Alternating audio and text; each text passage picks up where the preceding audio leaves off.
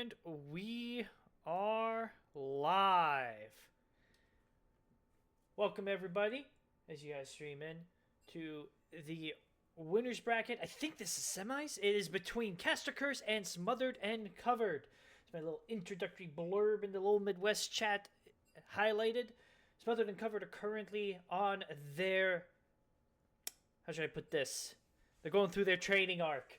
They have finished the regular season in 6th, won their play-in match against Gray Screen Society, won their quarterfinal winner's bracket match against If the Worm Wiggles, and now they are here against one of the heavy hitters, Caster Curse, who has not had to play since the regular season. Caster Curse got a bye. Obviously, they didn't have to play through the play-ins, so they've had some time to sit back. They've had a couple series to watch Smothered and Covered play, learn about them, but you could also argue that Smothered and Covered have been in the best shape that they have been all split. It's the age-old question, what's worth more? The bye, getting to watch your opponent's games, or the practice, getting to actually play the series? This is a winner's bracket game. It is not the end of the world if you lose. You do get knocked down into a loser's bracket, but I'm sure neither team wants that to happen here.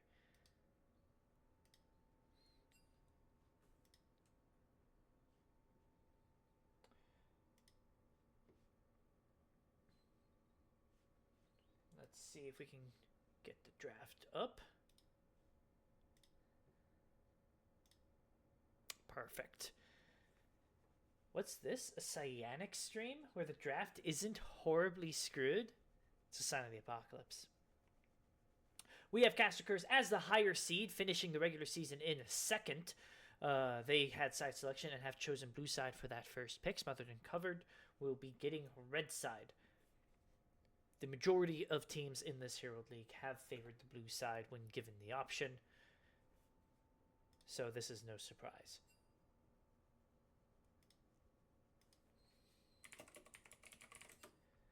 And for viewers out there, just a heads up, Locke is currently disabled this week. He will not be disabled for the entirety of the split, but the goal is that, obviously, he went live just last week. We want to give players a week to freshen up, figure out how the champion works, figure out what you want to play him with, what you want to play against, as well as make sure that there are no matches in the same tournament bracket space that can be played with or without Locke available. I do believe next week he should be live, for us at least.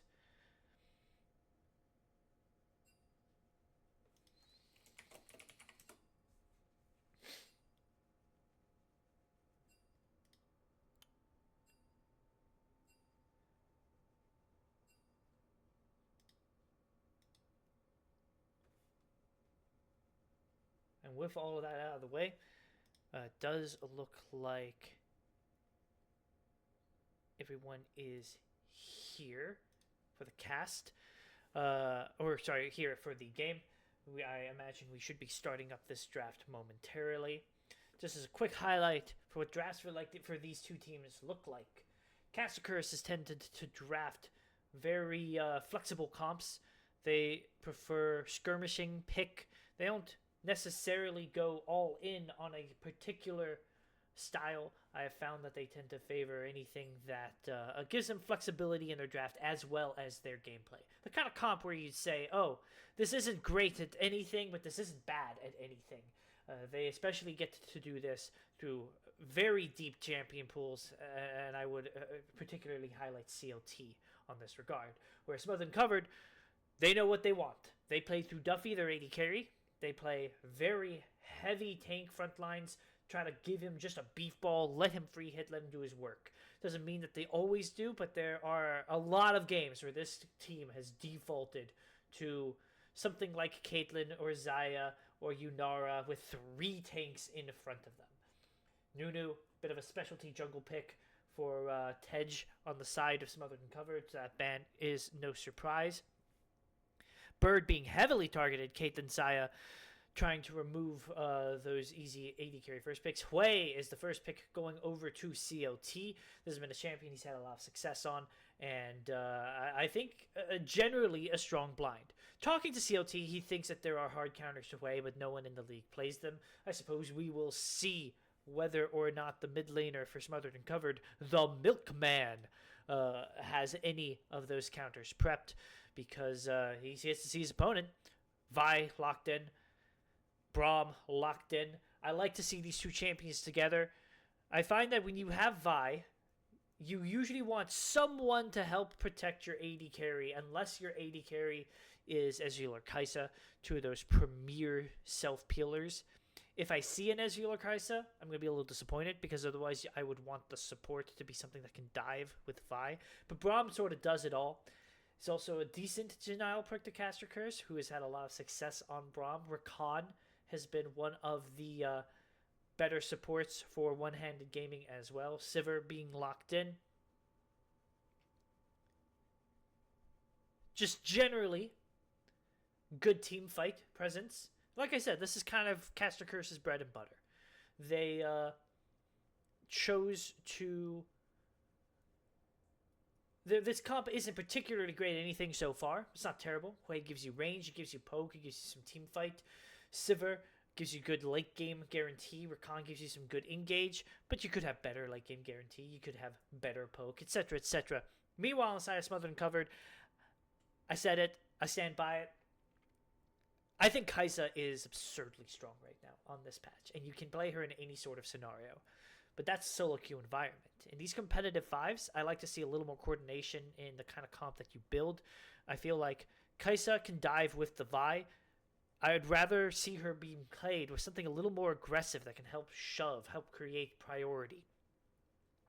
She doesn't need the peel and protection that this Braum creates, especially from what you see on side of Caster Curse.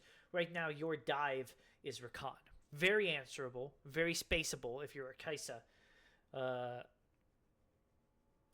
And you've got two more bans on the side of Smothered and Covered to sort of hit those further dive targets in the jungle and top lane that are still left open. That being said, Renekton being targeted. This has been... I mean, we've had a full season. No surprises here. These are just champions that the enemy team has had success on. Nocturne removed.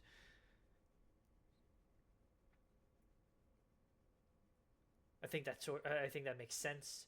You'd want to remove one of the premier sort of dive targets that would play with that Rakan.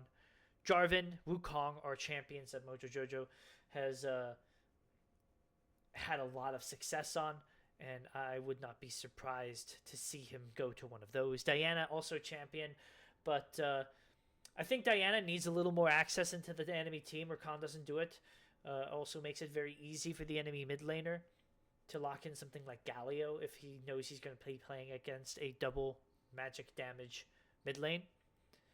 Gnar and Tahm Kench rounded out towards the enemy top lane. I would expect to see a Mundo here. No, Cassante. Still a tank.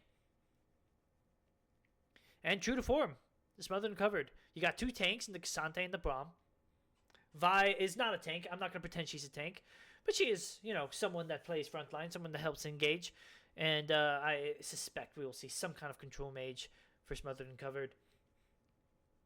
The thing that I think I'm a little disappointed about from this draft, the Kai'Sa I've mentioned, but you have last pick. And Caster Curse first picked the Hui. So you blind your top laner when you still know what the mid lane matchup is. I feel like you have your pick of tanks, and you can play with either one. Orange on the table. I know Smothered and Covered can play Mundo top. And it looks like it should be Shen in the top lanes, a Hen in the jungle rounding this out. The Shen really ties things together. Rakan's ability to engage is... Sometimes he can do it all, but sometimes it's really hard, especially into something like Vi Braum. Zahen's not an engager. He's a diver, but not an engager. But Shen changes that for both of these champions. Both of these champions going in first with a Shen ult on top of them and a Sivir ult to speed them up all of a sudden looks like a very aggressive way to pick fights. And you've got Hui to space things out, to create poke, to create that pressure. Meanwhile, no tank up in the top lane. They are opting in for the Kennen. Kennen is generally considered very effective into Shen. Not just because of the range versus melee matchup, but because Shen obviously gets to ignore auto-attacking for a bit. Lots of auto-attacking top laners that don't want to see a Shen. Kennen's not one of them. He's got decent auto-attack synergies, sure, but all of his damage is really built into that ability. And whereas Caster Curse have drafted a fair bit of dive, so has Smothered and Covered. I think both of these teams can choose to engage or disengage at will. K'Sante, Kennen, both of these champions can play engage and disengage. Who wants to engage into a Kennen ult? I certainly wouldn't. But likewise, you have the same options on Caster Curse. You can Vi ult, Kai'Sa ult, K'Sante ult into the enemy team, but if you haven't done your homework, if you haven't checked your boxes, you're ulting into Shen, you're ulting into Sivir, you're potentially ulting into Rakan or Zahen Revive if you don't have all the tools necessary. I think the big difference here is going to come down to how these two teams play their range. You need to bait out some abilities. You need to create pressure. You need to create coke. Most of the range is on this Hui. Most of the range on the opposing team is on this Kennen. Not nearly as effective. But I think, and I realize that I'm going to be speaking some heresy here, I think Static Shiv into Rageblade, into Nashor's Tube, Shadow Flame, Death Cap on Kai'Sa is very strong right now.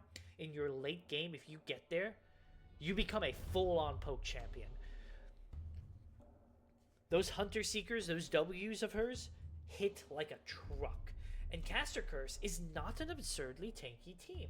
Rakan is going to be support tanky. You know, he's going to be building, most likely, things like Locket, maybe a nice Vow, almost certainly a Zeke's Herald. But these do not make him conventionally tanky. Shen will be, but not the way something like an Ornn would. Because Shen really likes to build a Titanic, Hydra, Heartsteel, stack health. And when you stack 2 giga health items like that, you're not going to be an absurdly high resistance champion. So I find that even if you end up magic damage heavy, if you go for the Kai'Sa build, you're probably still going to be dealing great damage. I've been running this in solo queue. I have played full AP comps with this Kai'Sa into teams that sack MR, and I find that you still just absolutely shred. And if you really want to go big brain on it, Kennen can go Bloodletter's Curse, I think it is. It's the essentially the AP version of Black Cleaver. It doesn't see as much use, but still very useful, where you shred MR so your whole team gets that effect. I think if you ran something like that, it would be kind of big-brained.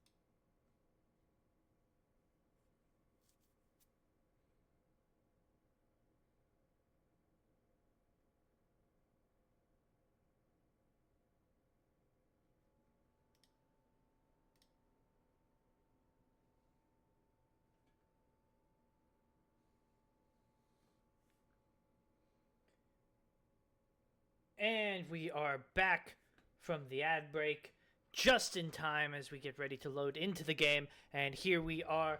Shout out to Lolcats. This is a Cassante ban, or sorry, not Cassante ban, a Cassante mid lane up against CLT. When CLT said that no one plays Hui counters, I wonder if he thought Cassante was one of them. I suppose we will be finding out. CLT has opted into going for first strike. Makes sense in this range versus melee matchup. I imagine he should be getting some value out of that. Cassante has gone for the aftershock, giving him some of that resistances going in. The handshake middle bush ward that has become so common this season in bottom lane.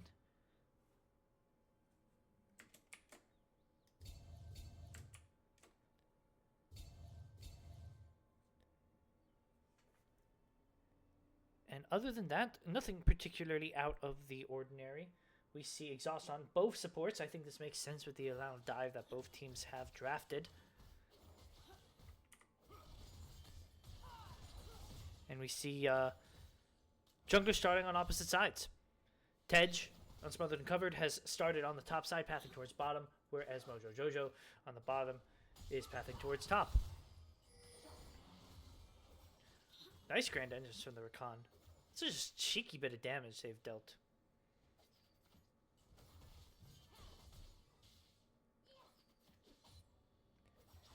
And I think you are sort of on the onus as Smothered and Covered to make something happen in this early game. Because I do favor the late game for Caster Curse better. I don't think either team hard won or lost the draft, nor do I think either team is a definitive early game or late game comp.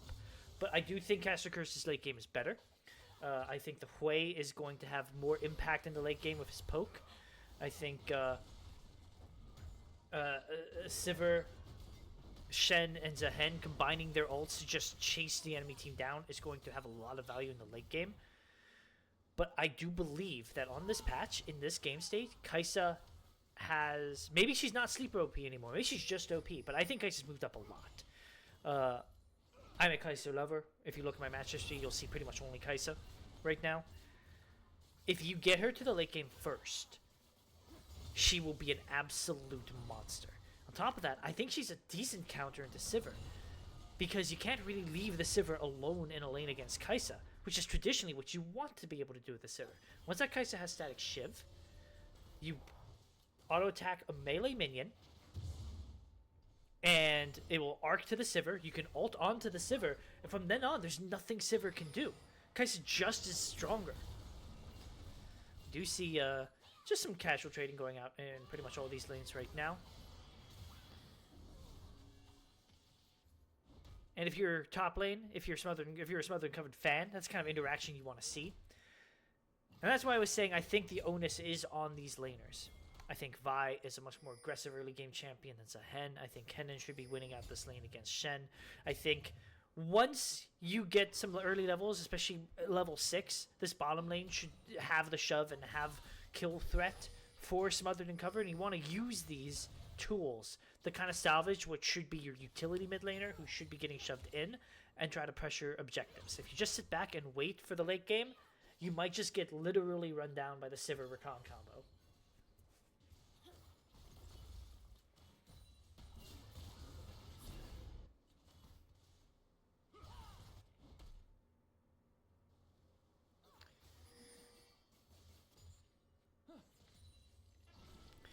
But so far, other than some cheeky trades, both teams just taking pot shots at each other. Nothing major going on. And look at that. It's another pot shot. As both top laners take about an equal trade, I would say. Definitely doing a very good job of farming under this turret. 6 CS down in these early levels is kind of par for the course. Nice sidestep. Likewise, I think the Milkman in that melee versus ranged matchup, he already did take an early back. Did not expend the teleport for it, and yet he does not seem to be down. Ah, that's because he took the back just now, and now he's teleporting back just now. So he's down about 10 farm, probably a little more than he wants to be, but I imagine that Negatron Cloak is going to go dividends. That is probably the growing pain that you need. Just eat it for for the first few minutes of the game, get a Negatron Cloak, come back, become immovable. Likewise, though, we do have Lost Chapter on the side of CLT. That is going to make him a little immovable. Mid laners, almost notoriously so, kind of just stop worrying about mana once you have a Lost Chapter. You really just need to spam spells egregiously. It does look like Bird and One-Handed Gaming are going to take their first back in this bottom lane. As they get a nice shove in. And this farm should be just about equalize.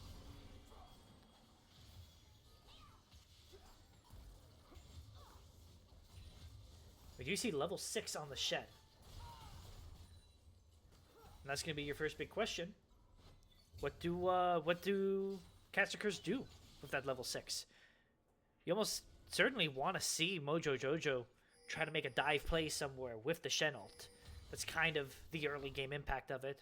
Similarly, you could look for Roam in the mid lane with the Rakan. Something proactive is ideal, I would say. But we do see Smothered and Cover moving into the river. Tej is kind of thinking about this dragon. He wants it. I know he wants it, but he thinks better of it. He doesn't have that bot lane prio. He certainly doesn't have mid lane prio. It seems like he's hovering around mid lane instead. Directed Cam wants to keep us looking at this bottom lane. I'm an AD carry main. I'm not going to complain. But I do think it might be best if they shift us. Here we go. Now we see some shenanigans. That does look like Tej just eats a combo from CLT. A lot of damage. No kill. Some good damage by One-Handed Gaming. I don't normally talk about Rakan poke, but I think that is sort of the state that this lane is in right now. Obviously, you're getting some boomerang bounces from Bird. Some ricochets as well, dealing chip damage. It really feels like most of the damage being dealt to the Smothered and Covered bottom lane is by these grand entrances.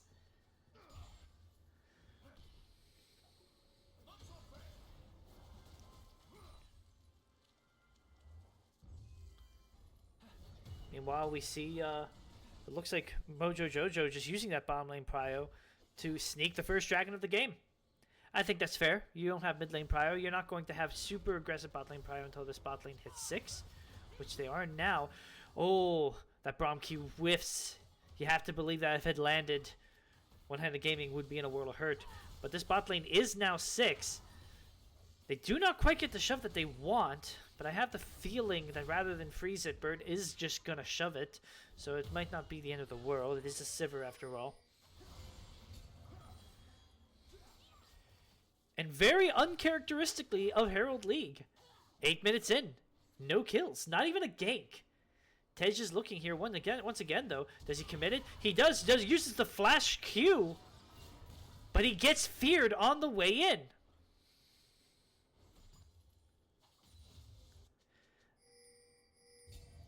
I like what he was looking for, but I think you needed to open with the ult to prevent that from happening.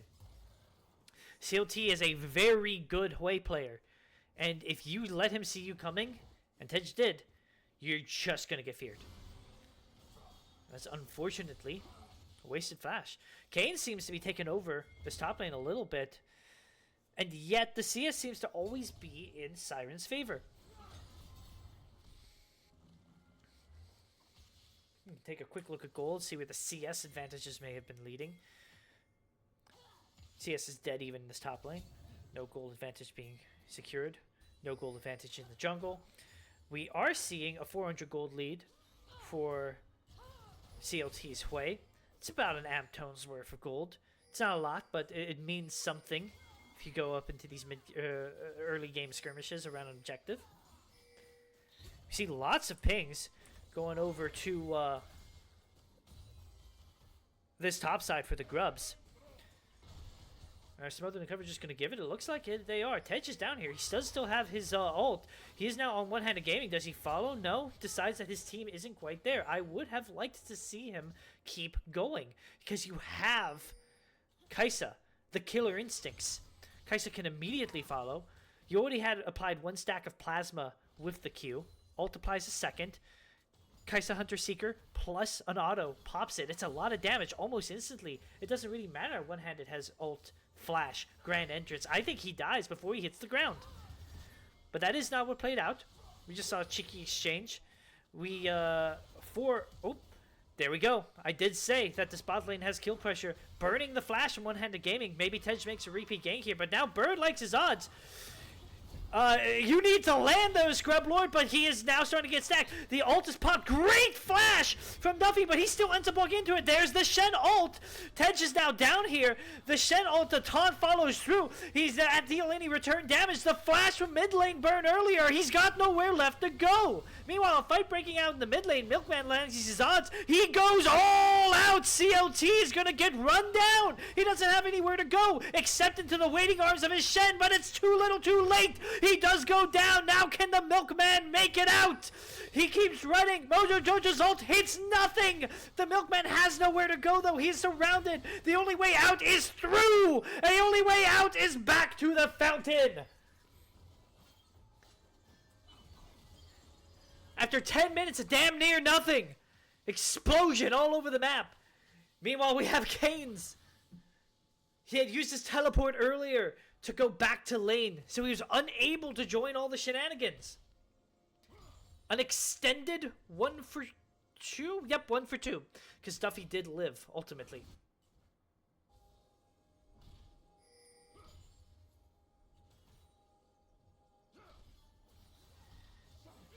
Duffy is going for Static Shiv. I think that is pretty much the only build you can go on Kai'Sa these days. When Static Shiv first got its mini rework, I felt like you could either go Static Shiv into a more AP-oriented build, or you could go still the traditional Kraken into an AD on-hit build.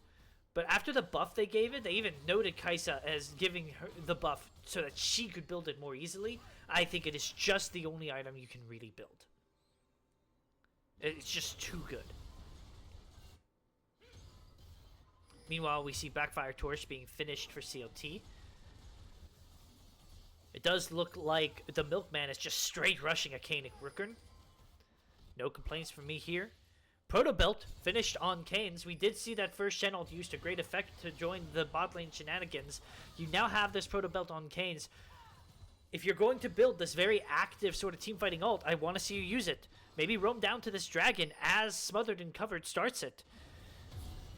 Does Caster Curse give? Milkman is not getting pushed out the way he was earlier. He's got a lot of MR. Meanwhile, it looks like Mojo Jojo's in the top lane. This second dragon is going to go to Smothered and Covered. No dragon stacking for Caster Curse. Objectives evened out a little bit. No gank made on the top side either.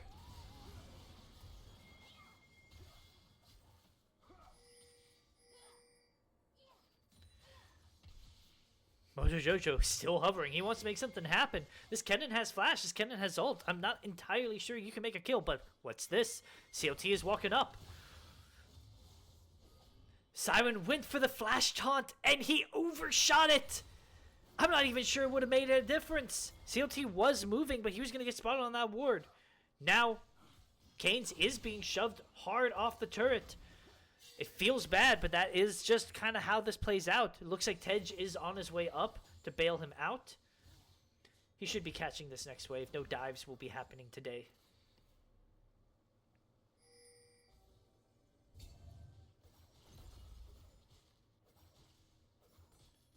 Both calls on both AD carries finished.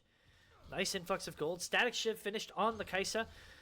Static Shiv plus call plus Doran's bow plus the pickaxe is Q upgrade, which is of course one of the big major spikes that Kai'Sa players look for.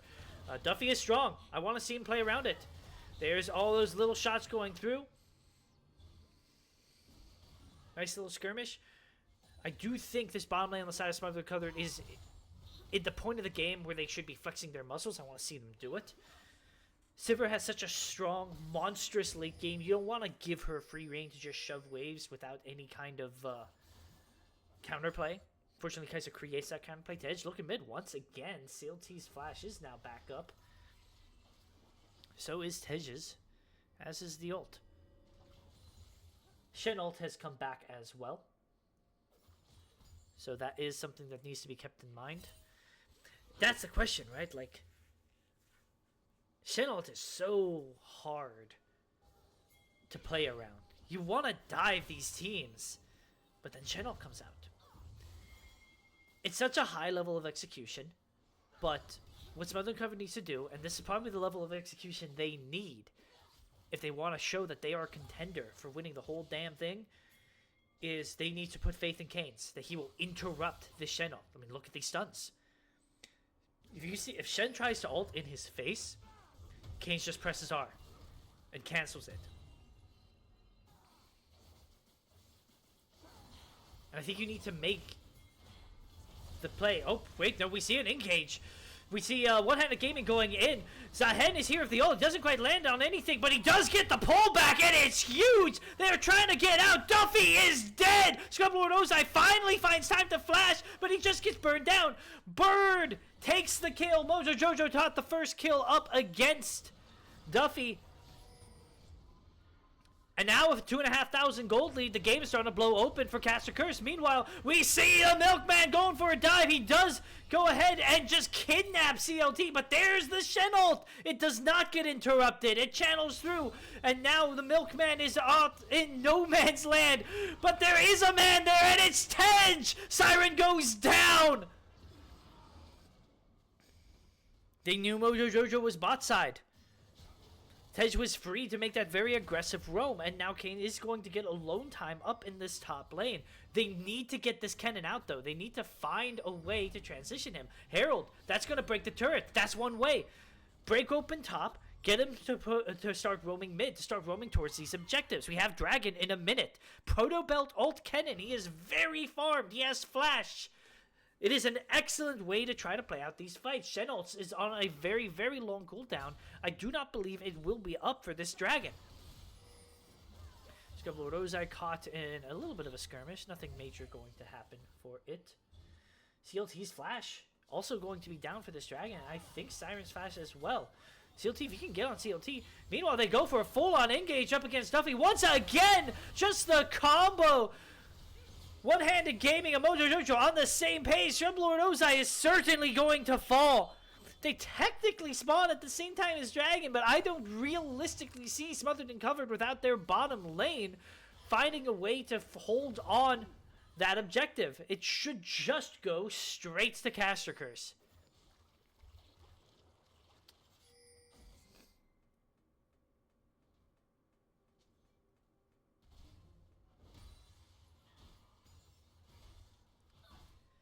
And now all of a sudden, after what was a mostly even early game, we transition into the mid game, and we do see a 1,600 gold lead on Bird against his counterpart. Mid lane seems to be mostly even. Jungle seems to be mostly even. Top lane, mostly even. And the support, 1,000 gold lead on to one-handed gaming. So pretty much the whole gold lead for Caster Curse is in this bottom lane, but a strong bottom lane it has become. Yuntal finished, Infinity Edge now complete. 2 items finished on Kai'Sa. That also gives her the E upgrade, the invisibility. 1 Blasting Rod for Nashor's gets you W upgrade. I'm curious to see if this Kai'Sa does go for that AP build that I am such a fan of. I think it is the right choice, but I could be very wrong there. It's just the way I like to play Kai'Sa right now. If you do not go for Nashor's here, then you have Terminus is generally the go-to here. The mixed penetration for AD and magic resistance works very well for this hybrid build. Bork is also on the table if you want to start shredding through this health that the Shen is building. Zahen, traditionally a pretty health-oriented champion as well. And just look at all that damage. That's a 2-item saver for you.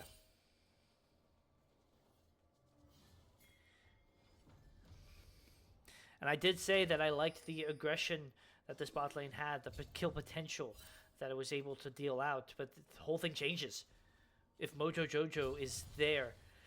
Both these junglers have had a pretty neutral early game, just as the lanes have. Very heavy farming, keeping up with their laners for the most part. But as the mid-game transition, there was Mojo Jojo who found more angles, punishing this bottom lane twice.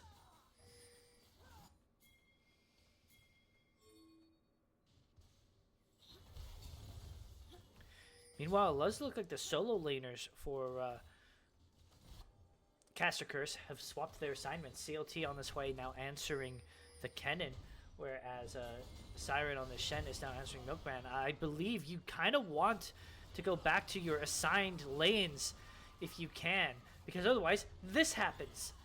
Kennen doesn't get to bully the Hui gets to bully the Kennen. You stacked magic resistance on the K'Sante, and now you're playing into a Shen who is mostly physical damage. You want to get back to your initial solo lane assignments, and if they try to juggle you out of it, juggle with them. That is the name of the game. That is League of Lozenges to a T.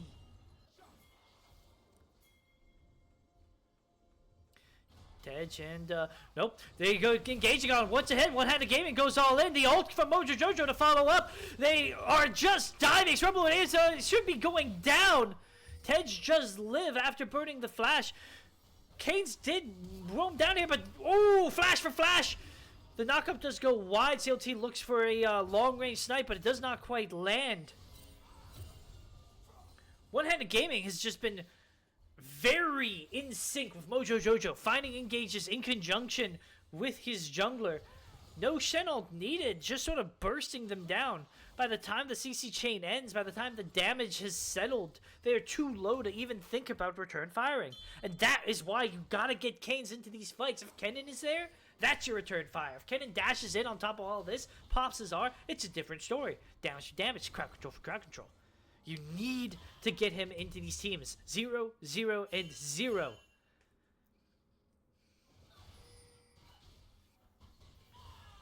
He played a phenomenal lane, but Kennen is a team fighter. He's not a split pusher.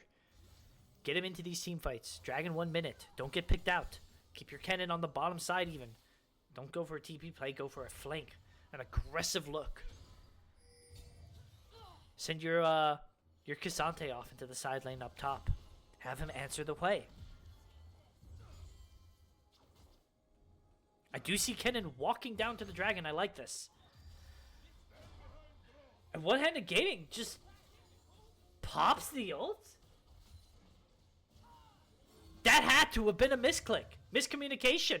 A fat finger. Where's going to be that that stellar teamwork that Mojo Jojo and One-Handed Gaming have had when the ult that hinges on the entire play is down? And just as importantly, Smothered Covered saw it. It was in plain view. They know that ult tool is down. Force this dragon on spawn. Make it happen. Their team is here. They have all 5 players. Bird is walking a little late to the play. Death Bush. Scrumblord Ozai got seen giving up the Ghostess a little bit, but they don't know exactly who's who. I think Smothered and Covered have done a great job getting into this river. The Milkman, Scrumblord Ozai playing keep away. There's no real way to get back in here. Siren on the back end.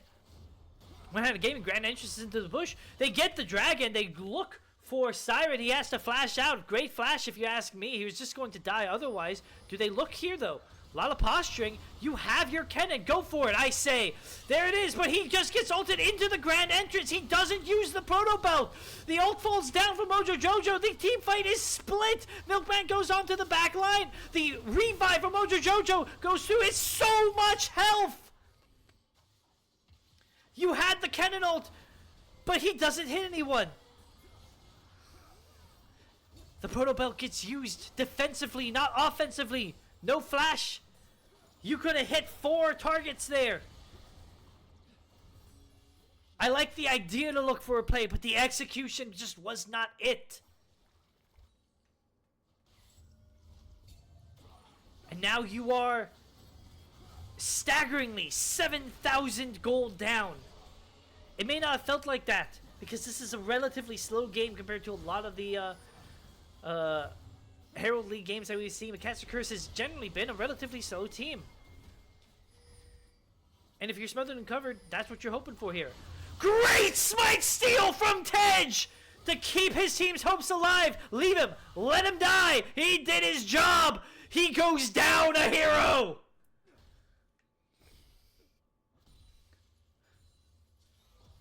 And that's going to stall this game out for about 3 minutes. Or a minute and a half. I forget how long First Baron is. It's been changed so many times. Boomerhead, I've been here since season 1. I've seen a lot of Baron timers. And ooh, we are getting the Nashor's 2 second on Kaisa. Black Cleaver finished on Tej's Vi. Meanwhile, on the opposing side, we are seeing. It does look like, what is that second item CLT has? Crypt Plume. Crypt Plume finish to be able to punch through that Kisante. 3 items finished, almost 4 items on Bird. That is going to be a scary, scary champion. As we see a potential fight breakdown here. Milkman is caught up. CLT, as I just highlighted, does have Magic Pen, but he is still very, very tanky. He uses the All Out to give himself an escape, and an escape it seems he may have, but he's still sticking around. He's not tanky anymore. He used the All Out. But he still likes his odds. Meanwhile, the Smothered Uncovered has overloaded the top side there. 4v3 they know they have. Despite the Baron, though, giving you all these artificial stats, you are still down a staggering amount of gold. And it's very hard to push through this wave clear that Bird has. Even with Baroned up minions, he just shreds them. Unfortunately, you're probably going to need a dive. Fortunately, you have a cannon. Just do it. Just flash Proto Belt ult. It will be good. I promise you. Don't be afraid. I know you can't hear me, but I believe in you, Canes. It's a fearless draft. You only get the cannon once. You miss 100% of the ults you don't take, and you have not taken quite a few. But they are still getting their value for this Baron. Slow and Steady may win the race here anyway. Your late game is not terrible. If you are Smothered and Covered, maybe you are just trying to wait it out. Try to get further and further down your own build past 2-2 on Dragons. Neither team is really at the point of pressuring Soul, so you don't even have to show up to the next Dragon if you feel like you can't. And that is a question they are going to need to answer, because minute 13 seconds. Chemcheck Dragon on the board, and we do see Cassicers here first. Shenald is up. Once again, they are looking to the Milkman. He does not have Flash, but he does have Scrublord Ozai. The ult gets burned from CLT. It's hitting both tanks. I'm not sure Scrublord wants to be this deep into it. He flashes out with a sliver of health. He finally goes down to Mojo Jojo. Will the Milkman go down? He does. They didn't have their damage dealers. The cannon was mid. The Kaiser was mid. Kisante is not a carry threat in this sort of an environment. Now we have one-handed looking. See, look how much damage he takes. But then once again, that's the damage dealers by themselves. He takes all that damage, but it doesn't matter because there's no follow-up. Don't look, Tej. Don't look. Oh, he looked. Oh, he has the flash. CLT kind of panic flash there, but he does get the smite. That's going to be the bottom inner following. The dragon has spawned as well. They are already on it.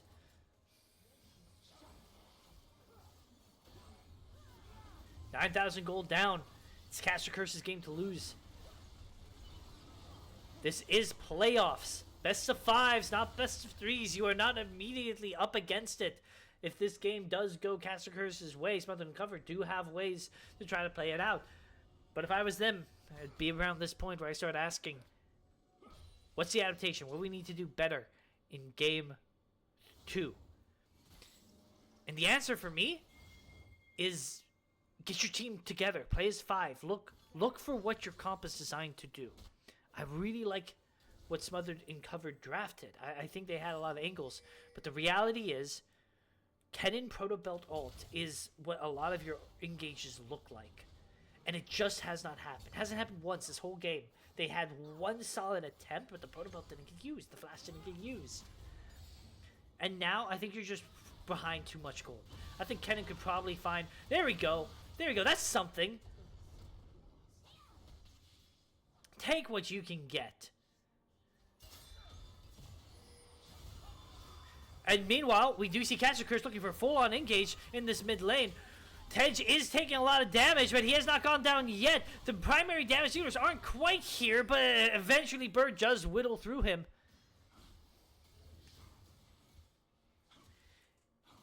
And I do like that Duffy is going for the full AP build. Nastra is finished, clearly going into Azanya's here next.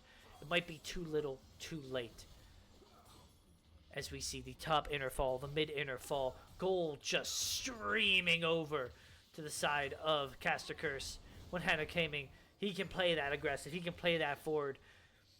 He has had an incredible game, finding engages after engages. Mojo Jojo, they may as well be Siamese twins who were not separated at birth, because they have been attached at the hips here. Now all of a sudden we see a hard engage, but your Kennen ult is still down from the earlier fight. He isn't here to have that kind of impact. Tej is late as well.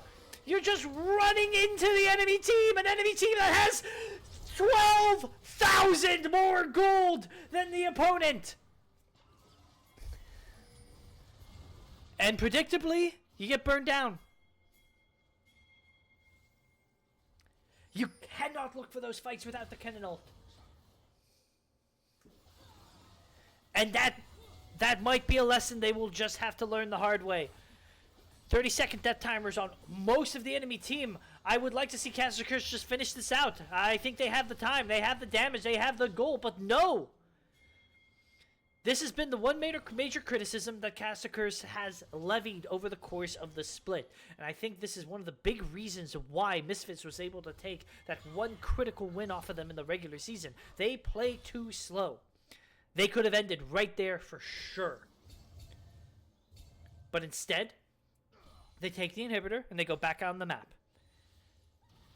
And hey, there is nothing wrong with the play per se. I mean, they're up an absurd amount of gold. I tried to do the math. It's 10,000, 11,000, a lot. There's no world where they lose Soul. There's no world where they lose this Baron.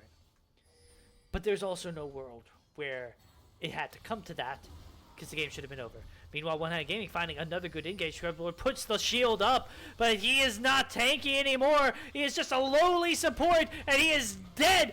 Maybe not. They kind of go for more. I like the look, but he had to survive just a little bit longer. Eventually, he does go down. Tej follows shortly thereafter. Is this a dive? Is this a larger fight? We do see Milkman TPing in to try to salvage this.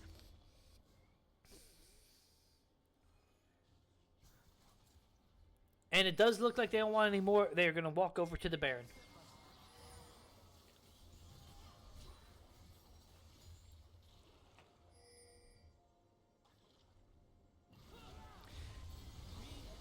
And in the draft, I said both these teams had strong engage and strong disengage. And I highlighted, I mean, who wants to engage into a Kennen ult?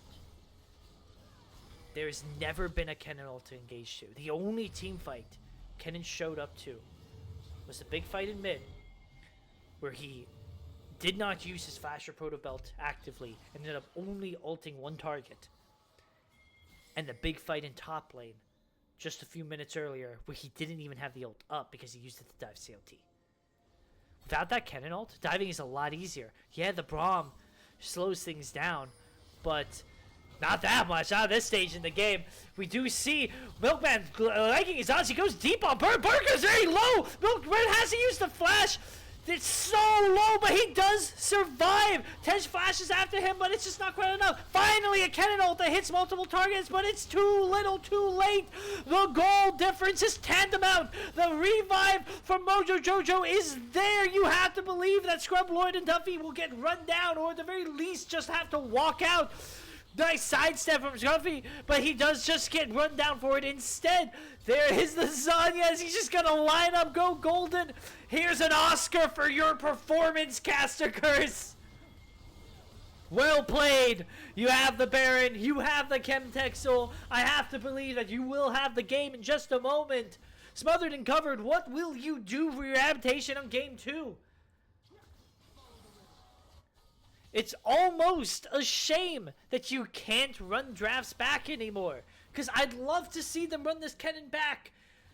Just more aggressively. Learn the lesson. Yeah. The damage is just there. And you know what isn't there? In about a second, the Nexus. Godlike Mojo Jojo. Legendary bird. They are padding the stats. The stats say game 1 goes to Caster Curse.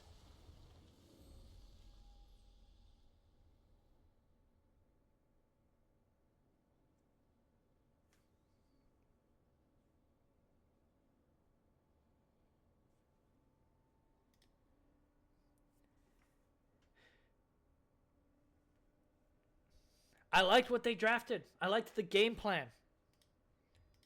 I liked so much of what Smothered and Covered brought to the table. I just didn't like the execution.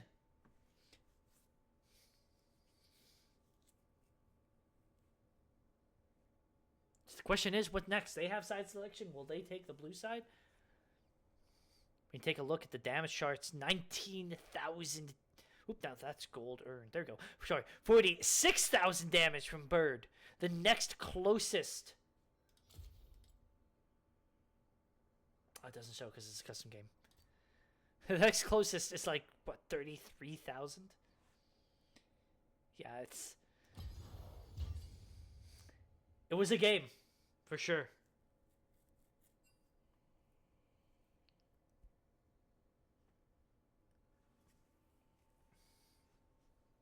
And that is 1-0 in the books. But once again, best of 5, not best of 3. Smothered and Covered isn't quite up against it yet. Can they get a win here? Equalize it? Take us at least to 4 games?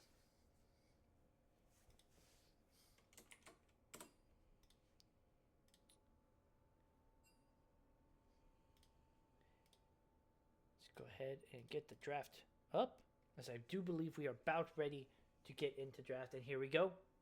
Does look like Smothered and Covered have taken blue side.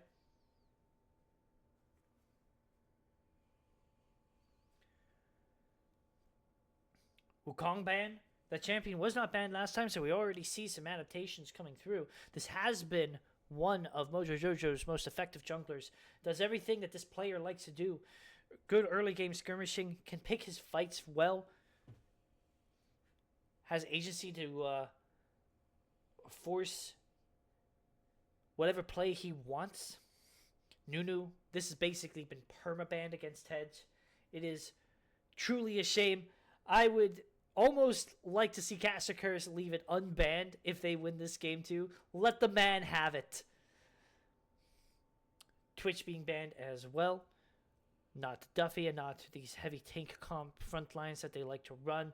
If Twitch is allowed to free hit, it becomes scary, especially now that Braum is off the table.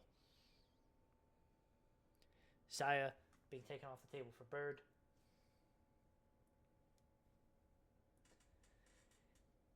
And a Nautilus ban, which I find a little surprising, because Nautilus has been one of the favorite teams for Smothered and Covered. Caitlyn being taken off the table now. Caster Curse and Smothered Covered swapping the Caitlyn bans, acknowledging that this is the probably go-to first pick AD carry. So Smothered and Covered taking their time to think. Maybe they wanted to pick the Caitlyn. Maybe they thought they were going to have it available to them.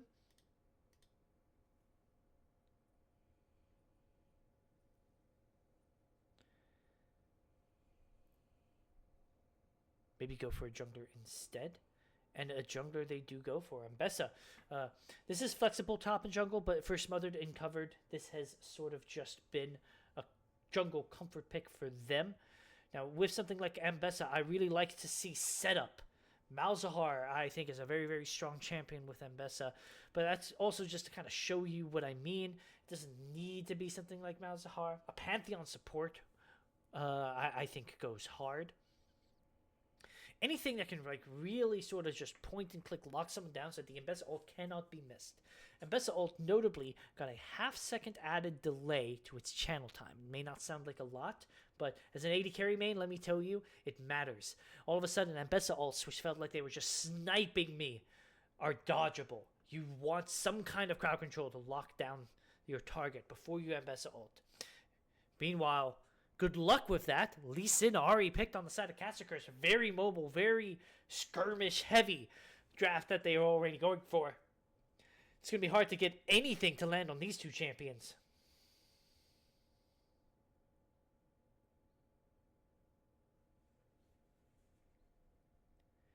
What is the response?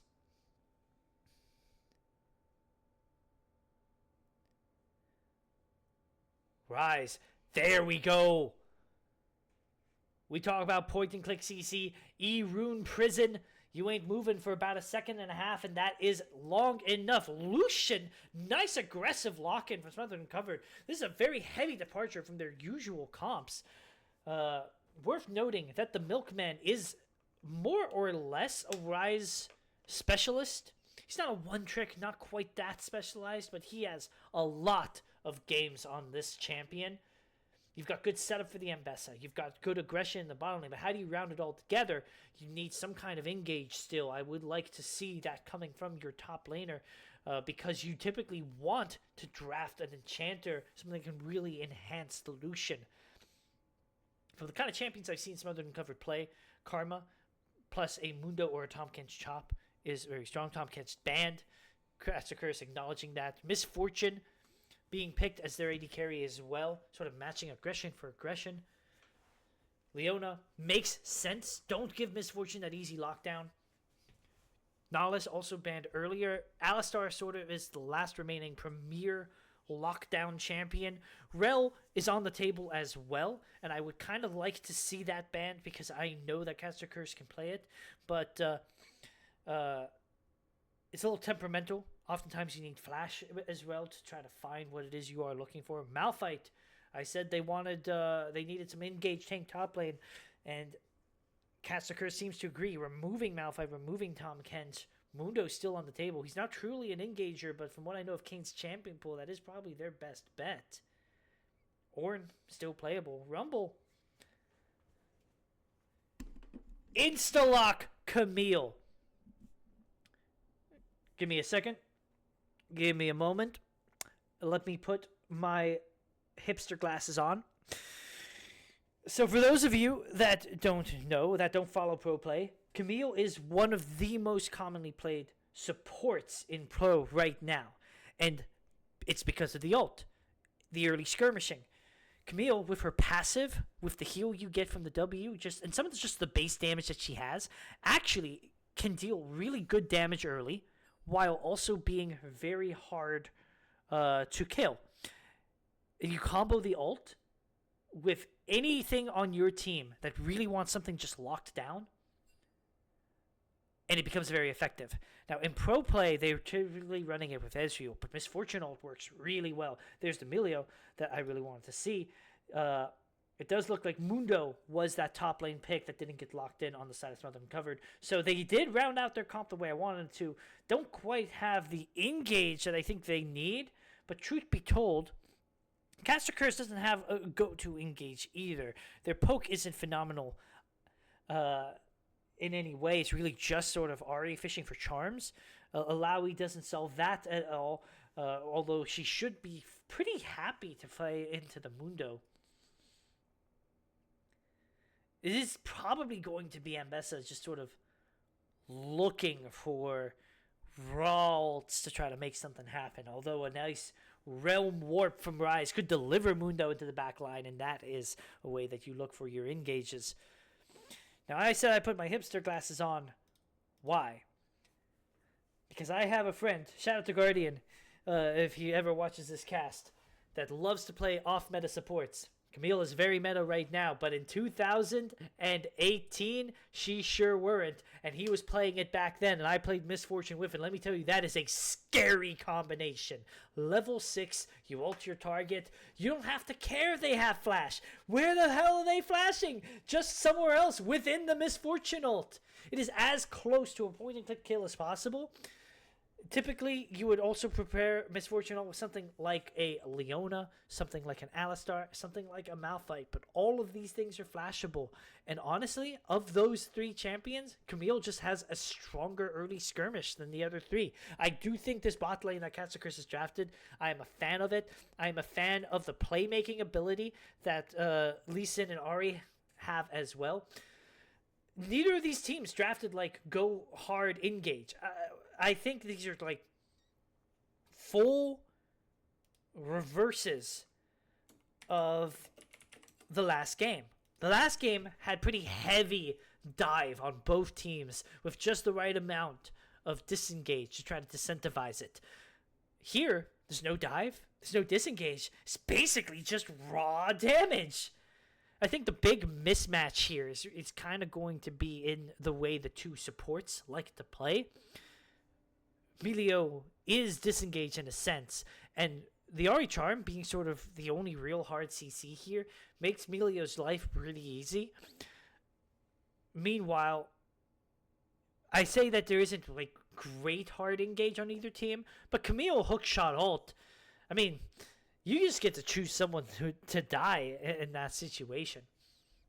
We do need to address the top lane. Mundo versus Alawi.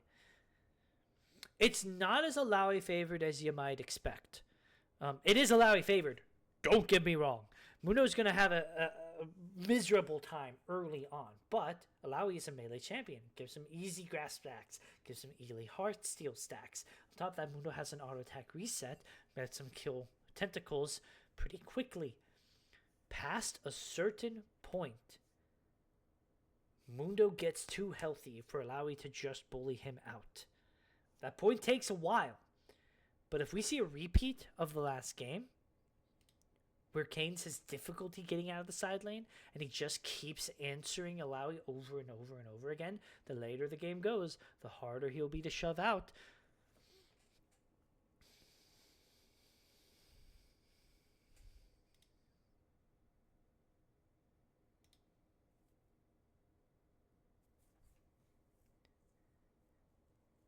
And I hope we're in for a banger of a match.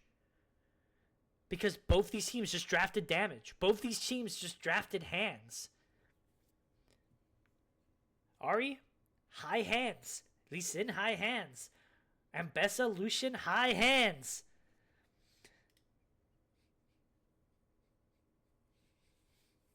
There's so many hands in this game. It's basically a Hindu pantheon.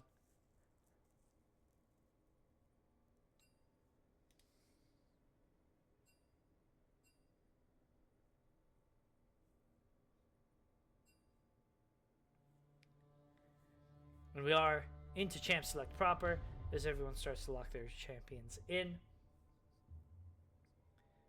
No surprises. Camille is the support. Alawi is the top laner.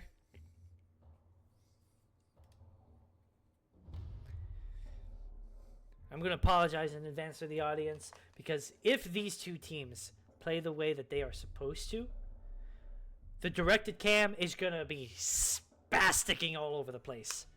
Just rubber banding from Ryze and Ari trading in the mid lane to some weird jungle skirmish to some bot lane shenanigans. These bot laners need to go at it. Camille is very aggressive. She falls off the later the game goes because obviously she's not getting the gold that a top lane Camille would get, which means that she doesn't really deal damage. Most Camille supports right now go for standard Camille builds. They still... We're not in the game yet. There's no scene to swap to.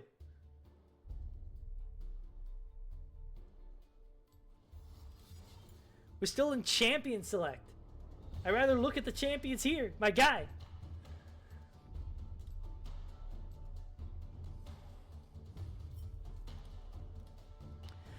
But, I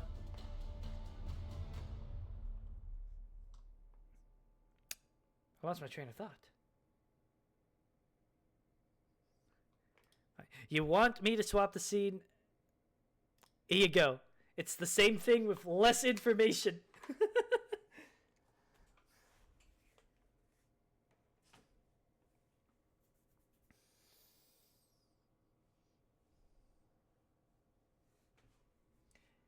And ad break.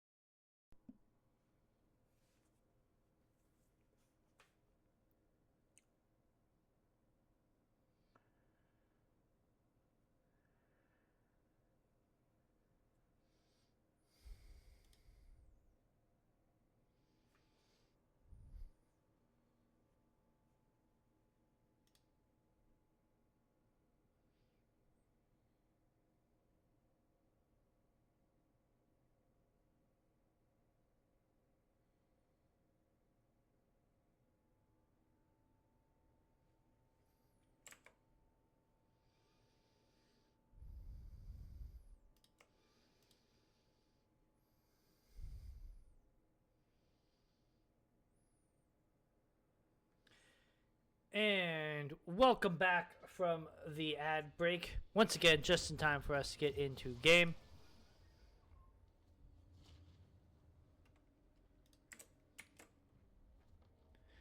Let's go ahead and get our overlays all set.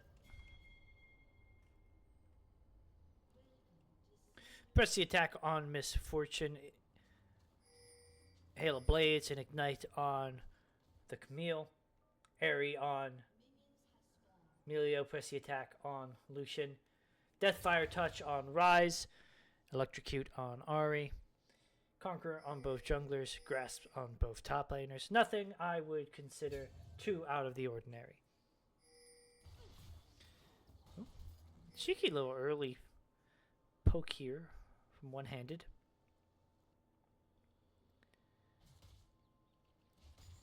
Kane saw that tentacle and said, "Certainly not.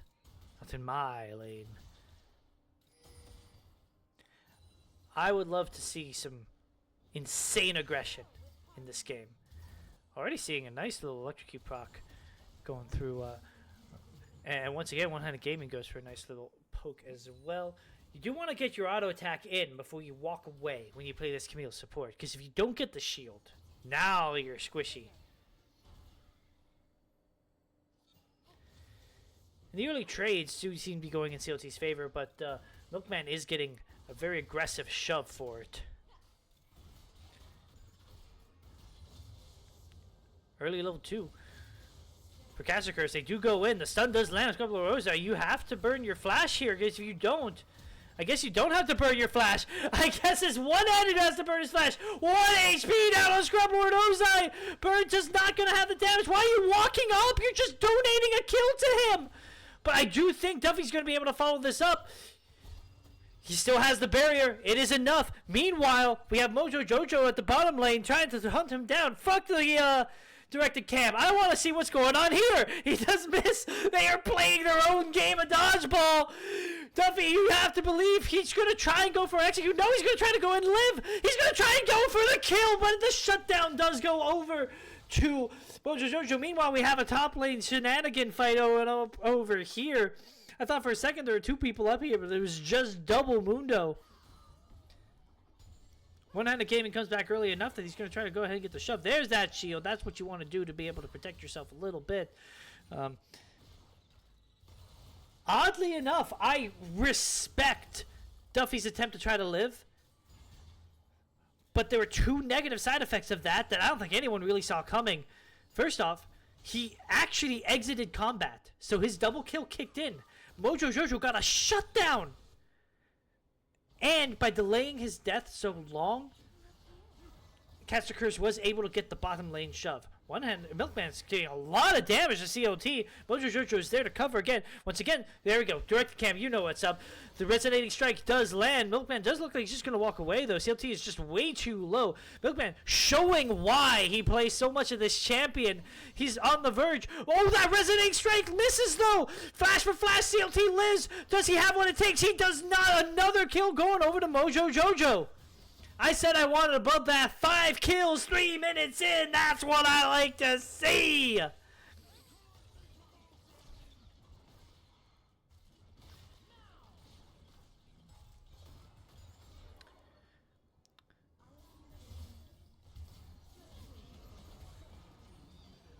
Now, let's talk about Alawi for a second. This is a champion that I think you see enough of. She's not like an unplayed champion. But no one seems to really bother to learn. Nice bubble counter from Melio. Good reflexes. That ward in the tri-bush is going to see. Oop. Little cheeky turret shot being taken by Siren up there. I did say the direct cam was going to sort of just jolt around the place as we looked at all these little skirmishes breaking out. I might take some control of the cam for this one, my friends, because I feel like the cam just doesn't know better sometimes, you know? And something I do want to highlight is the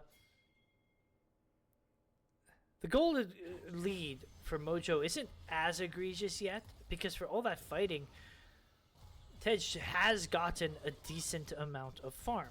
Oop, once again, Direct-to-Cam doesn't know what's up. Does look like Milkman is just going to be able to survive here as the fight does break down over into this bottom lane.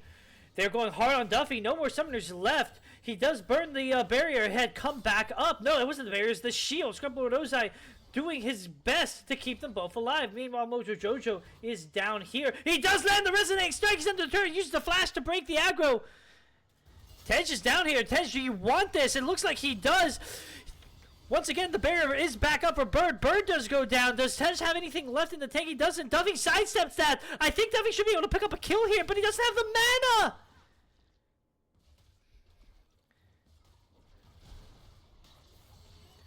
Mojo Jojo is quickly becoming a raid boss.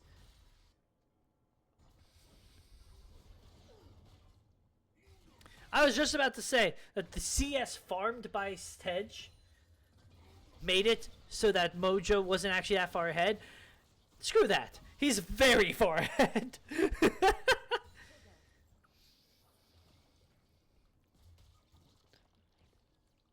Alright, where was I?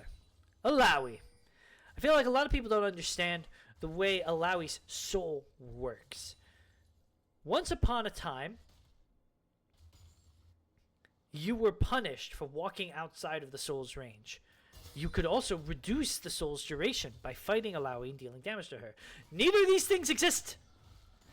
The soul lasts just as long if you fight Alawi as if it doesn't now. That was a change that got made some time ago. Yes, you do get punished for walking out of range. You get hit with the slow and 2 tentacles, but you stop taking damage. I mentioned it because I saw Kane's just sort of standing on the edge of the soul range, waiting for it to wear off. Don't do that. You're just taking free damage. Walk outside, eat the slow, kill a couple tentacles, call it a day. That's just here in the background. He doesn't have ult though. Duffy getting some good return damage though. Oh my god, he getting great return damage! Getting immaculate return damage! I said Mojo Jojo is becoming a raid boss, but Tej is very quickly taking over this lane as well. I do want to say some credit to Kane, too. This is a very, very rough lane, the top lane early on. But he hasn't fallen behind too much. Just a little bit of CS. Ooh, be careful, Mojo Jojo's there. Resonating Strike does not land. Ghost immediately popped. He's just trying to get out of there. Meanwhile, for all that bot lane priority that Tej has invested and that Duffy has earned for himself, First Dragon does go over to Smothered and Covered. Spirit Rush burned by CLT. He still has one more. Does he want it? He does. Does he get it? He does! Meanwhile, another fight breaking out. The bullet time does not quite find its target. It's mostly used as a deterrent to try to keep one-handed gaming alive. The flash just gets burned. He does cancel Scrumblord's back, but I mean, Tej, are you a bottom laner? Did I miss a roster change somewhere? I don't think I've seen this guy anywhere other than bottom in the last 2 minutes.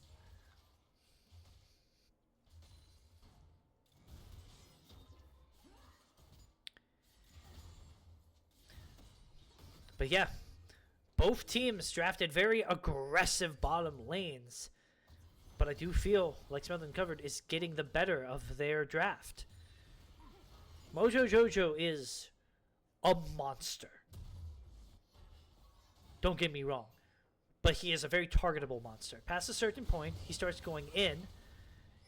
You maybe eat an Ambessa ult, maybe an Ambessa ult here. Who knows? They are looking to follow a little bit. Milkman is on the flank, but CLT does suss him out. Milkman is going to get sandwiched. He gets kicked. He gets charmed. One-handed gaming with the roam. Not even level 6. He wants to be here. The cheer committee captain himself. There's a good look, but as soon as he realized he was about to get sandwiched, he just needed to bail. There's way too many ways that realm work wasn't going to work out. And now, One-Handed Gaming does go in, says, I have my raid boss with me. Mojo is here. This is not your jungle. It's his.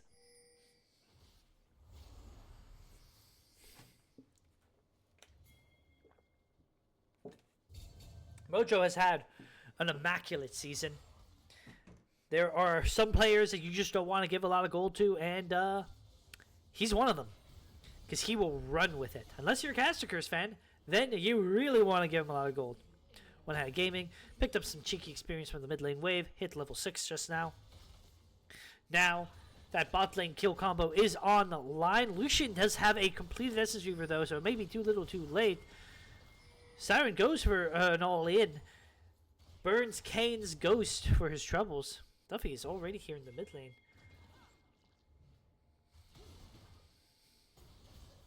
Meanwhile, Milkman is over here on the sideline. Flash for Flash. Does one-handed use his ult? He does! There's the bullet time. One-handed does sidestep it, but at the end of the day, there's just nowhere to go. You can either eat the ult or walk into the auto attacks. Both of them hurt, both of them kill. Speaking of hurting and killing, Duffy tries his best. Doesn't quite have the angle, though.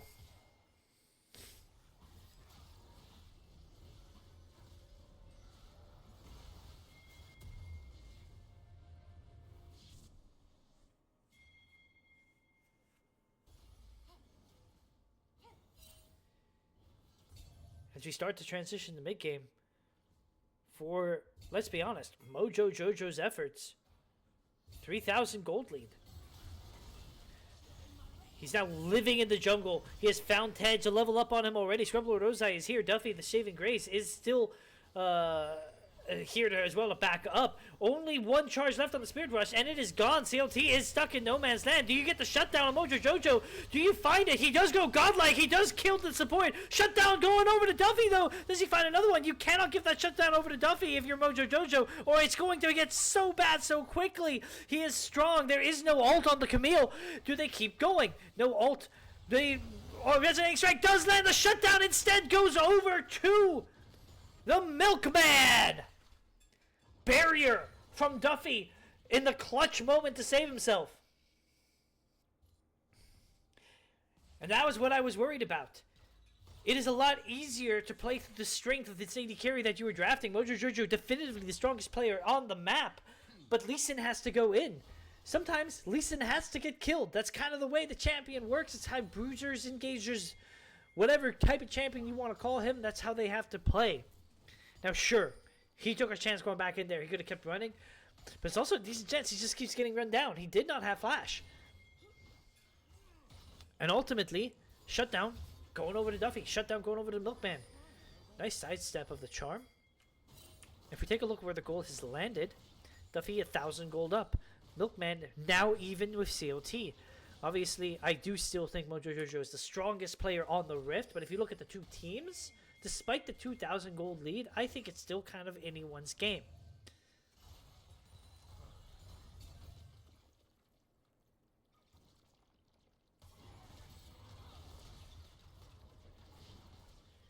This is a decent highlight of what I was showing earlier. Stop standing there, break the tether. You're just taking damage. Oh, and I forgot to mention, oh no. No, this is gonna hurt. It's gonna hurt.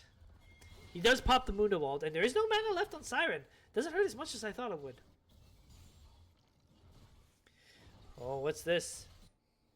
Tale as old as time. We're looking at mid lane again. One-handed gaming does find a long-range hook shot. Drops the ult on the Milkman. He's not going anywhere but the fountain.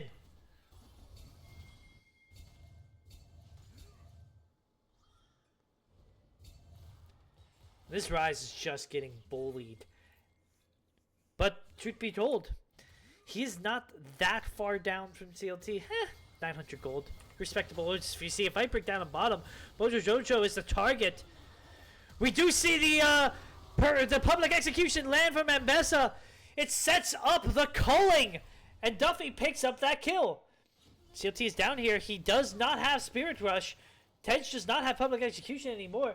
Nor does he have Flash. He is squishy. He is half health. And he is backing out. Dragon's still on the table, though. It's become Lucian versus Lee Sin. Which team can play around? Interesting hookshot. Charm does land. Huge amount of damage from CLT. Just a full combo. No Spirit Rush required.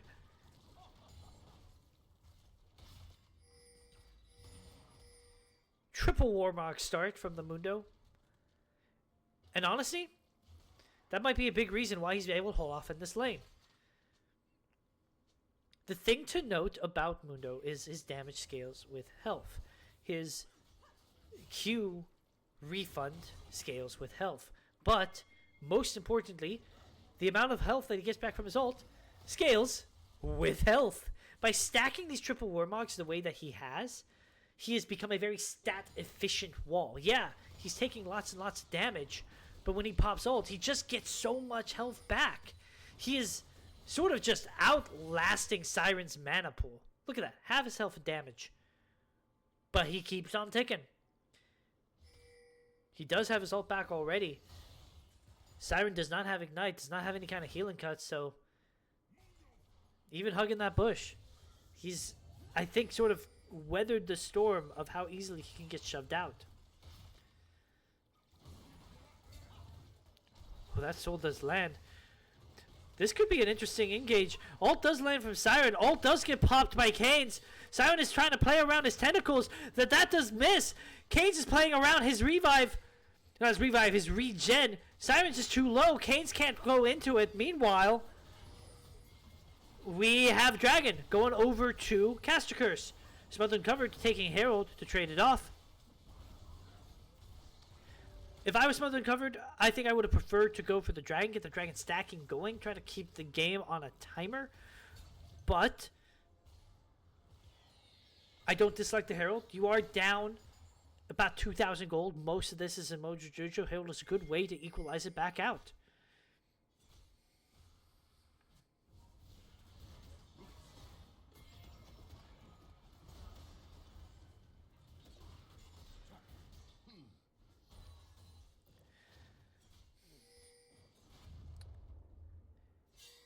Oh no. You can change the lane, but you can't change the dive. Milkman just immediately pops the Realm Warp, gets out of there. Can't say I blame him. Well played. You do not want to get dived there if you are him. It's happened enough. And now the Warmogs is finished. I think the days where Siren was bullying this lane are done. With that Warmogs, it means you can do these trades. Half health, quarter health, doesn't matter. You walk away, you heal up. The poke on Siren is not aggressive enough that he can just immediately break the Warmogs if he wants to. And now, any ability to take an extended fight is gone. Honestly, if I was Kane, I'd pop the Ghost and run this man down now. Burn his flash, do it again when your cooldown comes back up. But stop sitting there and taking it. You don't need to. You're just giving him damage. My man.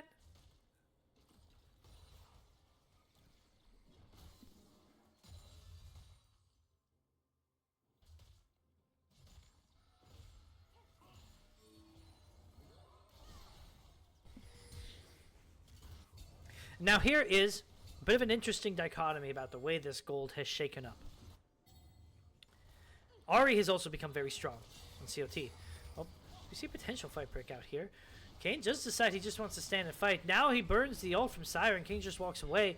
Meanwhile, potential dive once again on one-handed, looking for the Milkman in this bottom lane.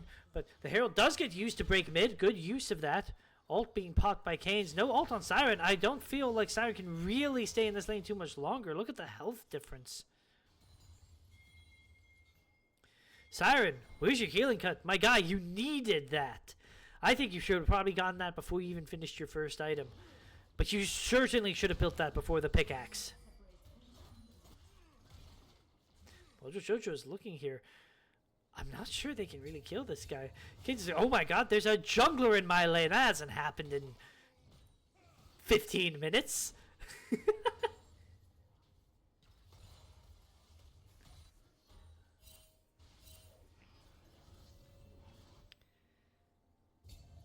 I mean, yeah, he's feeling himself, as he should. He's a big boy. Goes where he pleases.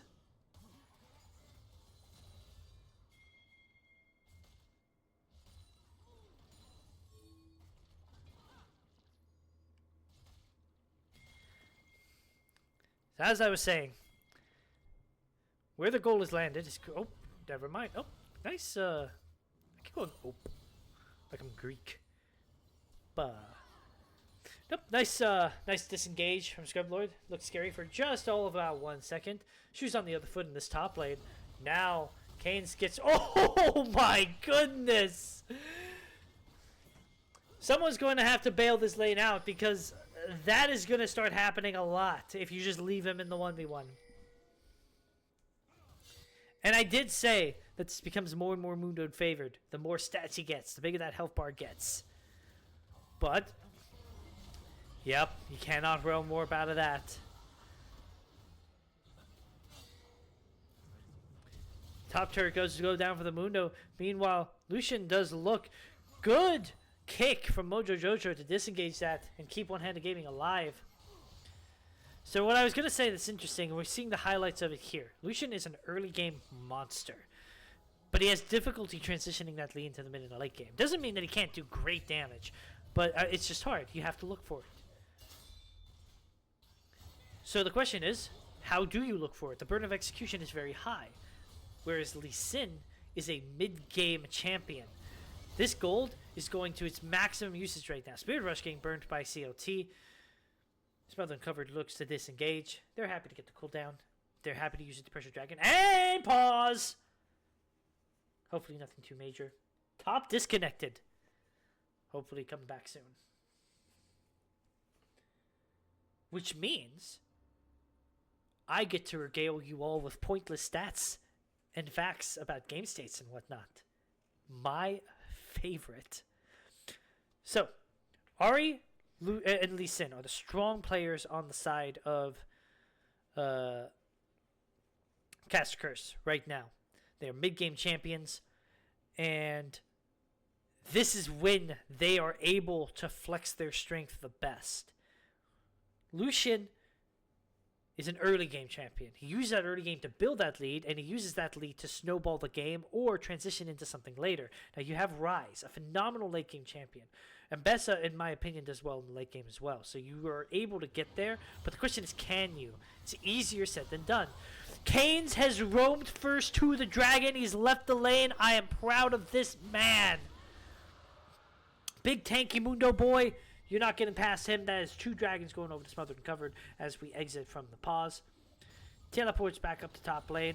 Siren did finally get that turret, but I imagine that as long as the 1v1 persists, it's going to be more of a stalemate at this point. I think the days where Siren was bullying Canes is long gone. He's probably just going to be looking for the wave clear. Not a fan of his build. I feel like you needed to go for a very early executioners. And honestly, probably a Black Cleaver no later than the second item as well.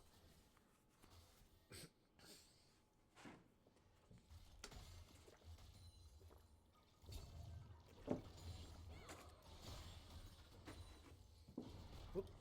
There we go. Weird thing happened on my overlay. Alright. That being said, Misfortune is not terribly weak either at this point in the game. I'm going to out myself a little bit here and say that I am not generally a fan of the Bloodthirster Rush on Misfortune. It's not bad by any means. Pro players do it all the time, but oh, hold up. Siren may have been up one and he can chew. What's this? A jungler in my lane? This hasn't happened in 15 minutes. But wait a second, Siren does pop the ult. That is a lot of tentacles. I've seen enough hentai to know where this is going. Maybe Duffy hasn't. He finally does get the kill. Rampage, one-handed gaming is going down.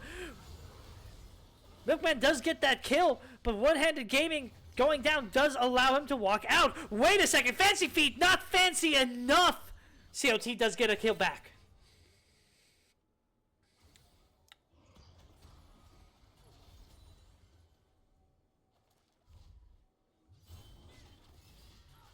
It does not feel like Catskers has a 4,000 gold lead.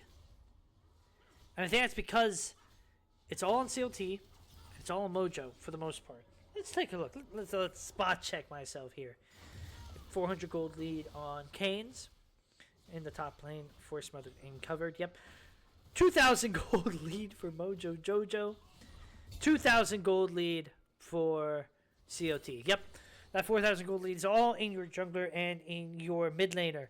And despite this being the strong part of the map, they lost the second dragon. Strong part of the game, sorry. They lost the second dragon. They're having difficulties turning it into something tangible, which is somewhat ironic. Because I was talking about Resonating Strike does not land. Now Mojo has to burn his flash to get out of there. I was talking earlier about how Smothered and Covered has the higher burden of execution, getting a Lucian to transition that strength into the mid game. But they've been doing phenomenally with it. They've been keeping him safe, traveling with him, moving him around the map to get kills, like the earlier one onto Siren in the top lane. Meanwhile, all of the map movements that CLT and Mojo Jojo have made have essentially been dedicated to killing the Milkman over and over and over again. This is Rise. This late game is guaranteed, and you're happy to lay it, but this man cannot be worth anything anymore. Maybe not. He did get a kill on one-handed, but most of these kills were getting very, very low returns. Nice buy! One-handed gaming just goes down! I did say Rise had setup. That is a Realm Warp. It goes straight over into the mid lane. Duffy follows through. The Cullen goes through. Does burn. That is so much damage. Spirit Rush has to be answered in response. Half health onto Bird.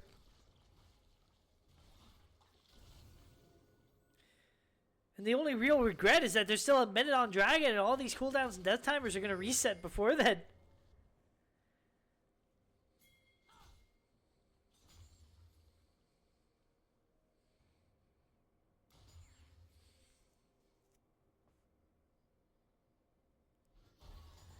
But yeah, you've been getting diminishing returns on these kills for the Milkman.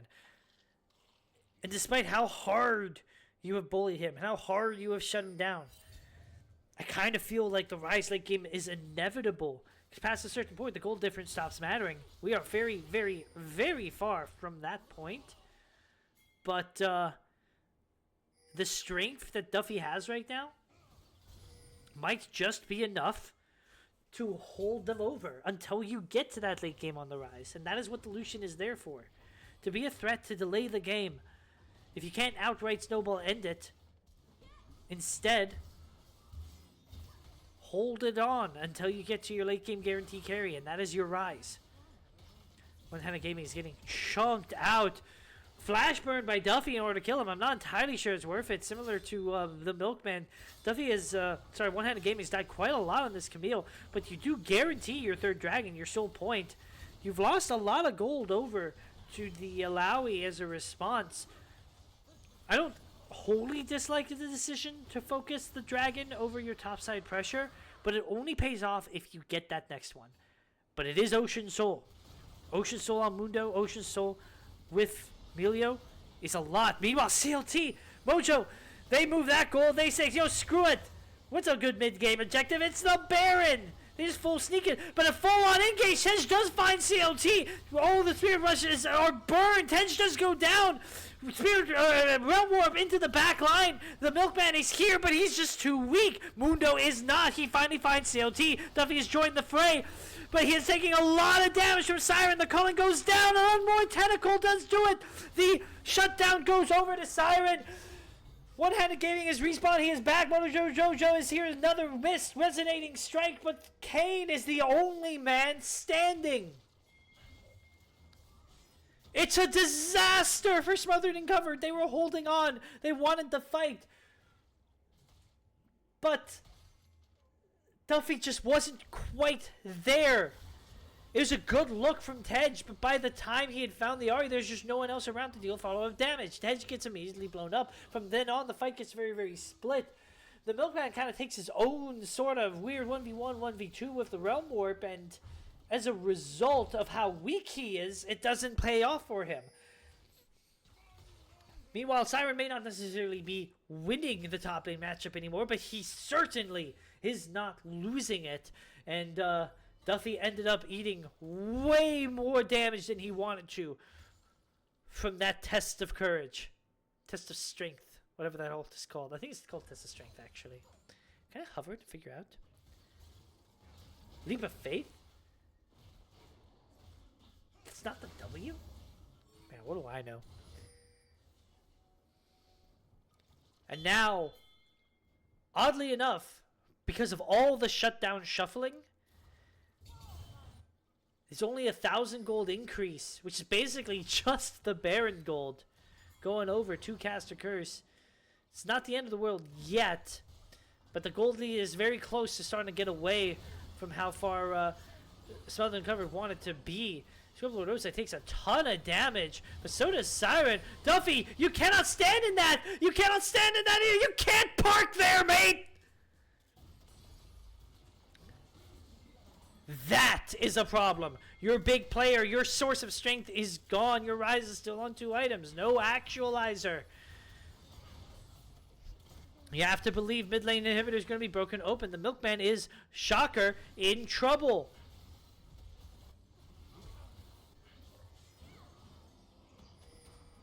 Only Tej, Canes, and Scrublord now left. Do they want more? I criticized them last game for not going too hard too quickly, but I do think that you probably can't go for Nexus turrets at this point in the game. They seem to agree. Caster Curse backs off.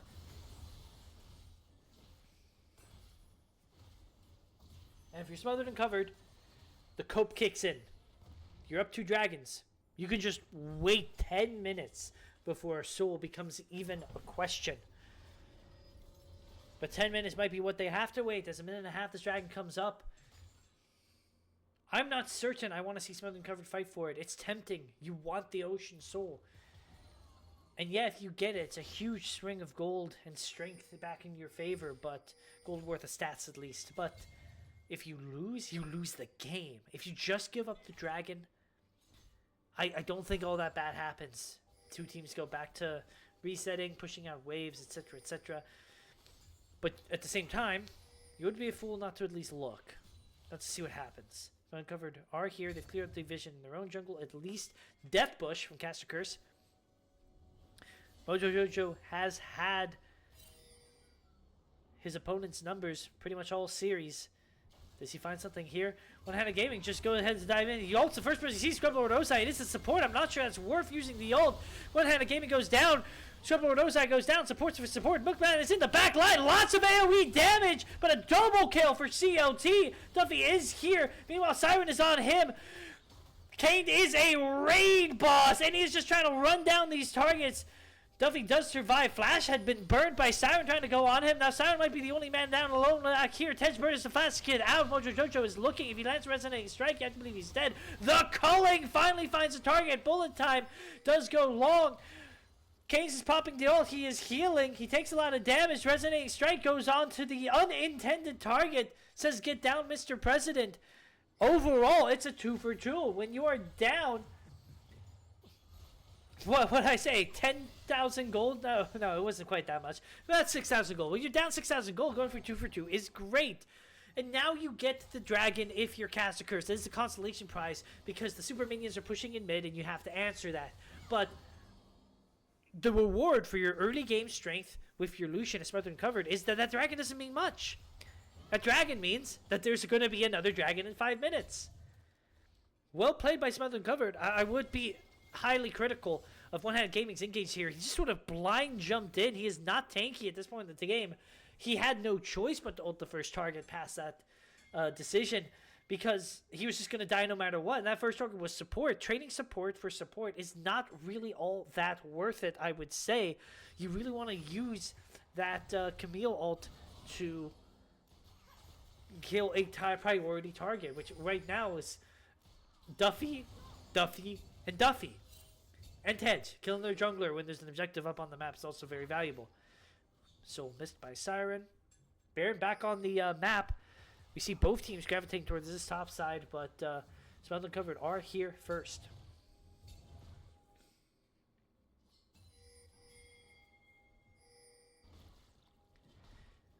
An intense fight for vision breaks out. And I haven't had a lot of chance to talk about itemization. 4 items on this Lucian, notably Lord Dominic's regards. Let's see, there is a Thorn Mail on the side of Kane's in order to provide some healing cut. And there we go, Execution's calling. Thorn Mail is sort of passive healing cut. It only applies healing cut if the enemy hits you. In most team fights, Siren is not looking to hit Kane's, he's looking to hit someone else. But with the... Oh, we see a full fight break down. One-handed game just gets blown up. The calling does so much damage. Mojo just gets burned down. That's a double kill going over to Duffy. Meanwhile, Kane's just diving the back line. CLT has to use all the Spirit Rush. And in return, what does he get? Just a little bit of chunked health. Siren is down here. He wants to try to hold on. He does land one of his souls onto Scrub Lord Ozai. Meanwhile, the bot lane turret falls. I talked about pushing that Lucian to create some mid-game strength. Well, maybe he's just a late-game monster, and that's how you play with him instead. Southern Covered look to trade their mid inhibitor for a bottom inhibitor as Siren starts to take some damage. Bullet time does get used. Cade's feeling himself just a little too much. He did not have the ult anymore. Used it chasing down CLT. That bottom turret barely survives. These turrets do have regenerative health, so depending on how quickly you can make your way back down there, you may get a lot of value for being able to defend that turret.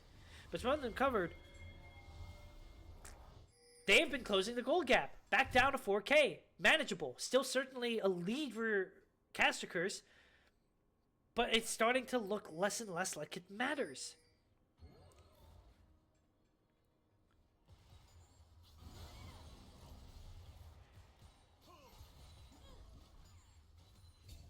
And Smothered and Covered certainly are playing like they have no idea about the gold lead, but the Baron has been started up. This time it's not going to be snuck so cleanly. They know that they're there. What do? Tej sees the pit, half health. Do they walk out? It looks like they do. They are afraid of the public execution, but meanwhile, we do have another execution, and it is on to the Milkman. He does not go down quite yet. Public execution does go down the back line. Does not find the immediate target that they want. Lots of damage. A blue buff takes the culling. Still 3 charges of Spirit Rush. Tej is now diving into the back line. Simon stuck his way in there. Duffy does go down there. Just get the kill as he wants to.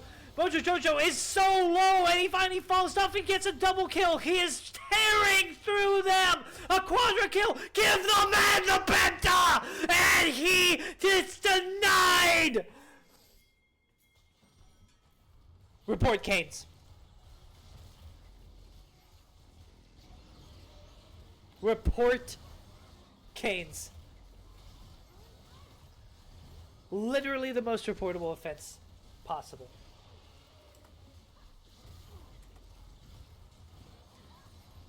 Even in the all chat, his own team says X9 Mundo. But the reality is, it's a brilliant fight. They get the Baron. The gold is 1,000 difference, which at this stage in the game means Jack diddly squat. And in a rare show of form, Caster Curse is the one that is looking nervous, the one that is looking rushed. That Baron only works if Smothered and Cover's asleep at the wheel, if they don't check it, if they don't realize they're stronger, if they don't pick a fight. Because Caster Curse was still low. They didn't have their full team there either. Incoming soul fight indeed, Nexus. It is on the table, and Smothered and Covered are here. They're already on the dragon. Looks like Caster Curse wants nothing to do with it. That is an Ocean Soul Mundo. Executioners check everybody. Cardinal sin is being applied here. There is Executioners. There is Healing Cut. It is on the Misfortune in the Mortal Reminder. I am going to tell you guys this now. Anyone that plays with an AD carry, as an AD carry in a team competitive environment, they should not be building Mortal Reminder. Anyone can build Healing Cut. Ari can have an Oblivion Orb right now. Lee Sin can have an Executioners. Alawi could have a Thornmail or an Executioners. Camille could have an Executioners. Anyone can build Healing Cut and apply it to this Mundo. But only one player on your team can deal 15% bonus damage to this champion by building Lord Doms. And by not building Healing Cut on anyone else, you force your Camille, your Misfortune, to deal 15% less damage to Mundo. Why would you put your team through that? Mundo does burn the ult, perhaps a little prematurely. There's a cooldown you're happy to see gone if you are Caster Curse, as they take these Baron minions and they look into shoving in the mid lane. Two champions up on the top side. Actualizer has been finished by the Rise, by the way. Death Cap on the way. I don't think this champion is weak anymore. He's the scariest 2-12 player anyone has ever seen. Late game is here. Public Execution, there's what we were talking about. All the way back in Champ Select. Room Prison into Public Execution. GA does get burned. Do you have the damage to follow up? He doesn't care. How do you miss that? He's rooted. You're the one who rooted him. The Archangel Shield does pop. Lots of mana means lots of healing. Melio is keeping him alive. Scrub Lord Ozai is a hero for that play. A huge shift of cooldowns. In the end, the only big I'm at a loss for words. The only big winner of that exchange is the GA burn from Mojo Jojo.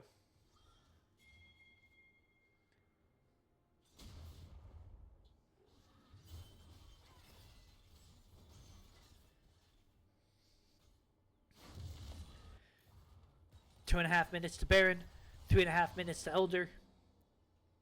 Baron minions have dropped off. Smothered and Covered, for the first time all series, has full control of the game. What do they want to do with it?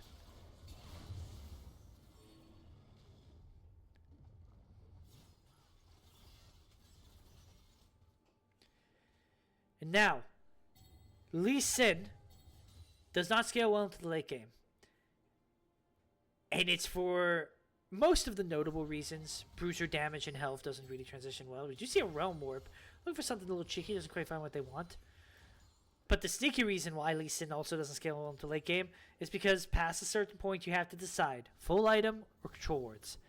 What most Lee Sin players will do, and it kind of looks like what Mojo is doing here, is he's going to hold on to control wards in his inventory slot until he can afford a full completed item. Because it's a completed item. Obviously you want that. But you are reliant entirely on your yellow trinkets cooldown for ward hops. A major tool in his kit gets removed, or at least gets limited, once he hits that ultra late game state. Mojo Jojo is about there. As a matter of fact, so are most players. It looks like Tej is surprisingly still 2 items off. Unsurprisingly, or no, very surprisingly, the Milkman is about ready to push full build. Full build already on Duffy, 430 farm. We are close to full build on to Scrub Lord Ozai. 1 item off on one-handed gaming. Close to full build on Bird. Close to full build on CLT. Close to full build on the top and jungle for Caster Curse as well. A lot of players approaching full build.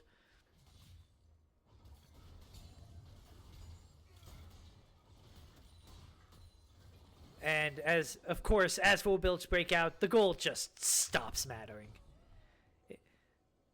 So it's probably appropriate that it's dead even. One Hand Gaming is looking.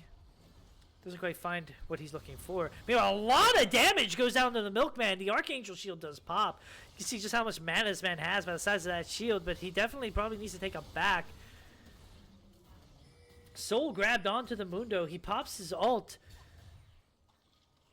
I'm not sure this was a good ult pop. It was as far as the sake of his health, but I think it would have been better for him to just take a back and use his teleport, because that is just team fight power that he doesn't have. Oh, no, it's definitely not a good ult pop, because he has Warmogs. He could have just walked away and let the Warmogs heal him up. He wasn't going to die from that. Also, I'm stupid. He didn't pop his ult. He just has that much healing. That's crazy to me. And we see Katsukurs has the inside track now on the mid lane, now on the Baron as they walk in there. Be very careful, Katsukurs. I said it, full builds. Gold different doesn't matter. If you are uncareful, they will just blow you up. But it looks like Smothered and Covered might be looking to just... No, I thought they may be looking to just push it through mid and try to end it that way. Instead, they're moving into bot side. Elder Dragon is up. Katsukurs has used all of their positioning on the Baron, so they're going to give the Elder. But what are you trading? Top inhibitor surely is going to fall here. There's no way Canes is going to stop that. Mid inhibitor is going to fall as well. What happens after that? Do you end? The Elder does get secured. What now? Look, one briefcase deals so much damage with the bird. Ghost is popped. I like it. Write it down. You have Elder. You can just take this fight. You've been having the fighter stronger fight anyway. Realm Warp does get used. Flashes get burned in response. More ghosts get popped. They are running, and it's a marathon. And Caster Curse, way back at Chap Select. Do you guys remember that? I do. We talked about it. Very, very mobile champions. They don't quite get onto the targets that they want. Now you have Elder, though. You have to believe that's going to be used to guarantee the Baron. There's no way you can take a fight against this strong of a team.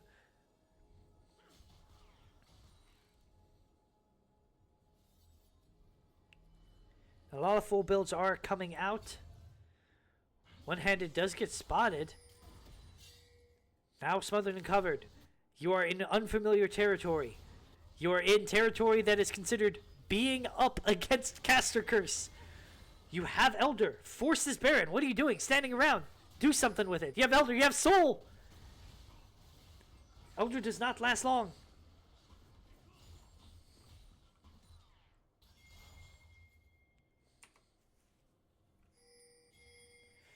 We're finally getting blue pings over to the Baron. Teleport gets used. Caster Curse knows. But they don't have the immediate vision, not yet. Oh no, they do. That word is not. Spike Fight does go over to Tej. GA is back up on Mojo Jojo. You have to believe that he's just going to get. As soon, yep, there we go. As soon as he comes out, your jungler is dead. Elder is not going to last for much longer. Essentially, was used just to force and guarantee the Baron. But there is still 50-second death timer on Mojo Jojo. Is that enough to push in, to create advantages, to maybe even end? Your Mundo is strong. He can tank for days. Tank. Tank. Push these waves in. You have Baron minions now. That's mid-inhibitor turret. That is mid-inhibitor. Do we see more? Right now they are just clearing the minions. They do still have Elder. Hasn't quite worn off yet. Ult does get used from Canes. This is a good one that I like. GA being popped over down onto one-handed. Tej just go down. CLT picks up that kill. Another shutdown. Go over to the Milkman. Somehow this fight is not quite going the way that they wanted it to. Spirit Rush charge is still on to CLT, but Duffy is still alive. Canes is still alive. Mojo Jojo is now still alive. It's now a 3v4.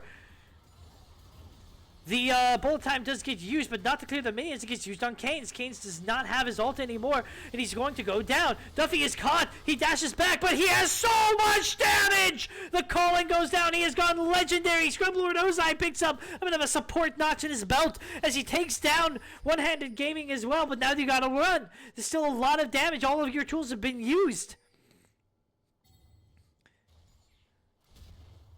Open Nexus on the side of Caster Curse. Downed mid inhibitor. Meanwhile, super minions are flooding in to the base. Duffy is here. You lose one turret. That second turret is taking a lot of damage very quickly, but you have to believe that they should be clearing it.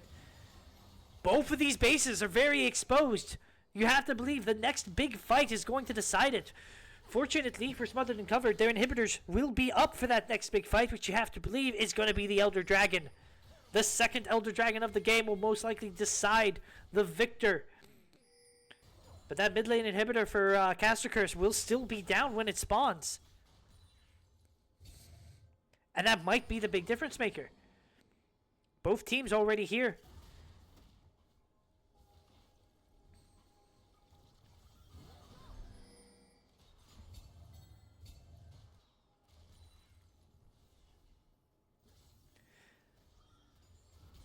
From what I can tell, every GA in the game has been popped.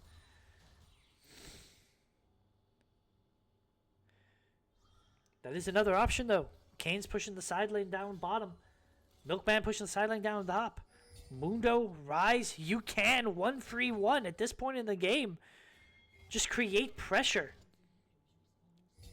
I like that the Mundo is here instead of the Rise, because you really want your tank to help you posture, to help you push for vision if you need to. Meanwhile, that mid lane, ooh, the public execution does not go long.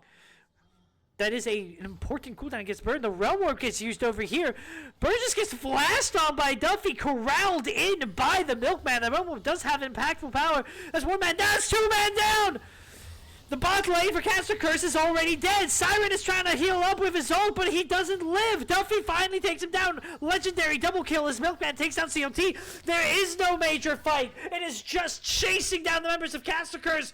1-1, we have a series!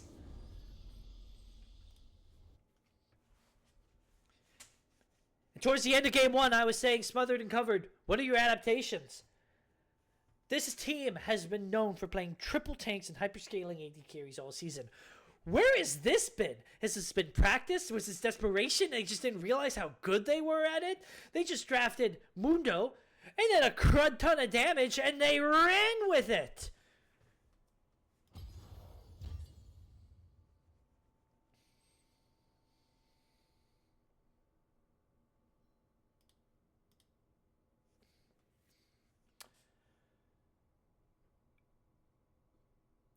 And now, choose on the other foot. What does Caster Curse want to do to adapt? Maybe Caster Curse says, hey, this is not the kind of comp you've been running for the regular season. I don't think you have anything left in the tank. Keep doing Comfort. Or maybe Caster Curse has to revise what they may have thought they knew about Smothered and Covered. I don't think it is a stretch to say that Smothered and Covered are the underdogs in this series. But at the same time, I mean, they got here. They are a strong team to be respected. I think there would have been disappointment from a lot of fans and a lot of players on the team if they didn't get at least one game off. Now you are 1-1. What do you do with that? How do you snowball it? If you're Caster Curse, how do you stabilize? We have a minimum of 2 more games going. And I'm going to use this opportunity to take a bathroom break. Kaz is going to go silent for a little bit. I will be back in just a few.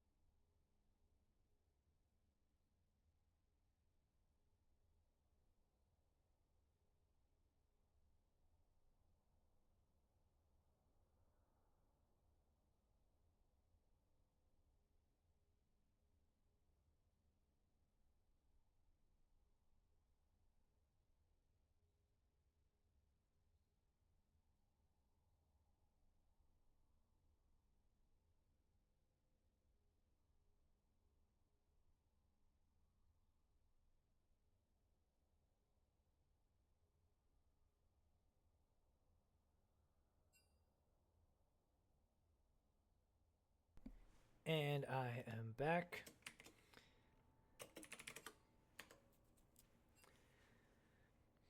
I'm very, very happy to see that we've had quite a few viewers stream in as this stream has gone on to kind of readdress some of the stakes that we are faced with here today. This is, I believe, Winners Bracket semifinals, which means that it is not the end of the road for either team here yet. The winner of this matchup, I believe, will be facing the winner between Misfits and Lux in the winner's bracket finals, whereas the loser will be moved down to the loser's bracket.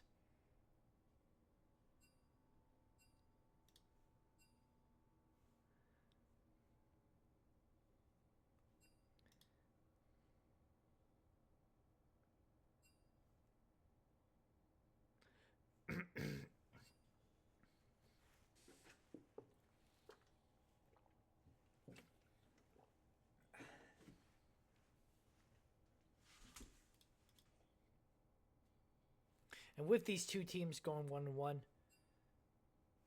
it is now. Oh, where'd my. There we go.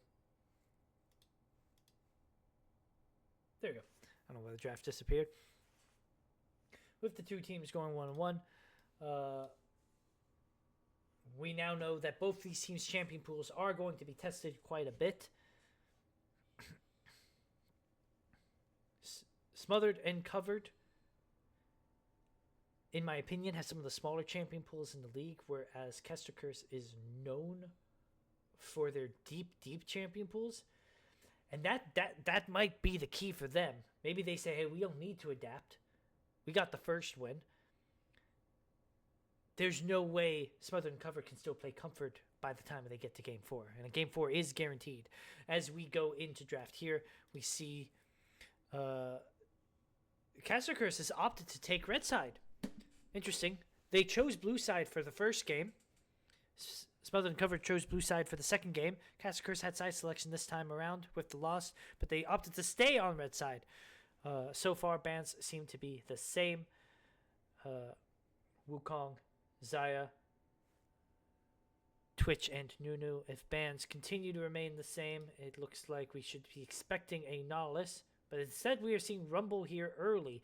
That indicates to me that Smothered and Covered, already trying to protect their champion pool, thinks they probably want to put their top laner on a tank, not put him through the second round bans, and they just got to protect an early top lane pick. You don't necessarily have to pick it here.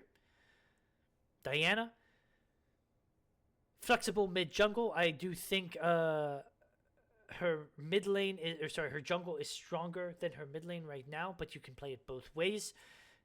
It's also a decent denial pick. Mojo Jojo plays a very strong Diana.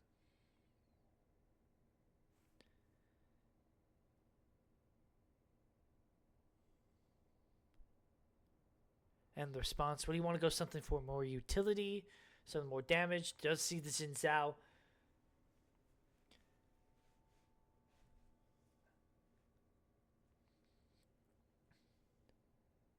The champion that should outpace the Diana, have more impact than Diana early. But obviously, the later the game goes, Diana's a bit of a stat stick. Past a certain point, if she just E's and R's, doesn't even have to do anything fancy, people just start dying. Tom Kench, Kester Curse going through with their own denial pick. Tom Kench is notably the one-trick champion of choice for Kane's Smothered and Covered's top laner. That may have been the pick they wanted to protect with the Rumble ban. Now it is off the table.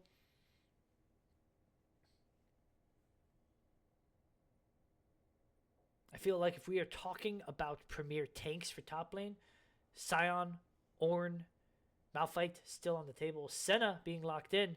The Nautilus did not get banned.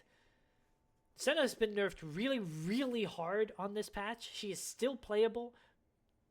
If any of you are following MSI, you will know that for sure. But I feel like the burden of execution has gone up quite a lot. I do think Nautilus is her best support paired with right now, especially of the supports that are still on the table. Seraphine is an option if you really want to go that route. I think perhaps a little bit of a mistake. I know you banned the Rumble in order to protect your top lane pick, so you could go through early top lane lock-in without having him to get banned out. But now your support pool is most likely going to get pitched. That being said, Senna Diana is also a very strong combo. It allows Diana to go in a little more safely. Senna ult layered on top can let her survive just a bit longer. Jinx seems to be the response. Scaling met with scaling.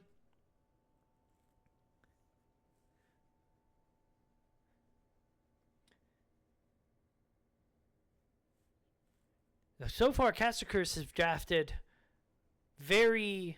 Yep, there's Nihilus. That was what I was worried about. Them targeting the support bands. I think Seraphine is sort of the other premier support that you probably want to ban out here if you're Caster-Curse. Whereas for Smothered and Covered, I think you want to probably target some of that mid lane pool. Echo being removed. My suspicion, seeing the champions that Caster-Curse has drafted already, is that they are reserving that counter pick for COT. Last time they blinded the Ahri. He certainly played it very, very well. By the end of the day, clearly it did not work out. I think reserving the counter pick for a player that has arguably the deepest champion pool in the league, very intelligent choice. Amumu gets banned. Nodding towards Tej, that is one of his preferred junglers. Does provide a lot of engaged setup for the Diana, the Senna, the Gnar. I'm not sure you need to ban Renekton when you've already locked in Gnar. It's not like a Gnar winning matchup, but it's not a Gnar losing matchup. It's mostly a skill matchup. Both of those champions are fine for it. I would have liked to see another champion ban to sort of protect that counter pick scenario that Caster-Curse has going on for them. They lock in Malphite. Suspect this should be the Malphite. I was gonna say I suspect this should be Malphite top and Tahm Kench support. But Malphite's flexible for Caster-Curse. CLT can play it mid. Vayne getting locked in.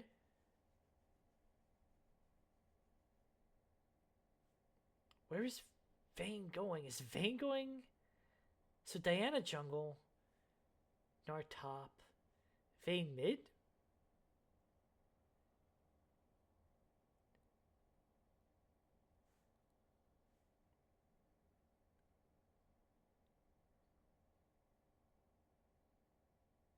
I'm a little speechless. Orianna mid. It's Senna support with Vayne AD carry. Diana jungle, Gnar top. That's gotta be what it is. I'm not a fan of this. So when you run Senna, support or AD carry, what you want is you want as much people in front of you as possible. Senna often has to choose between dealing damage and healing. But if your whole team is standing in front of you, you don't have to make that choice. Your damage is your healing. Your healing is your damage. That's why I like Diana so much. Usually your mid laner is your other premier ranged carry that you're not going to be healing, but Diana is not. She's melee. She kind of sort of rounds that out. Gnar tends to play in front of his carries as well, even if he is ranged half the time. But rounding it out with Vayne Orianna, you don't have any engage. Senna's not good enough to keep Diana alive when she goes in.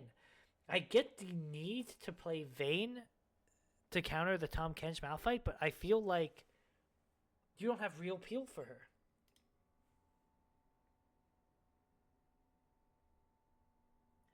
I do have confirmation that this is Vayne Senna bottom. This is not some weird Orianna support tech.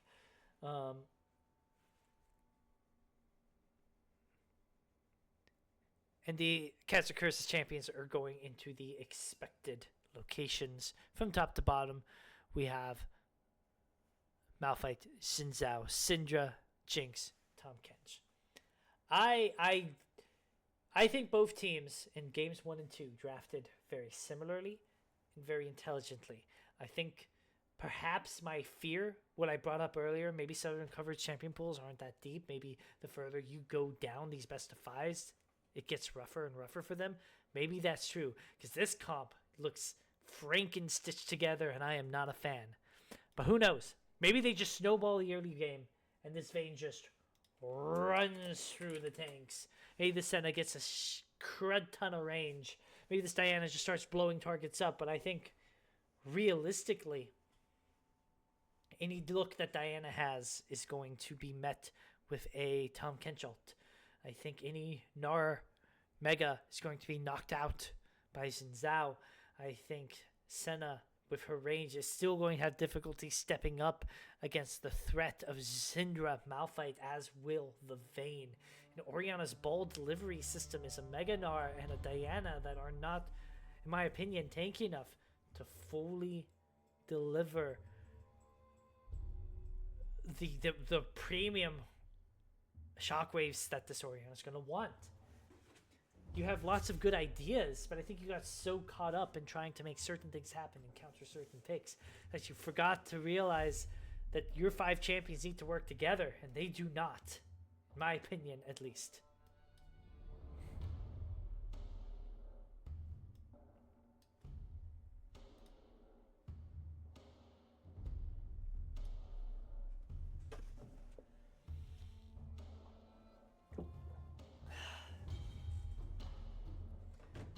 I'm chugging water today.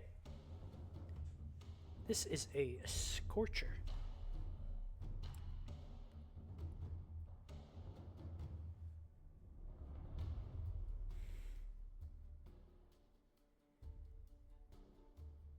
I'm trying. I like to be as unbiased as possible when I do casts, everybody, because I think that's the most fun to have. And I'm really, really trying to see the good in both of these comps, but outside of Smothered and Covered just decimates lanes and creates an insurmountable gold lead so early on that they can't get beaten, I don't see how their comp can hope to win against Caster Curse.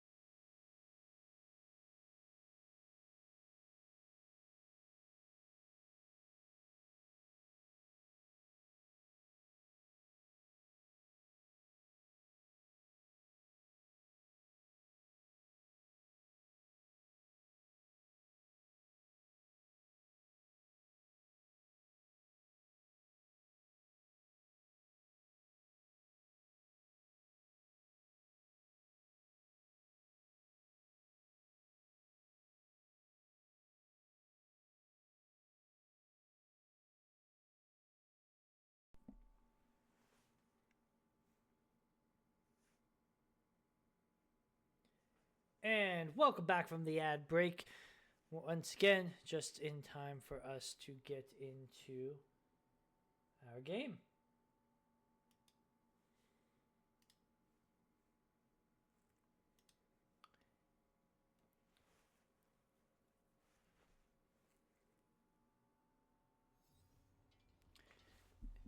And here we are on to the Rift.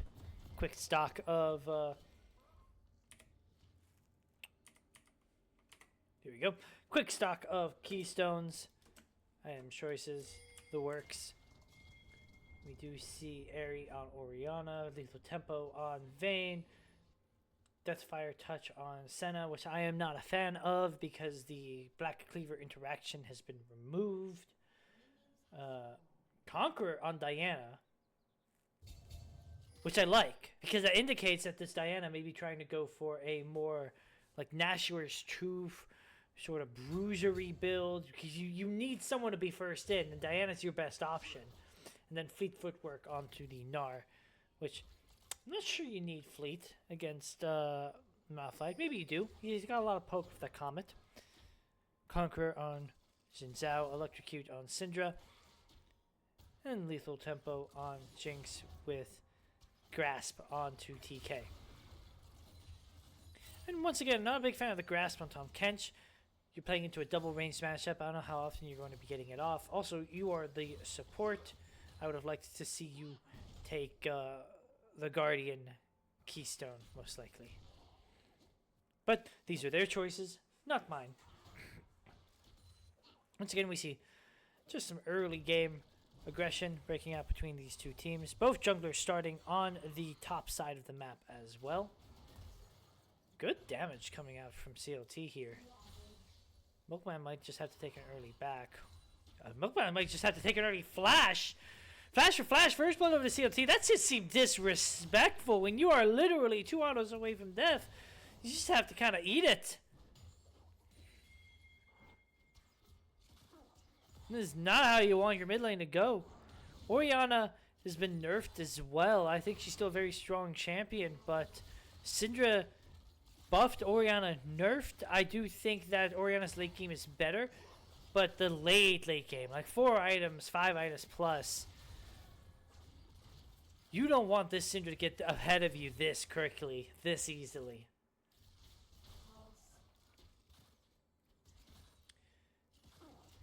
Meanwhile, if you're caster curse, you're thrilled. Not just because your Syndra is strong, but I think you've drafted the stronger mid-jungle duo as well. Xin Zhao Syndra in the early game just does work. So if you're Mojo Jojo and you're on the Xin Zhao and you're like, how easily is my mid laner going to get shoved, help roam, and force objectives with me? Probably pretty easily with that first blood gold.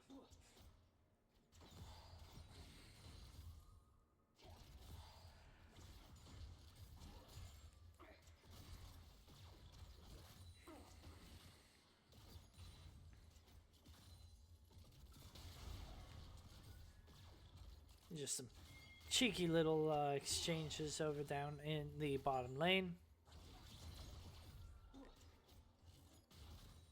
Senna doing what Senna does best, which is make a bad trade look good because you get a heal up on the end of it. And yeah, Scrub Lord has taken worse of the overall health trade, but Bird is kind of tearing through his mana. Mana does matter on Jinx. If you run out of mana, you can't use rockets.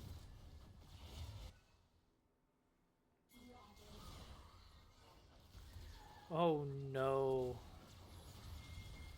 Oh no. Man. Oh!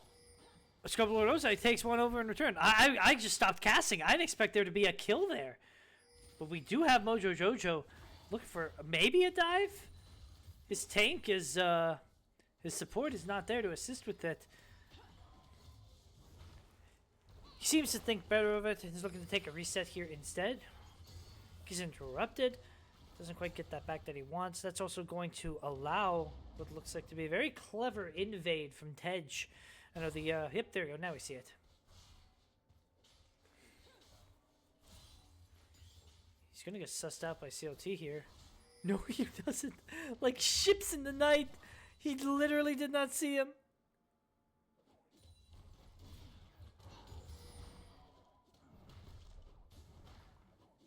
Kane went full melee against Malphite. He might be in trouble now too. Another flash for flash, although this time it does not turn into a kill. CLT sitting fat and happy. Very quick short boots finish. We see a roam over here from one-handed gaming. Nice sidestep from Milkman to avoid getting hit with the knockup. You have to believe the direction this lane has been going, that would have just been another kill for CLT, who is having only 5 minutes in a phenomenal game. A bit of a rougher series compared to a lot of his earlier performances, I would say. But not so far here.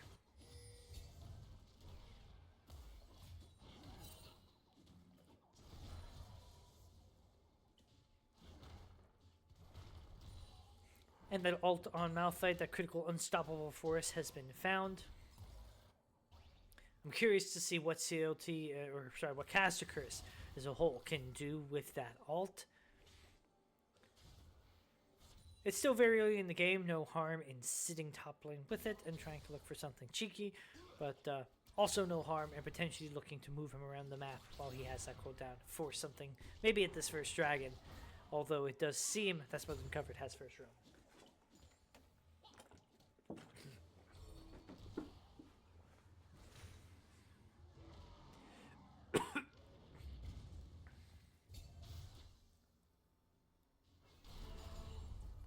Shockwave getting used just for some damage. This is something Oriana players do a lot. It's not troll. Look, man, he's trying to get out. He does not want to get stunned, because if he does, that happens! People talk about Syndra. They say that you get outplayed by the ult and it's a meme. But in this case, well, there's the unstoppable force. Dives full on. Once again, Flash has been traded. Kane has no flash left. One more auto will do it. But it looks like he did get the jump to get out in time. But even without your mid lane prio, you do try to start this dragon up, but the super mega death bomb finds the target. Jinx's reset. Bird is excited. He's trying to chase after Duffy, who has popped the ult to try to give him something invisibility, but there's just no way. It is a triple kill. Oh, it's a disaster. I said it earlier. I really, really think that Smothered and Covered can only win if they just snowball this game in the early forms. But your top lane is getting bullied. Your bot lane has lost, and Jinx is now elevated. And no flame. Let's call it what it is. Milkman is getting gapped here right now. He has just been solo killed 3 times. Oh, don't make it a 4th. Oh, that's half health from just a standard combo. As soon as that unleashed power comes back up, the next stun kills.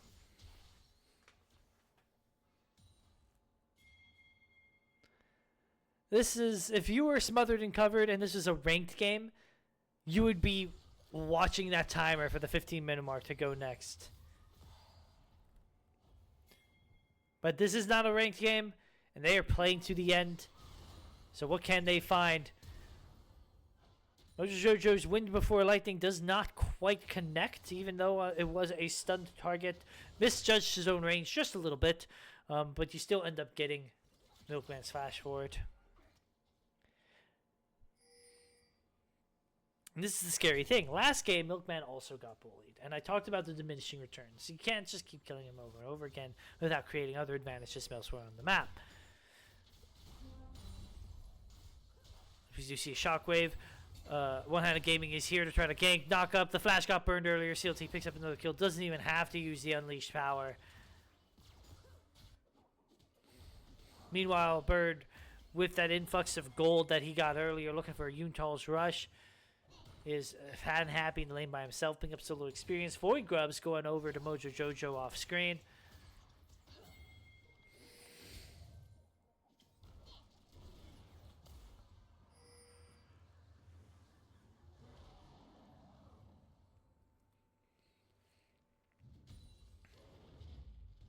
And this game is just Makes a 2,000 gold lead sub 10 minutes. This game is just getting away from Smothered and Covered. It's getting away fast. Luden's Echo already finished on the Syndra. Lost Chapter tier combo on the Oriana. It's no comparison.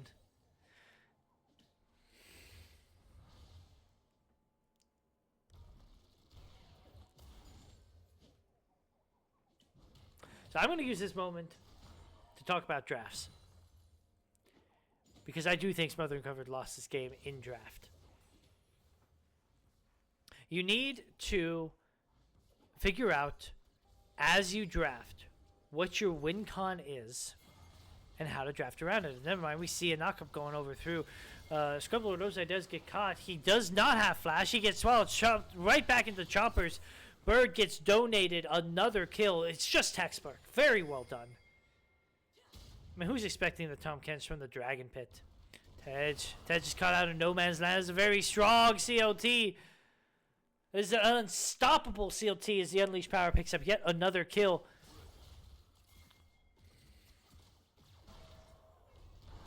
I don't have time to talk about draft.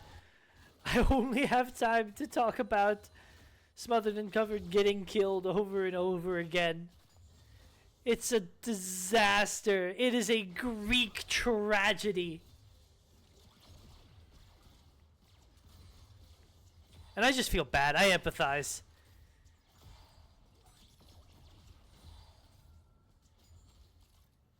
We've all played games like this, and you don't want to be in them.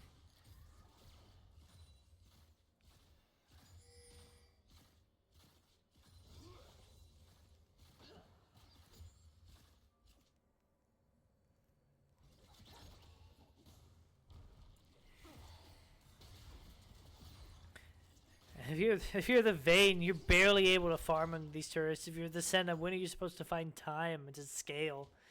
Tej is off on the flank looking. Maybe he can find something, but it's just so hard right now. Both summoners up on Bird still. Ult up on one hand of Gaving to be able to save his AD carry when he needs to.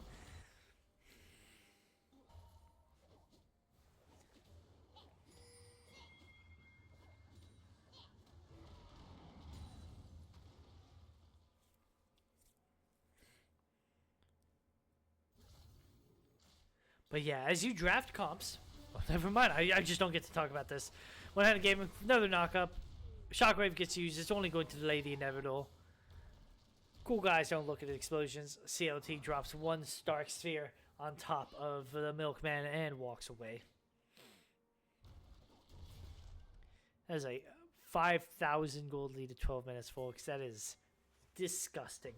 Monstrous.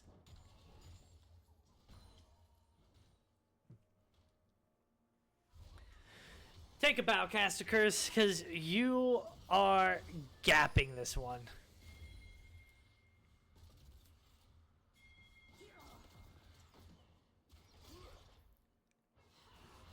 And that's the problem with the comp. Yeah, you drafted Vayne to be able to kill the tanks, but can you really walk up against Syndra ever? Who's going to keep you alive? Who's going to protect you from that? We see a fight break down the top lane. Tej does use his ult, trades the ult for the unstoppable force from Siren as he uses it to escape. Tom Kench is diving down this turret. The Senna ult does come out. Eats Mojo Jojo to get him out of that situation. Very, very good use of that as Tej was collapsing on the fight, and it looked scary for a second there.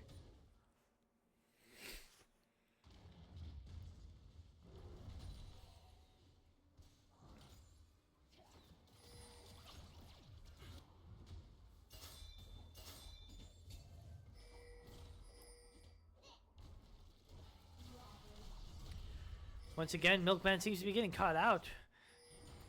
Taylor's all his time. Uses the shockwave to save himself. He does have the flashback up, so he's able to flash over the red wall, save himself there, but you can see the Caster Curse line of vision. Ward is starting to get pushed up. Already as early as now, this jungle is not really in the hands of Smothered and Covered. Caster Curse is starting to live in it.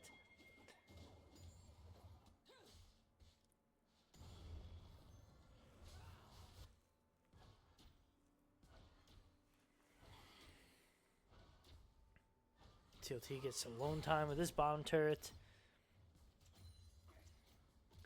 I was trying to find new and exciting ways to say Smothered and Covered have a rough game ahead of them.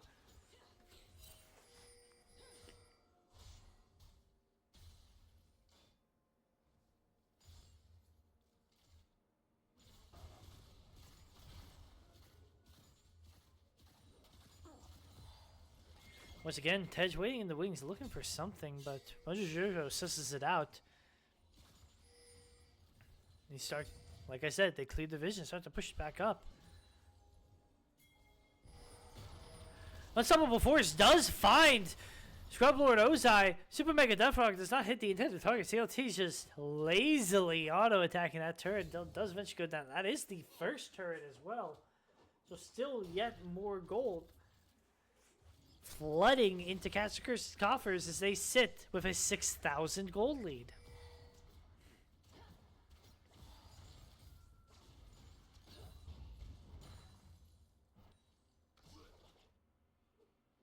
Yeah, I'm with you, Hungry Ryan. If Castercurse loses this game, they should all report themselves and uninstall. This game is kind of unlosable. And I guess perhaps far earlier than we want to be, you should be going back as Smothered and Covered and asking yourself what are the adaptations. And fortunately, this time I have an easy suggestion. Don't draft this comp. You draft a double marksman with no enchanter, no engage, no frontline.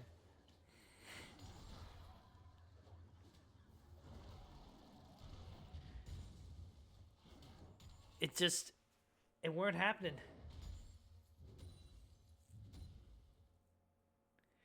You cannot tell me that you disagree with me though, Entity. Look at this game.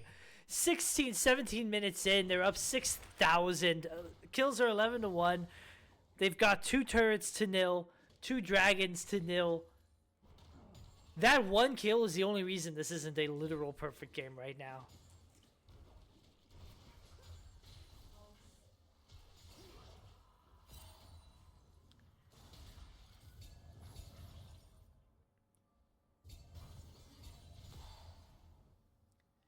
And it's just textbook from Castercurse as well. Like that's the worst part about this if you're Smothered and Covered. You know, you're waiting for Castercurse to make a mistake, but in these sorts of game states, they tend not to do that. They're slowly moving the vision line up. They're starting to live more and more in the jungle. You see One-Handed Gaming and Mojojojo are constantly moving together. Bird plays safe when he's by himself. He plays forward when one hand is there to protect him. CLT is just a monster. He's in the side lane creating so much pressure. We have a dragon coming up. This is dragon coming up. 3rd dragon of the game. They are already here, already creating some vision. And then Tej is looking, but at this point in time, you're already in a game state where Castercurse can slap you with your wall. You can find a 5-man ult as Tej. And it will be hard to actually convert that into a winning team fight. Siren did take the long walk down here, as now all 5 Castercurse players are here already. Early TP over from Canes. His One-Handed Gaming just went into the enemy team.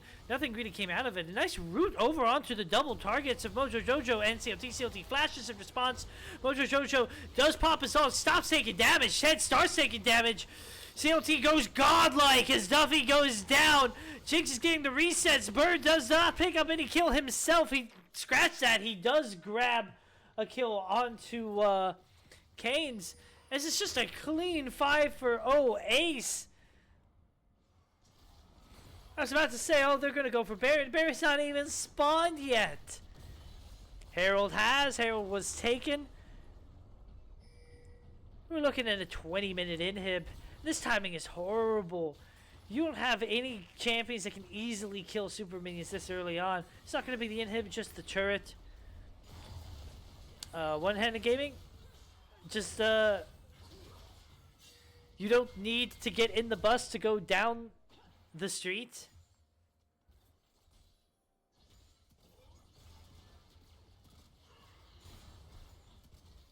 Yeah, I do agree with you, Ryan. The really really, really, really, like, really old guy on Syndra is playing pretty phenomenally.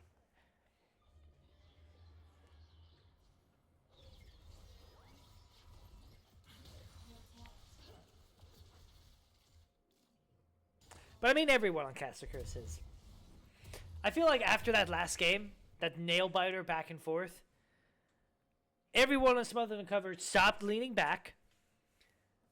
They sat straight up, leaned into their computer screens, and said, okay, we're trying now. That's kind of what this feels like. We went from game one, which could have gone either way for quite a while until Caster Curse just sort of blew it open. Game two, which was just a barn burner. And now here. What is here, you may ask? It's here. And wherever here is, Caster Curse wants to be, and Smothered and Covered doesn't.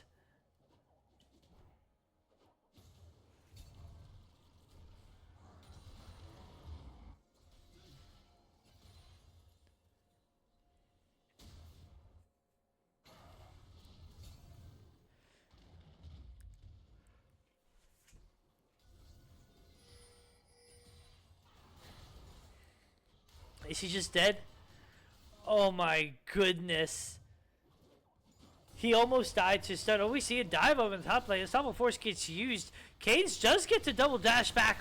Mojo Jojo finally makes a mistake. He gets a little too hypey. He pops the ult, but doesn't see him from the turret as that kill does critically go back over to Duffy. One-handed Gaming pops the shield, and it's big, but it's not long for this world. They overload the top side, and they finally get something for it.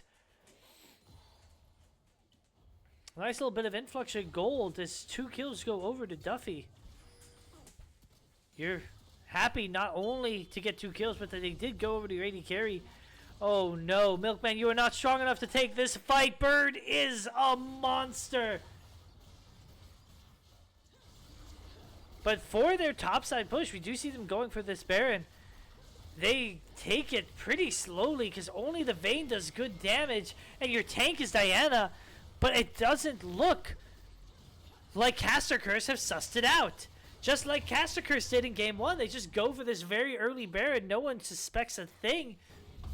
There is life in Smothered and Covered, yet we might have a game on our hands.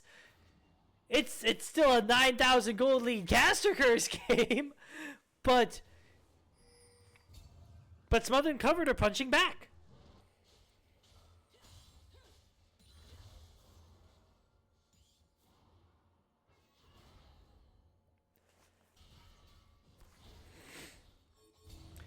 Oh my goodness. 22 minutes in. Deathcap, Luden, Storm Surge, Syndra.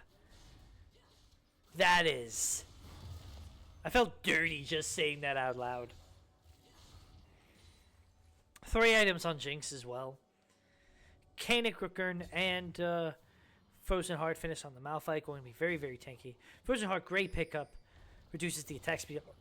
Excuse me. Reduces the attack speed on Gnar, on Vayne, on Senna, and Diana. Just a good heads-up pick.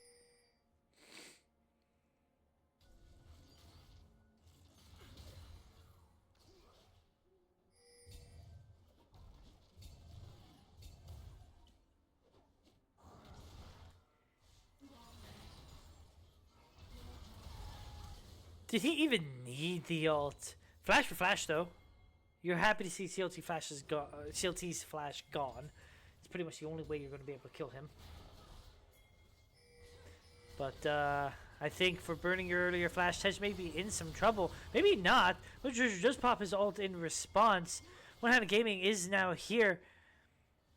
No unleashed power on CLT. As strong as he is, it is hard for him to just delete targets. Now, I want to see Caster Curse not fall into the same trap that they fell into on the last game. Don't just keep beating up Milkman. The man is 0-9-0. I literally don't think you can be worth less gold. Move CLT around the map more effectively. Try to find him to pick up a kill onto, Duffy, who's the only thing worth playing around right now. Currently, CLT is here in this mid lane. His ult has not come back yet, but it is very close. That is a very important cooldown to be watching. Orianna Shockwave is back here. Maybe he's just worthless. He just walks in. Looked like a zombie. I thought maybe he was risking his life for a fight, but instead the fight comes. Oh no! The fight it begins and it ends. I don't even have time to call out abilities or champions because they're all just dead. Wombo combo. And now Duffy's trying to get out. He does find some good damage on the bird. But he died to a single auto attack because Bird is just...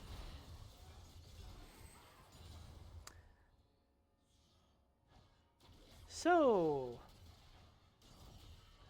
about those tanks and enchanters that most comps typically want to play with.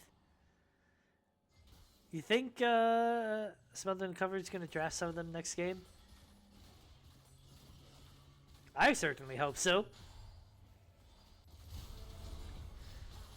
Good shockwave, burns a flash, burns every flash that Caster Curse has in the toolbox. One-handed gaming uses the knockup to try to escape, but now all of a sudden Kane is looking low. Don't give Jinx that reset. They are so strong at even this game state. A Jinx reset could be all there is. CLT is here though. Does he have the ult? He does. He decides to just rip it. Almost kills Tej anyway. Meanwhile, Malphite's just content to do his own thing. Knocks down a turret up in the top lane. They eat Orianna ults, everyone burns flash, and they still somehow look like they're winning as they knock down on this inhib turret. And it look like they're looking for more.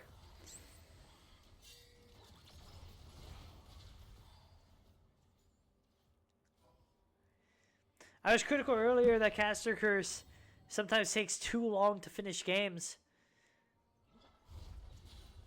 And here they look a lot more aggressive, but let's be honest, anything looks aggressive when you are up 13,000 gold. These guys have built 1,000 gold lead every 2 minutes.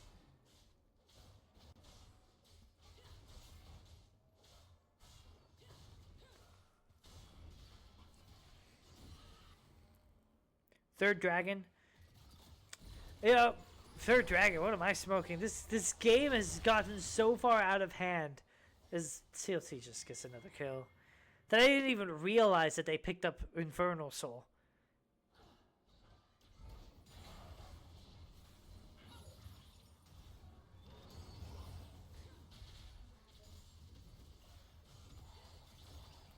And they are walking it into the base. So really not too much left to do here.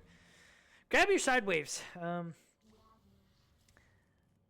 If you somehow just stall this out and let Smothered and Covered just continue to wave clear super minions, that is one potential way you let them back in. Because look at that. That was a super and he still died pretty quickly. You're not going to get great damage down on the turrets here unless you just kill them. Super Mega Death Rocket does go wide. Get your side lanes pushing.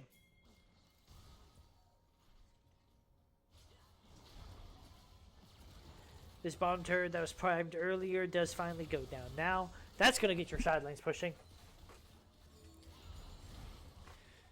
Stun does hit. Kane's just takes so much damage. Susie doesn't even have to ult anyone anymore. The Summon Force does go in. The Milkman goes down immediately. Tej pops the stopwatch, but you have to believe he's just going to go down.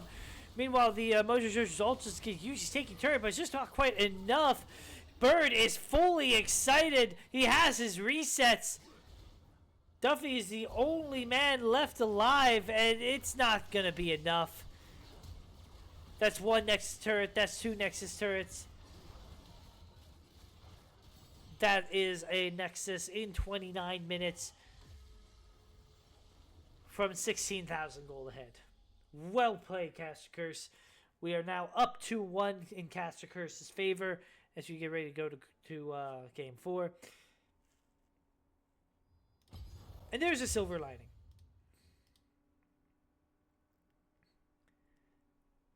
You don't want to lose in draft, which is what I think Smothered and Covered did here. But your silver lining is fix your draft. You don't have to look at Caster Curse and say, oh, they were just better than us. They didn't need to be. Their champions did more things than your champions. Their champions played together more than your champions. Fix the draft. Play the same way you did in game 2, maybe even game 1. And you'll have an opportunity to take a game back and push us to game 5.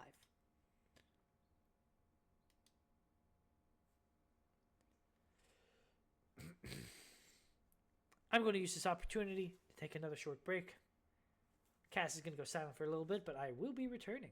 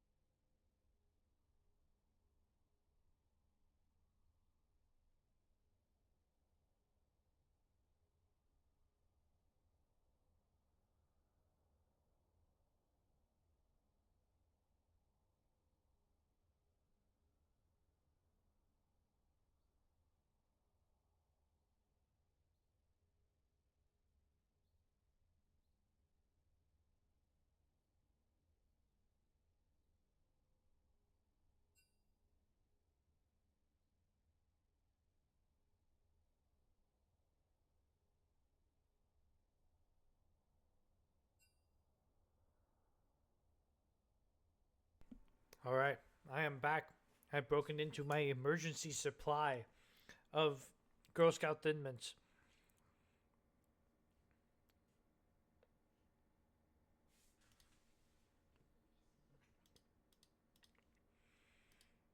I'm going to need it for this series, I think. The score is 2-1, Alex, in Caster Curse's favor.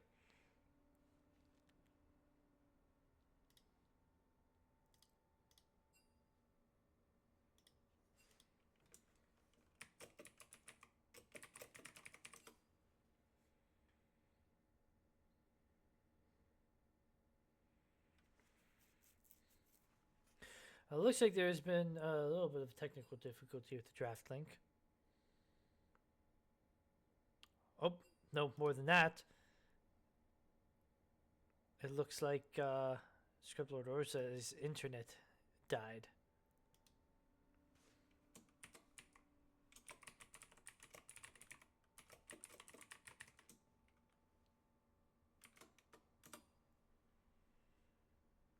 So,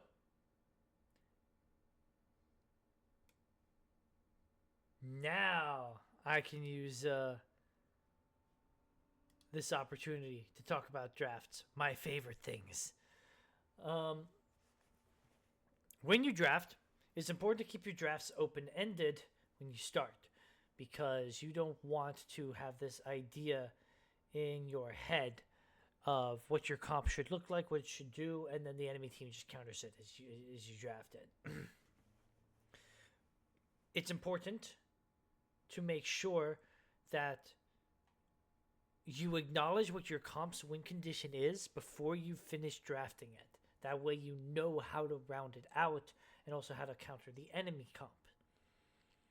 As soon as you lock in a Senna, you have 2 win conditions. Either the Senna herself or playing lots of bruisery mid-damage type champions that can all just run in, be kept alive by the Senna, and their mid damage turns into high damage because they get to fight for a lot more than they normally would. Diana fits the bill. I liked the early makings of what they had drafted. Gnar fits the bill. But then they got so caught up in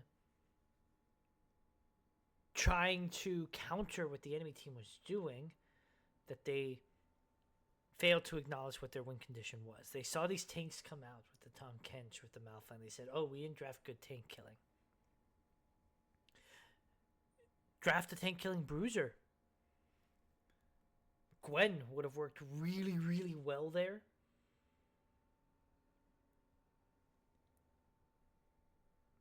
You drafted Diana Gnar, so you could have run Diana mid, Gwen in the jungle, and then just hard engage. I talked about the Nahlis over and over again. I would have really liked to see Nahlis come out. And I feel like those adaptations would have made your draft a whole lot stronger.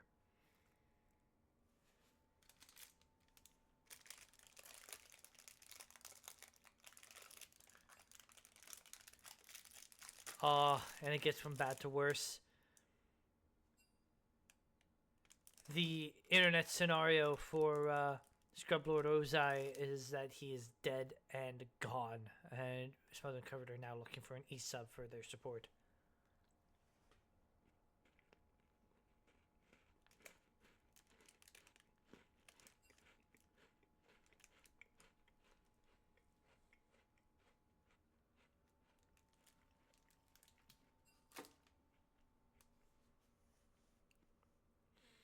Shout out to anyone in the stream right now.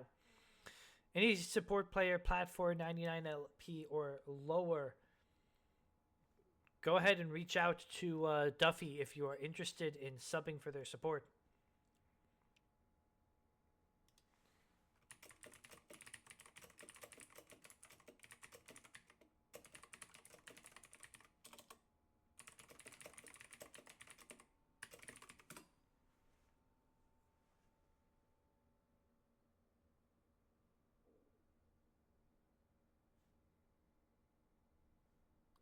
Plat 4 or lower is the rank you need to be able to sub in for Scrapboard Ozai.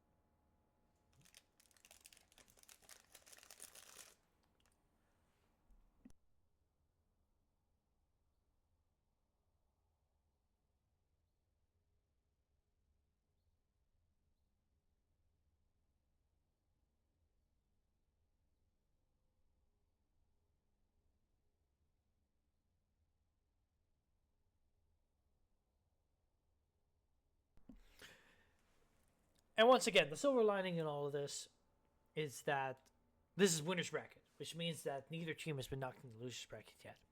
This is not how Smothered and Covered would want to go to the loser's bracket. But if they do go down there because they had a bit of a biff draft and then tragic technical issues with their support, at least they get another shot. They can fight their way back out.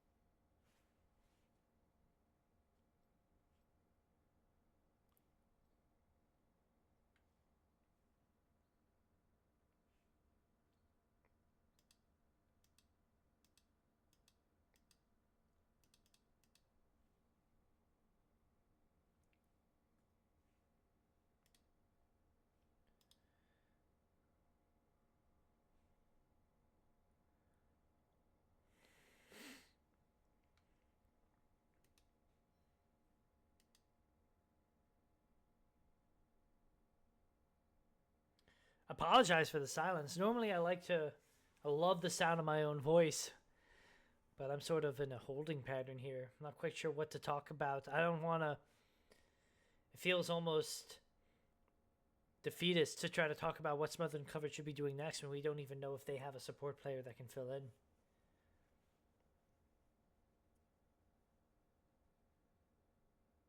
COT, good sportsmanship, as he is always known for, is also trying to help find a support for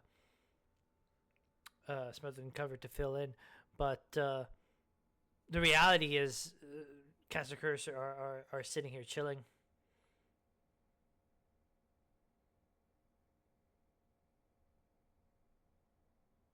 COT already saying that they are waiving the E-sub ban loss.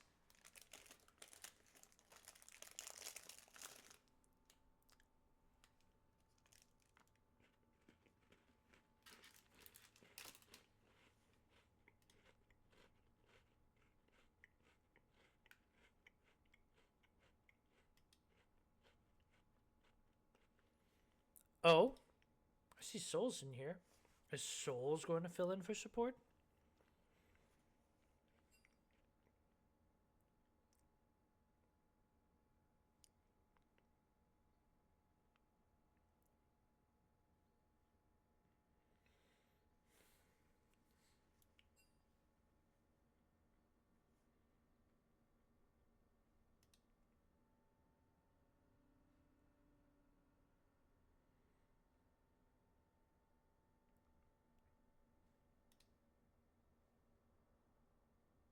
Oh, they got Druzy.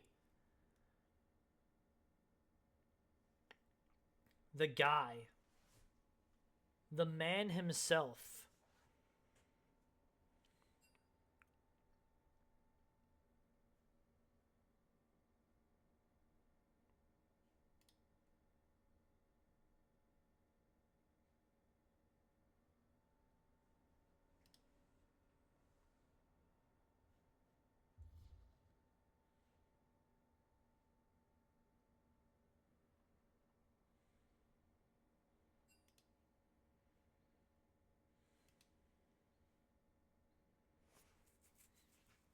And it looks like we are back in it. Obviously, this is going to be an unfortunate blow to Smothered and Covered. They play very heavily through Duffy, who I think has, for the most part, had a stellar series. Even that last game, as tragic as it was, he was the one shining star, the one player that had a little bit of goal picked up.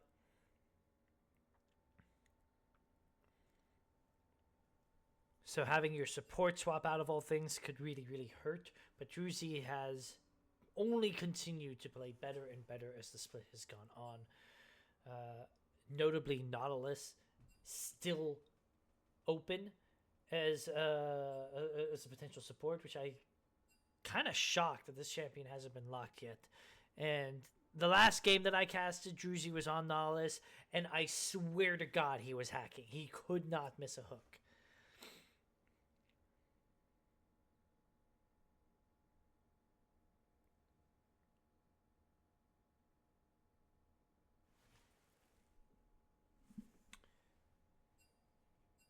Is my mic quiet?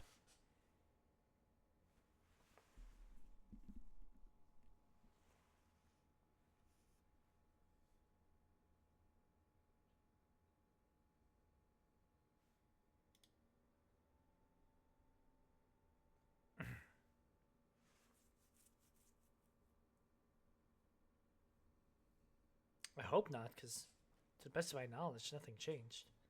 If my mic is quiet, just let me know, and I will try to get it fixed.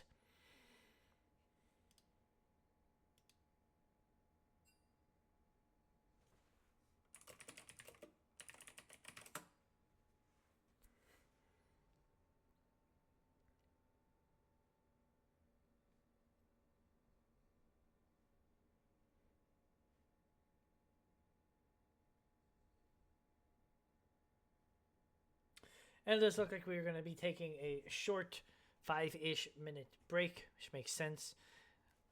Get Druzy caught up to speed. Obviously, he just dove head first into here. We'll have to see how well he gels with the team. Who knows? Maybe he'll have that missing it factor. As Smothered and Covered come back swinging, we go to Silver Scrapes.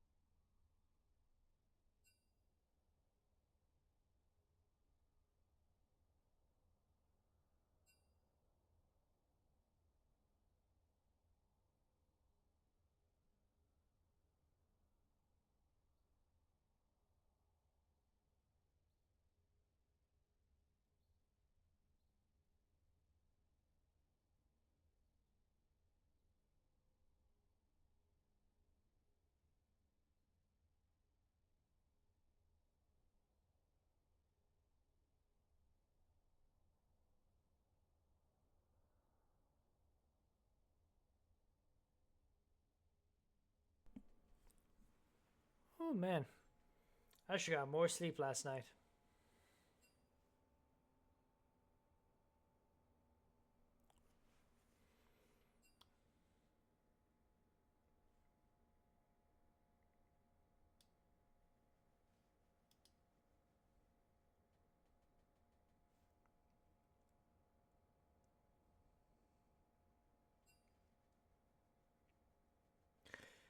I'm getting R's from both captains.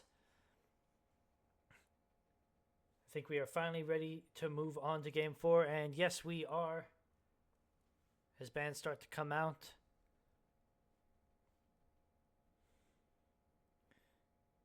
So far, same bands. Wukong, Nunu.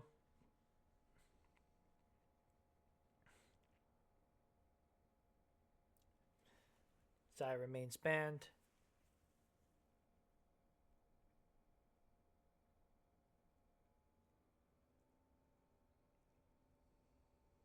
There's the Twitch.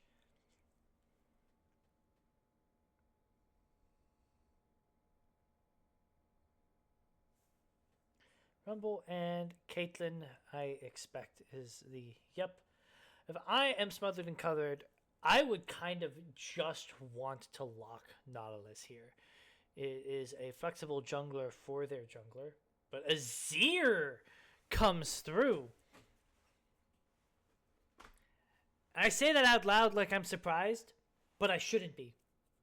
Because their mid laner, he's not a one trick, but there are certain champions that he gravitates towards way more than others. Ryze was one of them, and we saw him play that in the previous game. Not the previous one, 2 games ago. Azir is the other. And I think he's just kind of saying, hey, we're 3 games in. The champ pool has been narrowed down pretty heavily. What you got? And what they got is Neferi. Flexible, mid-jungle. COT, known for his deep champion pool, not necessarily known for his assassins, but I wouldn't put it past him to want to pull out Neferi in the situation. And I definitely can see Neferi being effective against Azir. Notably, he struggles against champions that just sort of point and click, get into melee range of him. Xerath, also flexible. Support, mid. So we're still not entirely sure where these champions are going. From what I know of the players, I suspect that this is Neferi jungle, Xerath mid. Xerath to answer Neferi's range. Sorry, Xerath to answer Azir's range, and Neferi just because Mojo Jojo likes killing things. Which should not come as a surprise to anyone. Poppy gets answered in response. Decent counter to the Neferi. I'm curious to see if there's going to be a Poppy jungle, Poppy top, a Poppy support. I would like to see it in the jungle just so that you can answer the Neferi directly. And Tristana, who's an AD carry that has been unplayed for so long that I think a lot of AD carry players have forgotten about her. But she's actually very, very strong as of the most recent round of buffs that she received.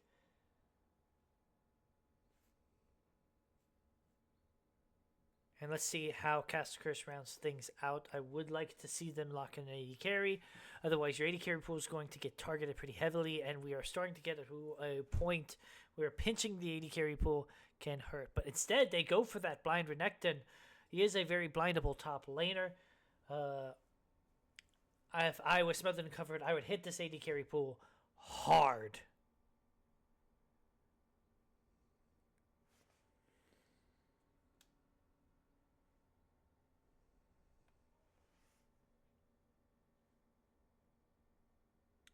And there is the Nautilus ban that I mentioned earlier.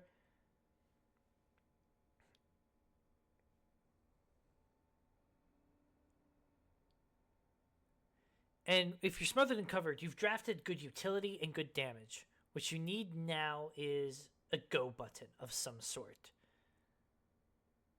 And it looks like Caster Curse has properly identified that. They're removing the go buttons from the support pool, which is most likely where it's going to end up. Smothered and Covered also choosing not to target AD carries, but rather the supports. Seraphine actually is also an AD carry ban because it bans Ashe Seraphine. Seraphine, in my opinion, I think in most people's opinions, is very good with lots of other AD carries, but Ashe is kind of only good with Seraphine, so removing the Seraphine is the better ban of the two, and then you target Smolder. I think this also makes sense. Varus, Ezreal, Yunara still up.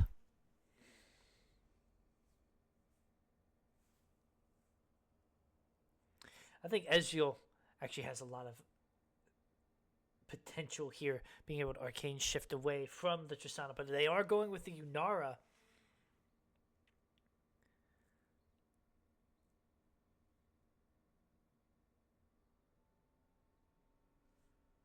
And at this point in time, we still don't know for certain where the Neferi and the Xerath are going. We won't figure it out until this last pick gets locked in.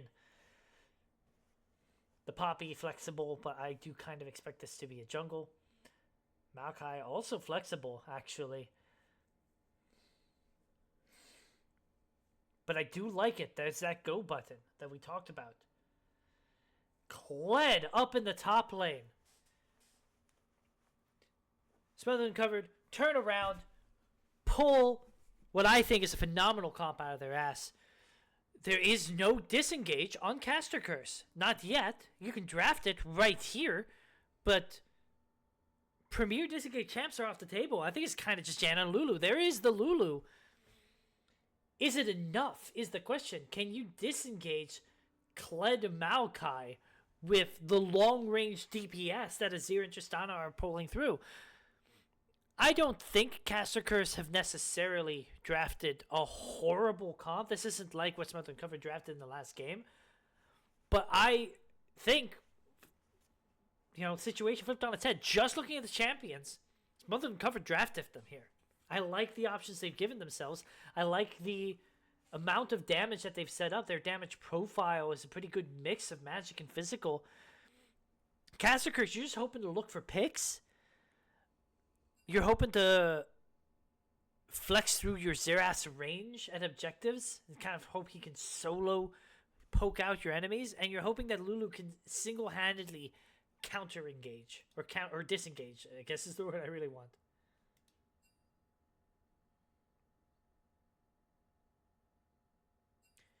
And I do have confirmation. This is Poppy's jungle and Maokai support, which I do like that this is the direction they went with.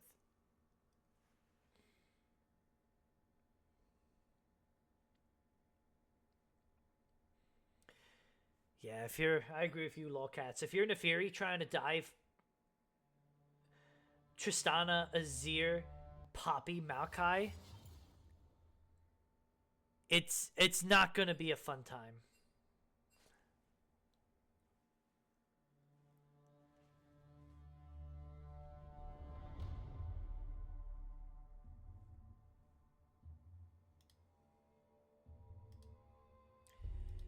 And likewise, I'm not a fan of the mid-jungle duo Neferi and Xerath create. For Neferi, typically what I want to see is a mid laner that has very, very easy point and click. You don't get to move buttons. Twist of Fate, Malzahar, Lissandra, something like that. So that while they're crowd controlled, Neferi just goes in, deals all her damage for free, and picks up an easy kill. Xerath's stun can do that, but there's no easy way to land Xerath's stun. So you're sort of at the mid lane's mercy a little bit. Now, it's not terrible, because Xerath should have Shove in this lane, and using Shove to move first with Neferi to move into objectives or side lanes can also create a lot of power. But I generally think that if Neferi Xerath show up to an early 2v2, level 6, let's say, 2v2 fight, and Poppy and Azir show up to that same fight, Poppy and Azir just do more.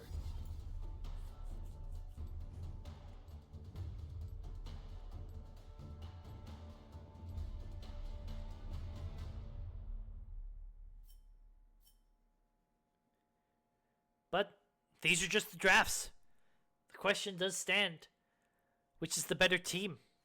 Which players have the better hands?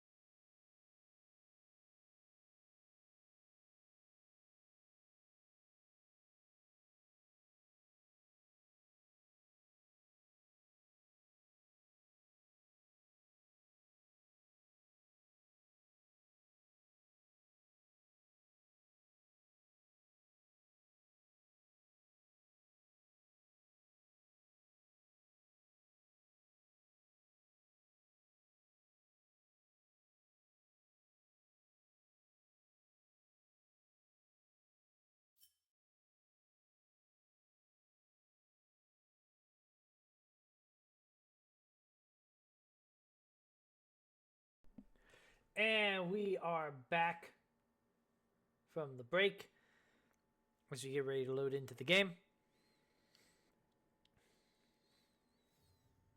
Take stock of some runes. Immediate pause. Top hat relog, it looks like.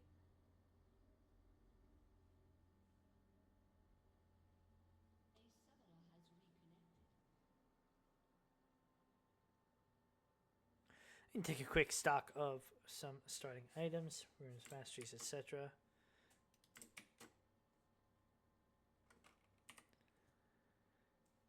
Conquer on both top laners. I think that is to be expected.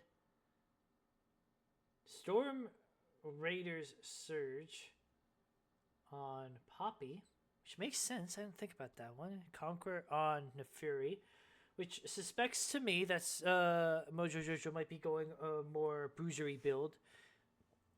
Eclipse, Death Stance, and the like. Otherwise, I imagine you probably would want to Electrocute. Lethal Tempo on Azir, standard. Comet on Xerath, standard. Lethal Tempo on both 80 carries, which is pretty standard. Aftershock on Maokai, and Airy on Lulu. Nothing weird. Nothing out of the ordinary. Welcome to the Cast Pens. It is 2-1 Caster Curse's favor. Just so you are aware, or anyone is aware, really, unfortunately, mid-series, there was technical difficulties. The internet for one-handed game, or not one-handed gaming, I'm sorry. The internet for, his name is escaping me. Shoot, I was casting him all day. The support player for Smothered and Covered. I'm sorry. The internet for the support player for Smothered and Covered did just die and never came back.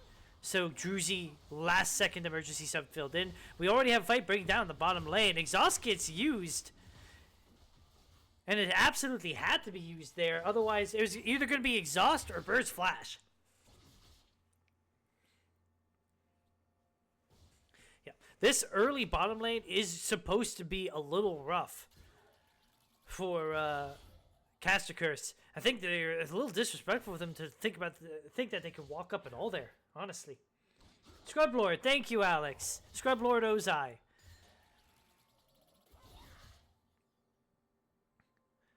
So Scrub Lord Ozai did play the first 3 games with Smothered and Covered as was intended. This is the first game where Druzy is having to sub back in. To touch on the junglers, they seem to be pathing opposite. Mojo Jojo started top side, will be pathing his way towards bottom, whereas Tej started bottom, pathing his way towards top, which makes sense to me. Kled is one of those champions where from ahead he feels insane, from behind he feels worthless. Get that champion ahead, do what you can to salvage him, because you do not want your top laner to be in the hole.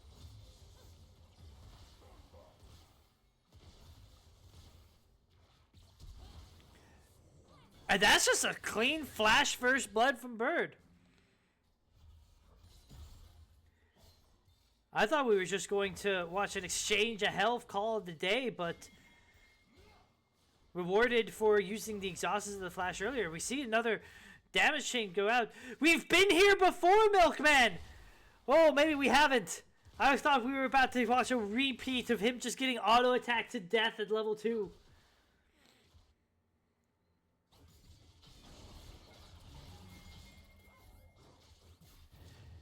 Kane just popped the Ignite. He already likes his odds down there. Perhaps he should have kept chasing a little bit more before using the shotgun. He knocked himself away. Although it does look like Siren and Kane, in the brief moment that we pathed outside, actually flash traded each other. Yeah, finish that back Siren because Kane is about to remount. If he always you once, he remounts. It looks like Bird just has complete control of this lane right now.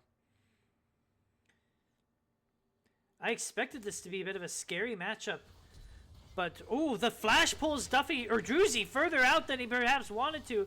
Duffy is hitting, but he's... Oh, that turret shot's going to be a problem! He keeps going! He does get the kill! He gets the reset! You have to believe that One-Handed Gaming's not going to be able to survive this. One more auto, it is a double kill for Duffy with the support bottom laner.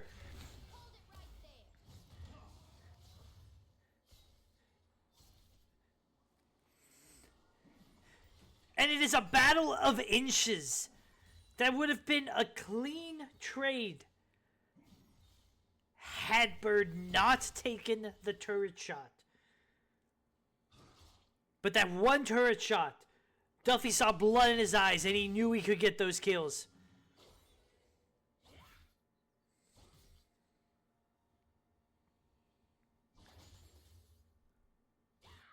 Meanwhile, didn't really address it, glossed over it, but great gank from Tej onto the mid lane. Found one of the rare stun angles that you can get on a mid laner. Forced CLT's flash in the meantime. It's going to make him just a little bit more susceptible, especially once the Milkman hits level 6. That lane might end up becoming quite scary.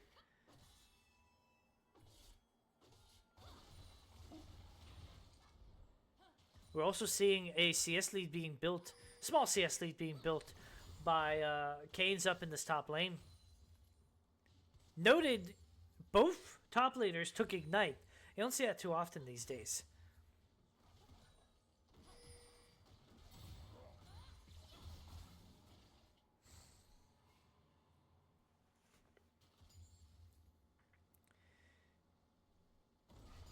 Hold up. Mojo Jojo's looking top. He does see the ward. Doesn't look like anything serious will happen. Kane says it's 6 first.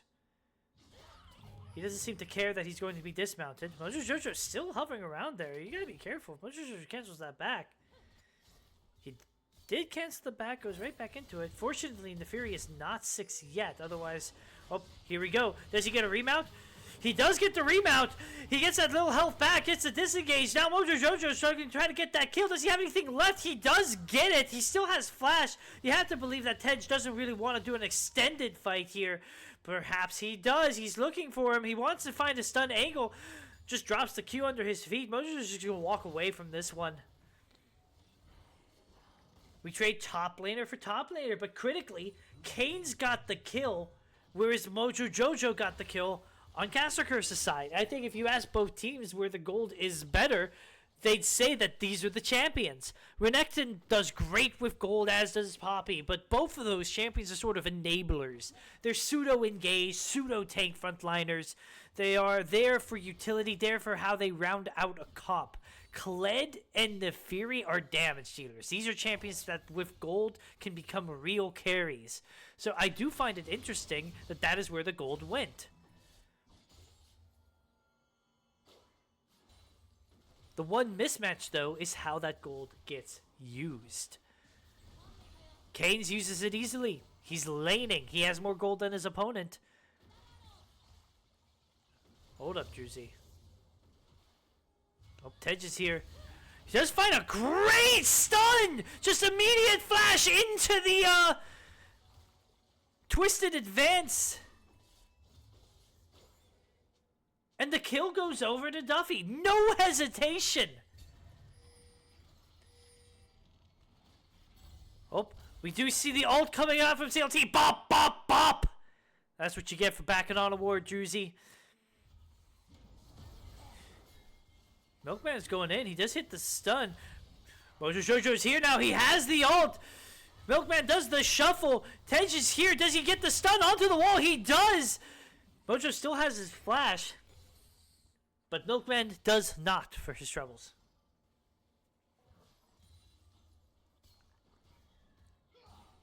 A lot of action in this game.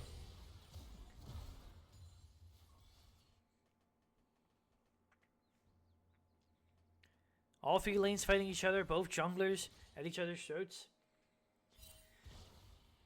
And I am, in these early minutes, very impressed with Druzy. One could be forgiven for thinking that he was their starting support with how well he seems to have been playing with Duffy and with Tej. That arcane advance on Tej's stun was instant.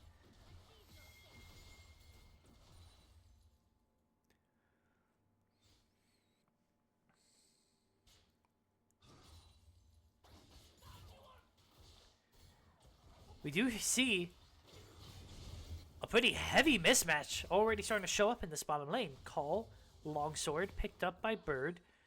A completed Hex Optics on Tristana is insane.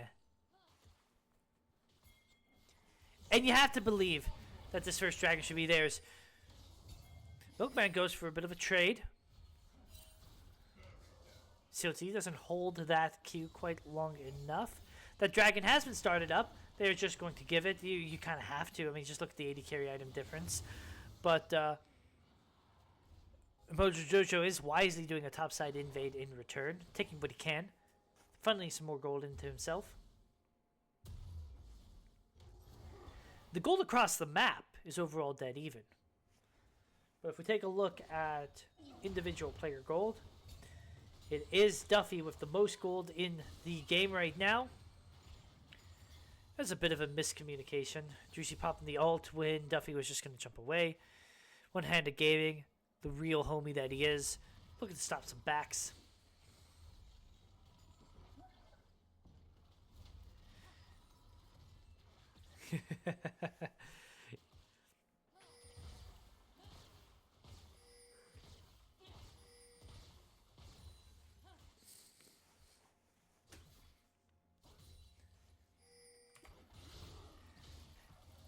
Bear trap on a rope.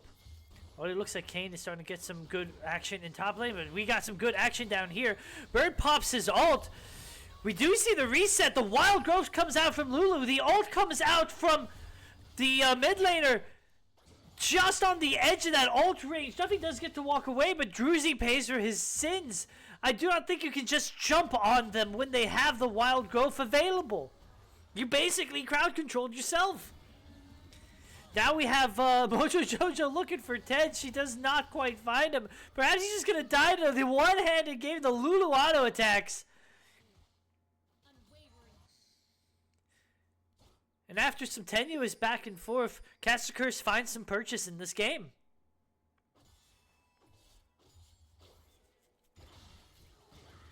Ooh, this might be a little bit of a scary start here.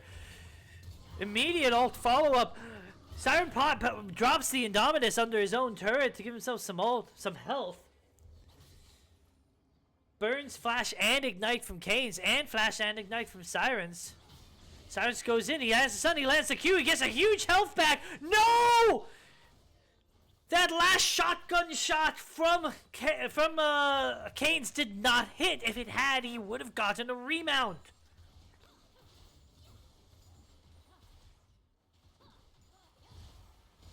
He's going to be kicking himself about that one later.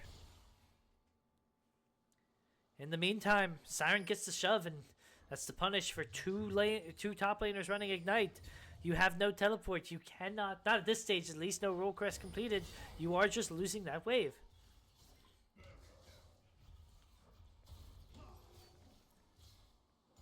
And I think I'm starting to see more why and why COT liked this Xerath pick into Azir. The range is one thing, but every time Azir shuffles, you know exactly where he's going at the end of it. It gives you an easy stun. Every time Milkman has tried to shuffle into COT, he just gets eaten with the stun in exchange.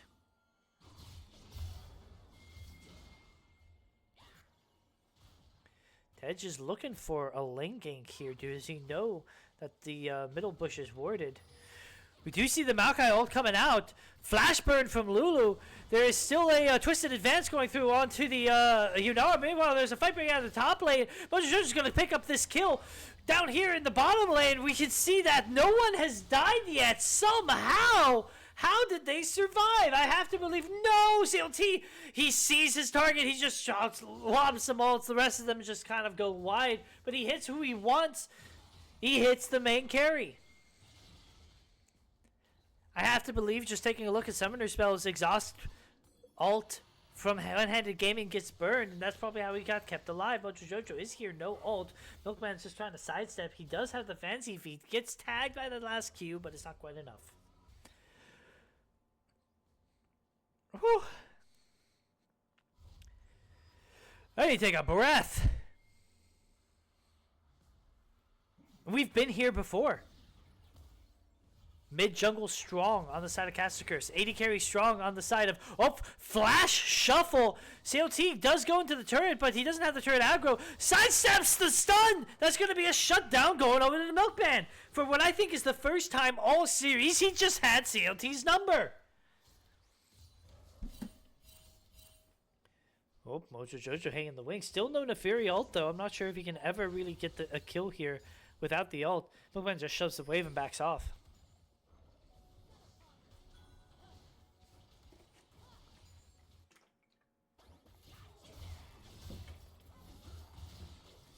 I love seeing these two champions whack each other. I feel like you never know exactly what's going to happen. Siren pops the Indominus Rex. It looks like, no, he gets the remount, but it's still not enough. It looks like the ganks from Mojo Jojo are starting to pay dividends. Siren might just be too far ahead from Canes to be able to go for an all-in anymore.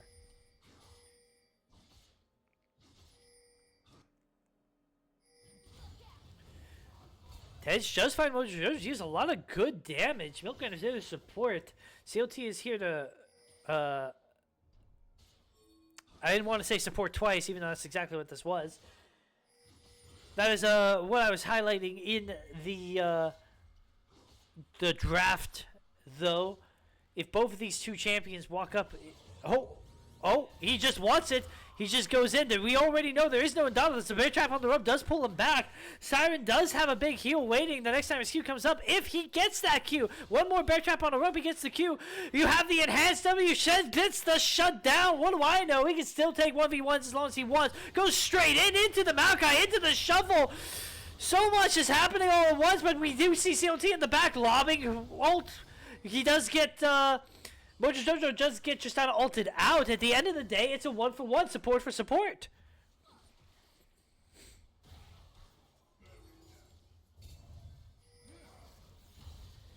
It's kind of wild to me that Mojo Jojo did not die when he just dove straight into the Maokai and the Azir.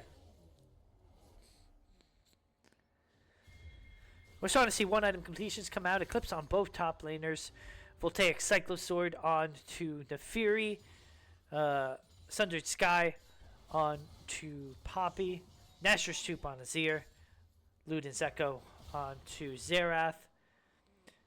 We have had that Hex Optics on to Tristana for a while. The Infinity Edge is almost completed, whereas the Kraken Slayer, now working on to Fiend Hunter Bolts, is nearly completed on the side of Bird. Ardent Sensor and Locket completed by the supports. Nothing weird that I can tell. Siren has joined the game. Found the rest of Smothered and Cover's members. Bomb turret goes down.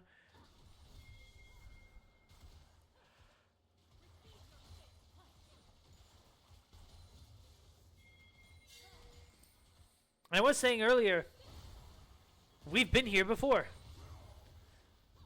4,000 gold down for some of the cover. Sounds like a lot, but they play through Duffy. And he is their strong player, as he was in Game 2, as he is now. I don't think you should count them out by any means.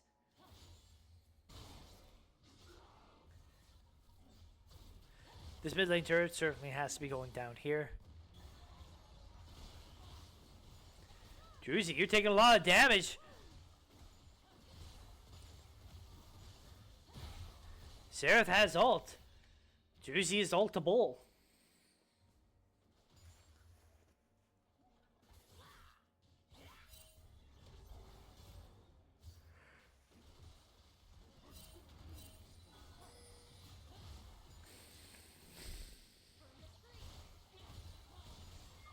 And on these one-item spikes, it does look like Bird just has the shove. At a certain point, their health points is too low. You're just going to have to give up that turret and go take a reset.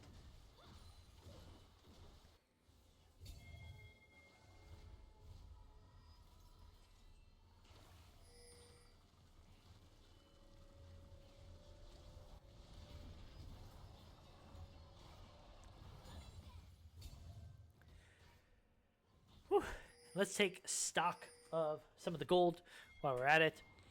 We can see that top lane, 300 gold lead for Siren, courtesy of Mojo Jojo's ganks, I would imagine. 1,600 gold lead for Mojo Jojo. There is 500 gold lead for CLT. Bird actually has 1,000 gold lead up on Duffy. That's kind of crazy to consider.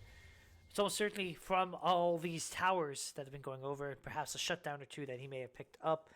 And 800 gold lead for one-handed gaming on that Lulu.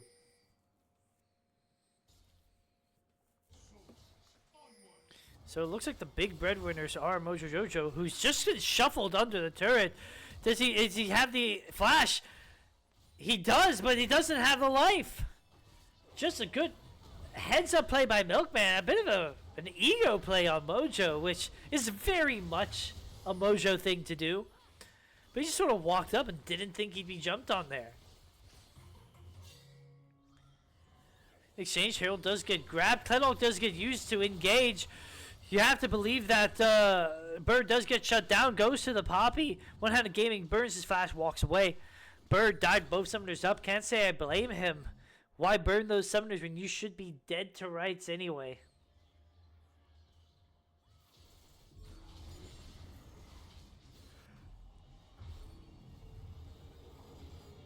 And the Herald does get dropped mid, gets charged, turret falls very low, but not quite enough. Gold gap closes a little bit, as it is now only a 300 gold lead for Cast a Curse.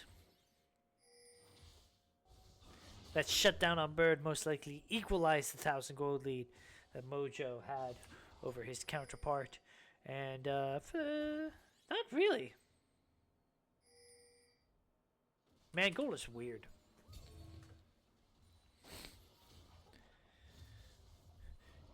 And as we see this dragon, 15 seconds in, one dragon to each team. Neither team really wants to give up here. It does look like Cast a Curse is first to the river, but only just. Druzy bullies his way in. Says, this is my ward. There are many like it, but this one is mine, and I will protect it, as he eats two Qs from CLT. Go on to Milkman. Does he finish his back? Does he get to? He does. And Cast a Curse, no, he backed. Now you gotta wait for him to come back. He just TP'd into the Dragon Pit. Had to use valuable cooldowns to get out of it.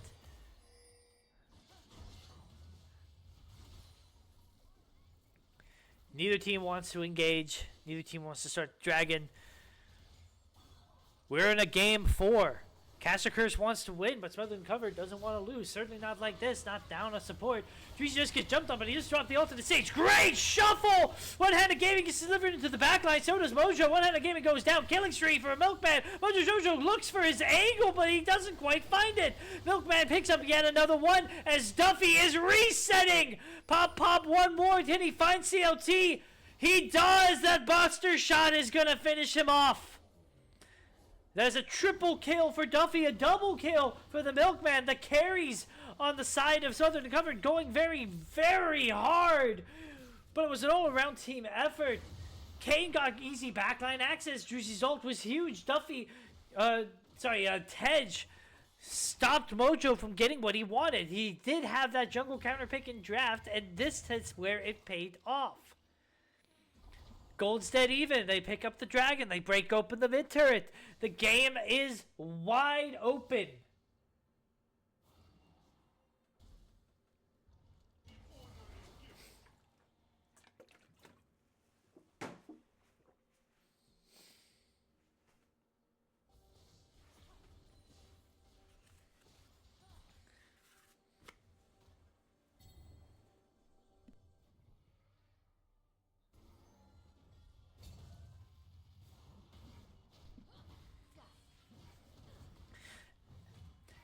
And for all that gold that Duffy picked up, he is now a full item up on Bird. Bird just now finishing his Feet Under Bolts. Looks like he's most likely working on that Infinity Edge. The Vori, Hex Optics, Infinity Edge finished for Tej already. Crit Cloak as well, sitting on 90% crit. I'd like to see that turned into a Mortal Reminder.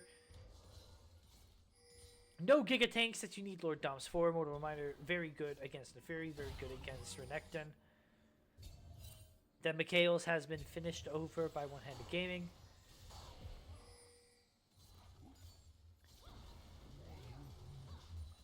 And they are feeling themselves. You can just see they're just moving around the map differently. There's a level of confidence, a little swagger in the way that Maokai is shimmying up and down that little jungle there that you'd had before.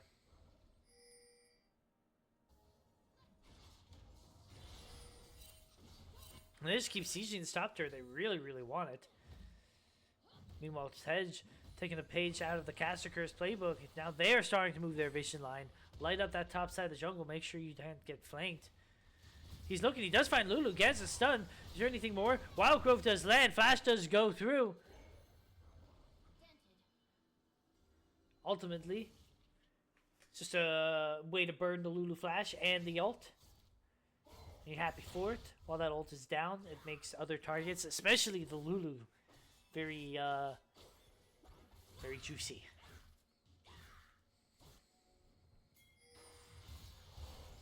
Oh, Milkman.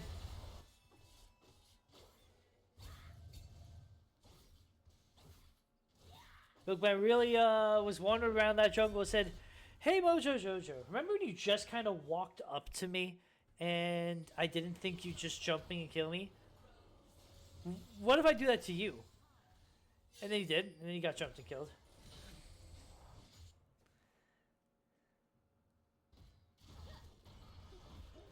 And now it looks like these teams are starting to think about Baron as a more realistic objective. How strong your Tristana is, you certainly can melt it.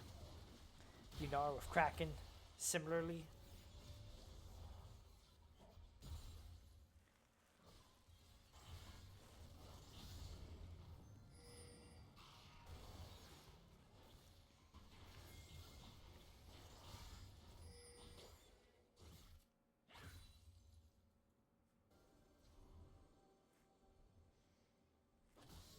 Catstakers look for a death push.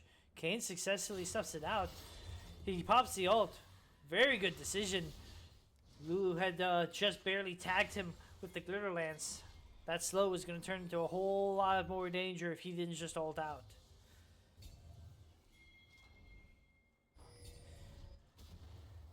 And now Smothered and Covered are moving into the river, trying to create their own priority. Dragon less than a minute.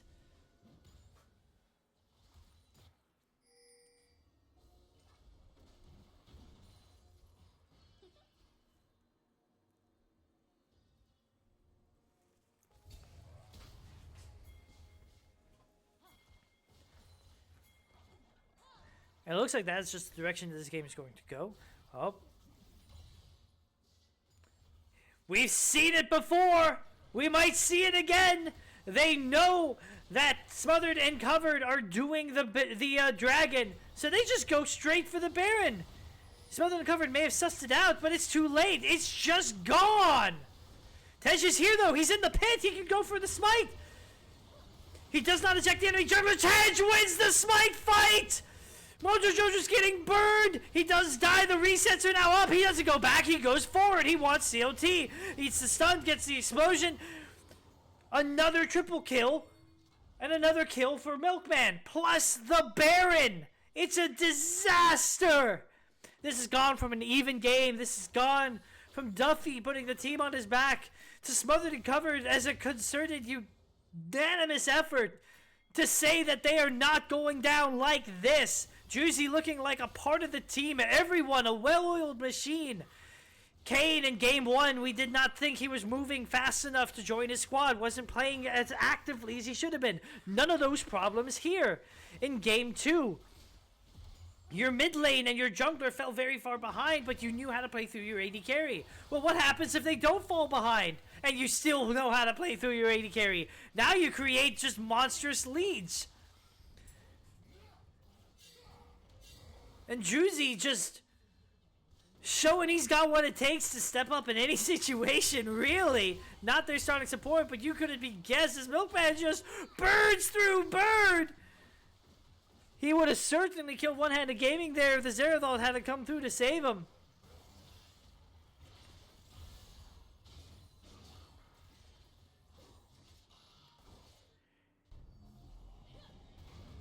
And for pretty much the first time all series, Smothered and Covered are sitting with a gold lead. A 6,000 gold lead, no less.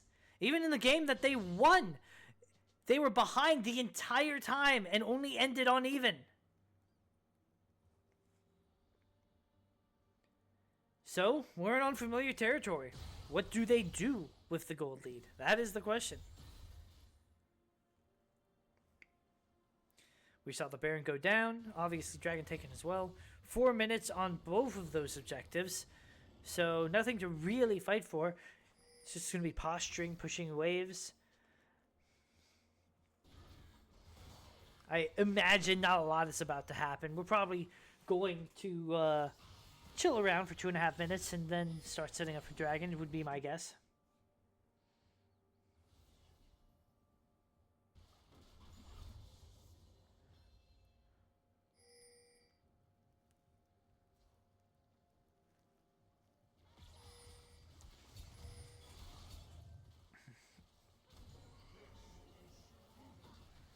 Sorry for the pauses, everyone. It is getting late for me. Goes for a great shuffle.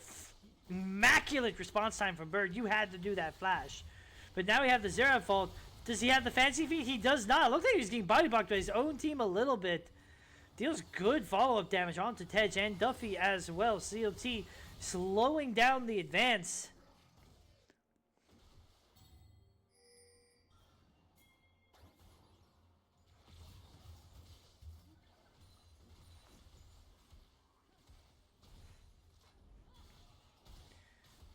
Mojo Jojo is here. Does he want to look? Not quite. Long range poke from CLT. What else is new? Infinity Edge finished for Bird. Lord Doms finished for Duffy. Working on now.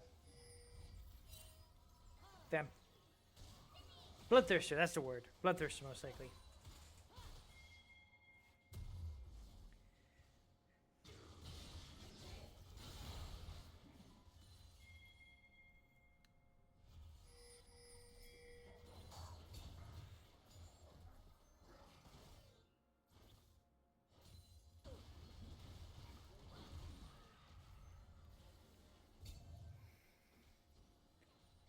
But yeah, my apologies to the audience. I don't have my usual candor today. I have an eye infection, an ear infection, and horrible allergies. And they are wrecking my throat after 4 games of this. I forgot for a moment the wildness that is League or Herald League best of 5s.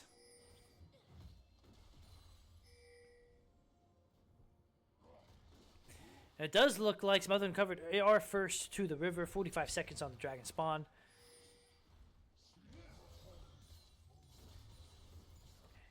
And also notably, this is their soul.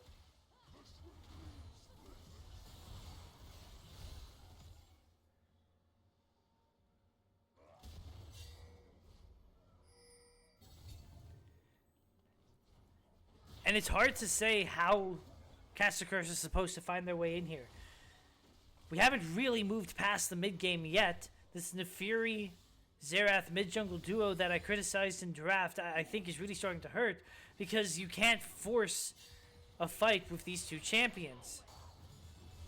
You're kind of hoping that you find a good flank angle with Siren's Renekton and then combo it, but instead we're looking for an angle from Druzy. He just goes on to Mojo. Mojo flashes away, so does CLT. They're just running down the mid lane. Ted's just on one-handed gaming. Siren has to flash away, gets burned so hard, so quickly. Meanwhile, Clint is in the back line, and Dominus Rex gets popped. Shotgun. We have another twisted advance onto one-handed gaming, and he burns another flash with it.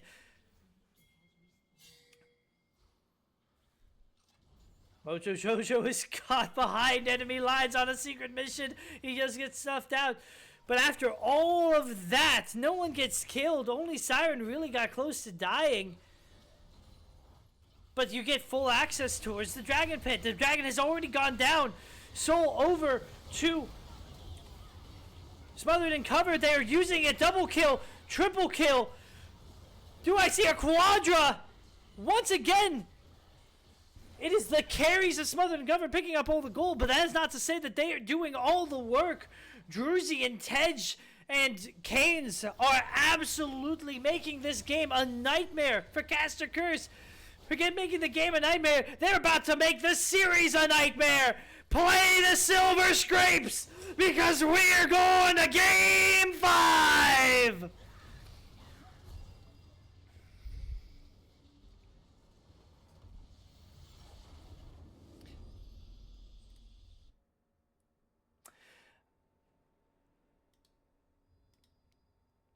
I suspect that I am blessed or cursed, depending on how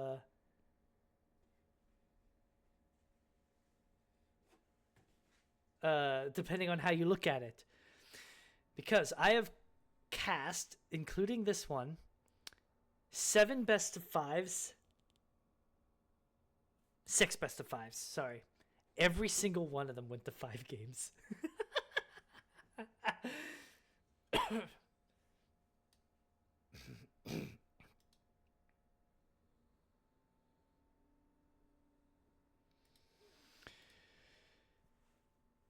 All right. Let's take stock. Game 5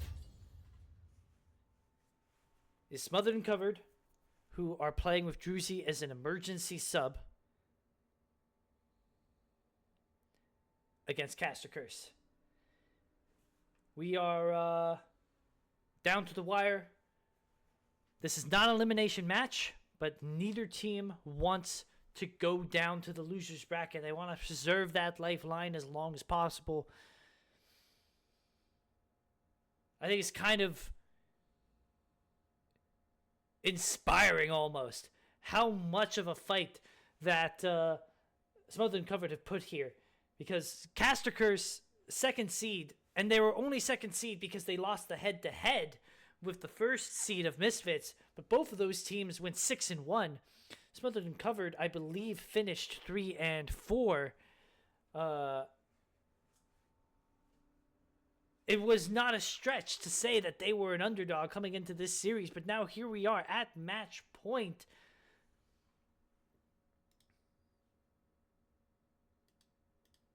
The only thing that is left is to see which one can take it all.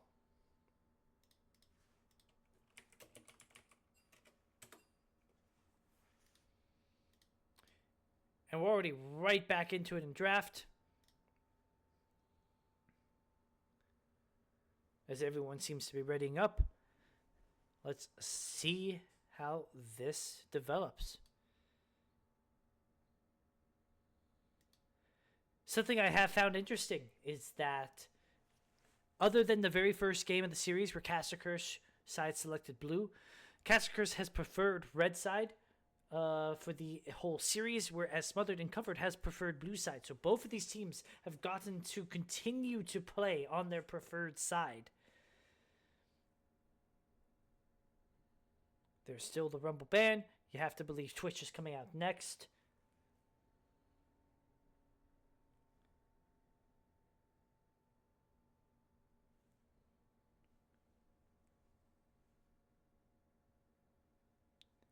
I think it is crazy that we are in a Game 5 where Nautilus is still on the table.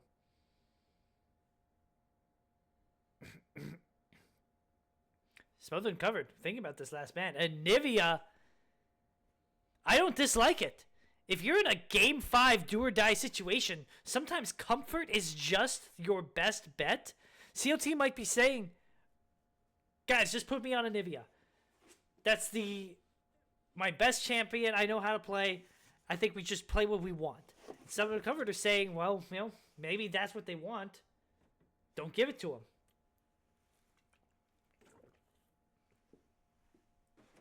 Same bans on Caster Curse's side.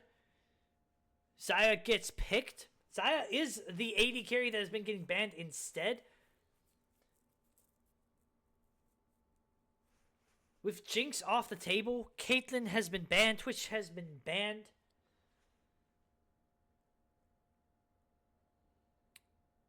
Xayah is one of the longer ranged AD carries still left. Ashe, Seraphine might be slammed here.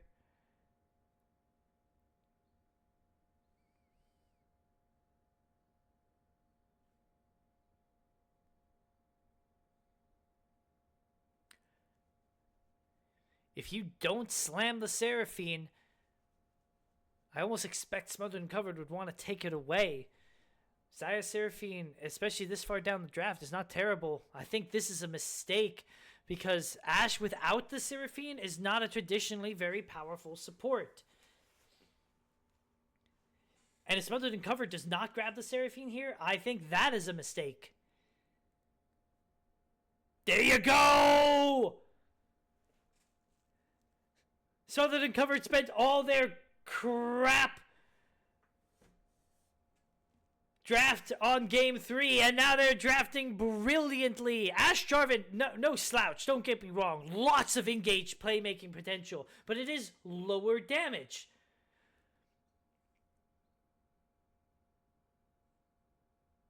Sejuani, I think is brilliant. Without the Ashe, you need another go button. Sejuani does that for you. Now, I would like to see them draft a melee mid laner if they can to try to benefit from having this Seraphine to play with, as well as being able to, whatchamacallit, benefit from the Sejuani passive. But Mel answered in response.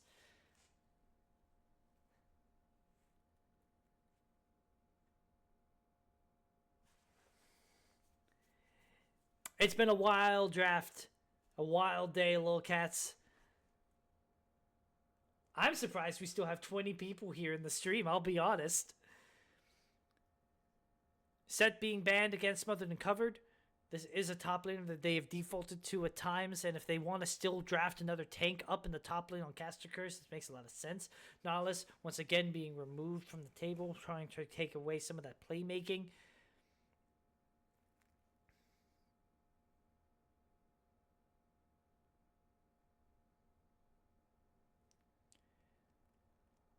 Aurora banned as well. This is one of the mid laners that Milkman still plays.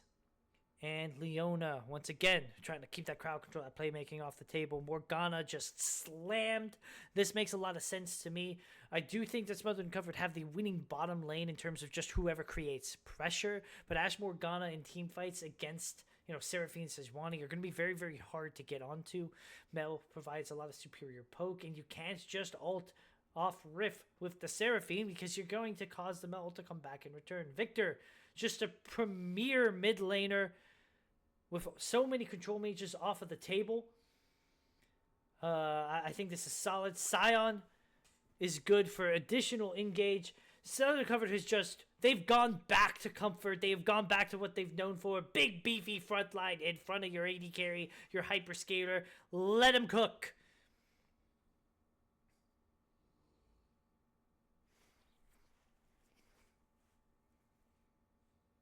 And there's the Ornn. Lil Cats here is saying that they needed a front line and they found it.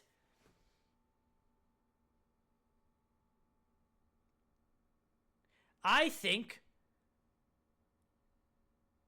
don't even want to say which draft I like more, because I think I'm wrong. I think whoever I say, I'm wrong. I think both of these drafts are good. I think the Seraphine Mel, the Seraphine Mel interaction is something that needs to be considered and given a lot of attention to.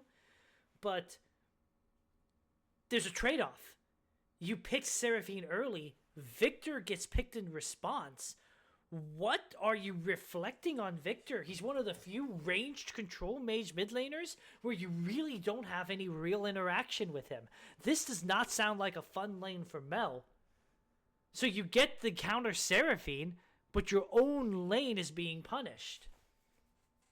That being said, CLT has had, I would say, Milkman's number for the majority of this series. He may just say, screw it, I'm the better player. I will beat him anyway. We got tank versus tank in the top lane. If the directed camera ever takes us up there, I will move it back because it's just going to be a wet noodle fight. I imagine that there should be a lot of aggressive trading between both of these bot laners and both of these junglers. Jarvan and Sejuani, notably two very aggressive early junglers. They should be looking for something to accelerate their team. And I think both of these comps live and die through their bottom lane. So I expect that to be where most of the action is.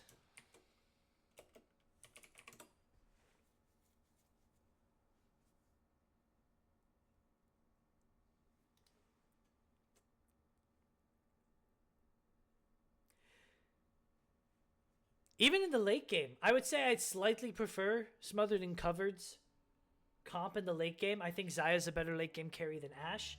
I know Victor is a better late game carry than Mel. Jarvan falls off, whereas Sejuani doesn't fall off nearly as hard. But you have the ornaments. So that evens it out a little bit. Your numbers just get bigger than your opponents if you're Caster Curse. Similarly to how I think most of the action will be in the bottom lane, I also wouldn't be surprised if there isn't a lot of action at all.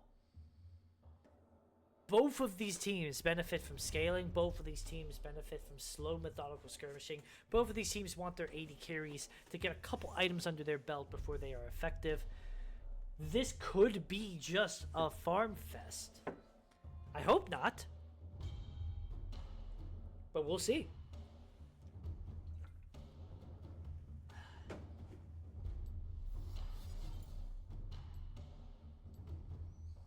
As these champions lock in, we will be going into our last commercial break of the night. I'll see you all back in the loading screen.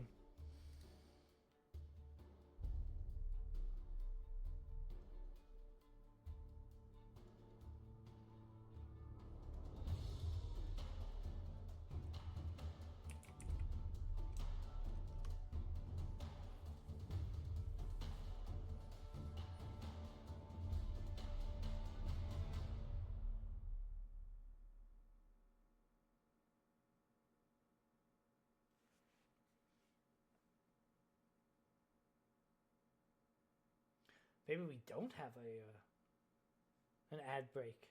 Have we added ourselves out?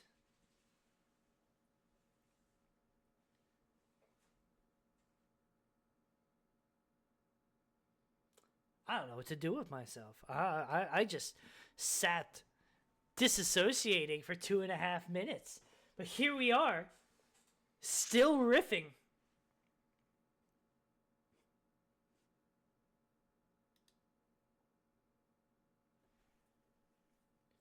And yeah, Lolcats, I do think these are mostly pretty standard comps, but I think both of these teams chose to value, I should say, mechanical ability and just raw damage as the series has gone on. The kind of champions that they try to flex on their opponents with are off the table.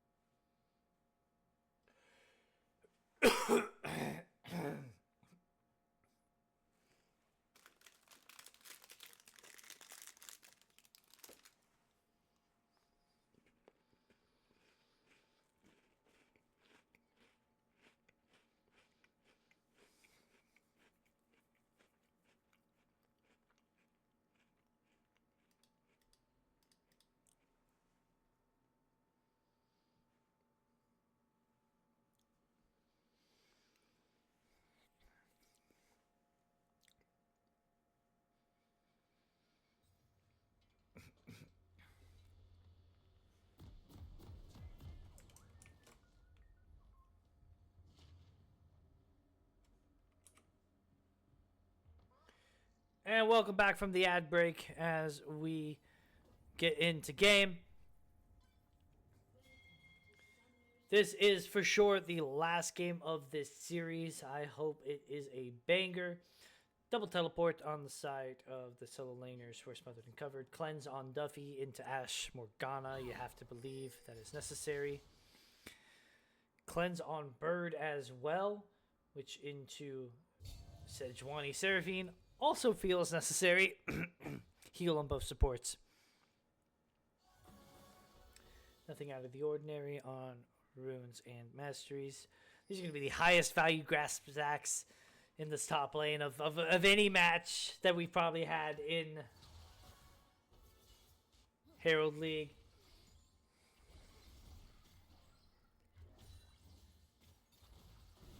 Alex, I swear we will be 90 minutes into this game with exactly even gold and even objectives, and we're just going to call it a tie.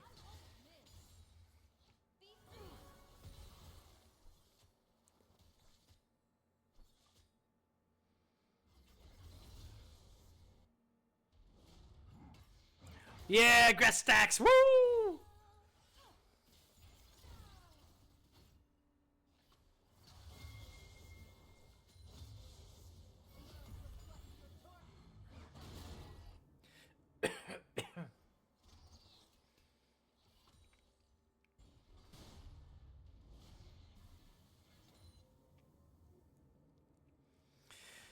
Let me take a quick look at jungle. As I expected, both junglers are pathing top to bottom.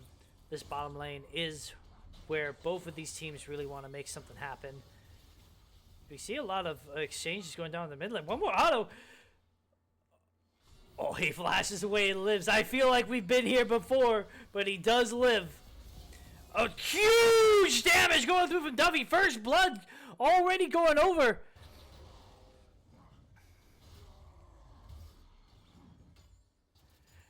And it was just a clean feather collar.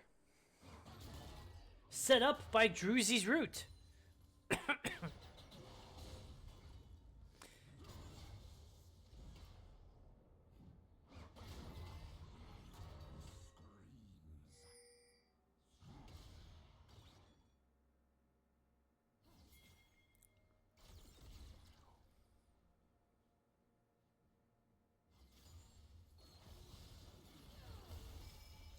Oh, that stun is going to save Milkman.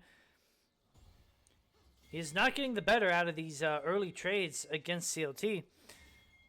Mojo Jojo spam pinging the ever-living hell out of that top scuttle. He is looking for a double scuttle, and he wants it bad.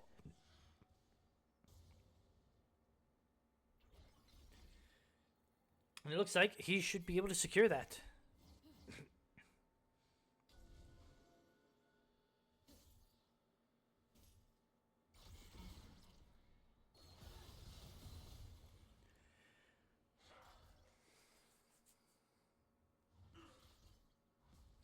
I appreciate it, Alex. I feel like at this point it is do or die. My pride prevents me from giving up in the 11th hour.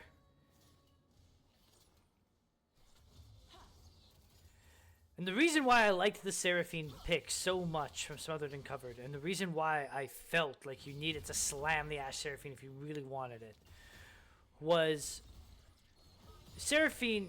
Ooh, this is a dangerous situation for Milkman to be in. Dangerous enough that he does end up dead. Every time he panned towards mid lane, he's just getting poked out, and this time around, it was just one too much.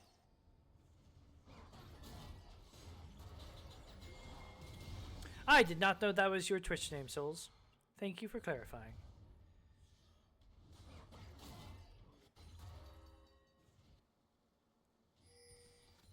But, similar to Ashe, Seraphine is much, much, much more useful when paired with the Ashe rather than by herself. But I find that Ashe is much weaker than the Seraphine is when she's by herself. So this Ashe Morgana lane, it's a lot of crowd control, but it's very low damage. It's going to have difficulty getting priority in lane.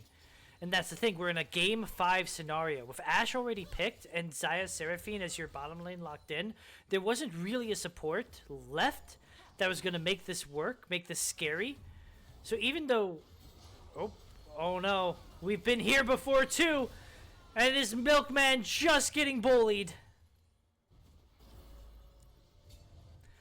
But yeah, even though I would not consider Xayah Seraphine to be a particularly strong bottom lane, it is strong in a Game 5 Fearless scenario.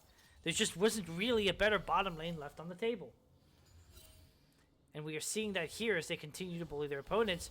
Mojo does get caught. He does get hit with the root. But now Duffy still has no flash from his earlier engage. Does he have the ability to get out? One-Handed Gaming does not have any kind of damage to follow up. That is a flash and a flash as Mojo jumps out. At the end of the day, it's just a pretty extensive trade of health.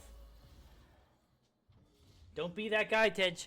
Help shut out the wave. Your AD carry is very low, but the wave is under his turret. You need to help him out. Yay, grass stacks!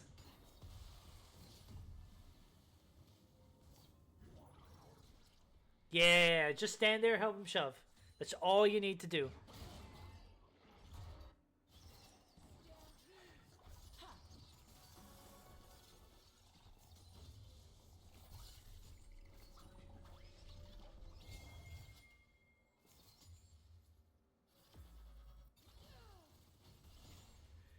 Oh no, they're looking at Milkman again already. Mojo does have the Cataclysm. Victor Flash is still down, but only just. I bet you Mojo probably thinks that he has it, so he doesn't want to commit the Cataclysm when he's just going to flash out. He'd rather get the kill. Rather get the scuttle, more like. That sounds more like the Mojo I know.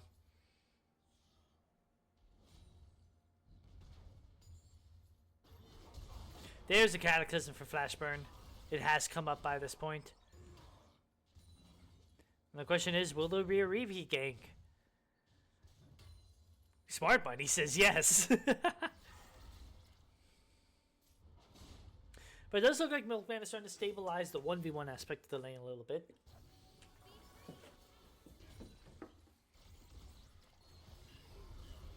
Oh, he just burned the ult. Just ult in return. Mel auto attacks do a surprising amount of damage. You are Victor. You've already popped the ult. Don't walk into the auto range. I think if he just walked away and let the ult keep trailing, he could have very well picked up that kill.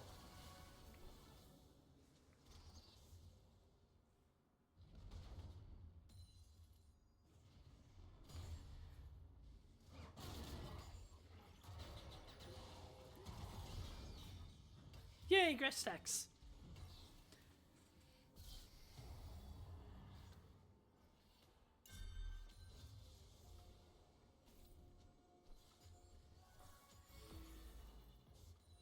And once again, we find ourselves in a situation where Duffy is the strong player on the side of Smothered and Covered.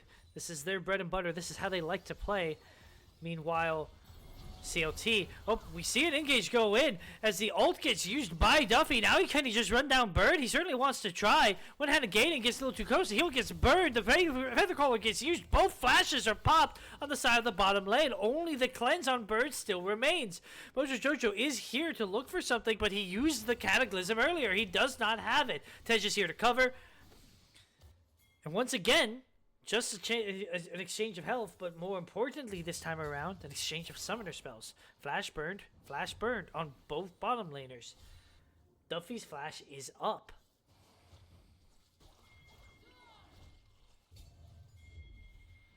We get a teleport coming out.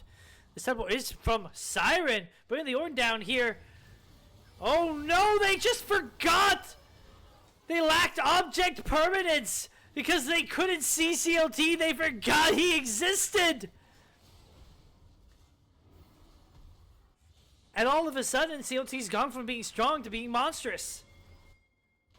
And this is different than the Game 2 situation where Mojo got so many early kills on his Lee Sin.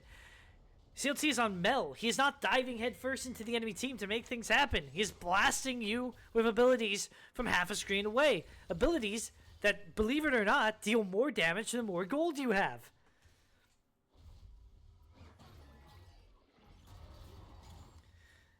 And I suspect that this iteration of CLT on Mel is going to be a lot harder to deal with.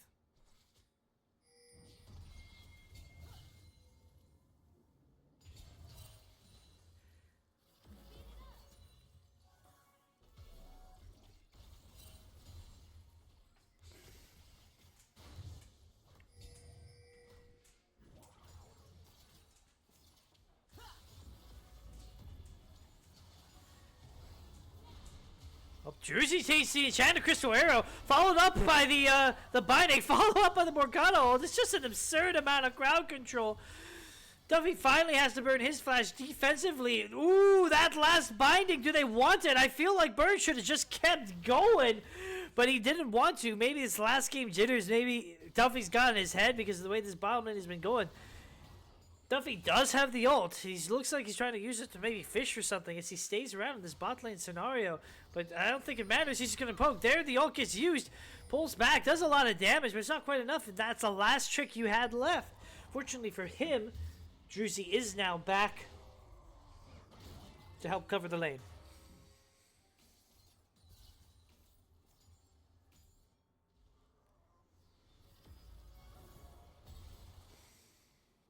Stops one-handed gaming's back. Nothing crazy.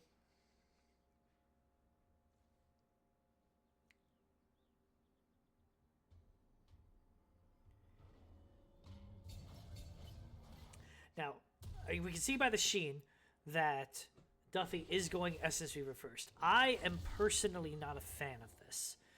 I don't think there's technically anything wrong with it, but you don't get a lot of damage added from the Essence Reaver because you don't use the sheen proc correctly. You get one, maybe two uses out of it in a fight. What you do is it gets you infinite mana. There's the Essence Reaver complete already. Kraken Slayer on the side of his opponent on Bird. And that lets you infinitely wave clear, lets you use your abilities very liberally. But I find that's just a low damage item. Mana management used to be a skill. I think it's still a skill in certain situations. I think not taking Essence Reaver to instead go Yuntal, Hex Optics, Infinity Edge, any of these things really. But we're just going to see how good it is because we have a fight hanging out of the bottom lane. Bird does not have his flash. He does have the black shield to keep him going. He finally uses the cleanse, but he's already dead. Where was that ult going? It doesn't quite land. I'm sorry, Tej. Are you awake? You've missed everything on stunned targets. Fortunately for you, your bot lane is here to cover. Duffy finally does go down. You do get that stun double kill going over to you. Meanwhile, yet another kill being picked up by CLT in the mid lane.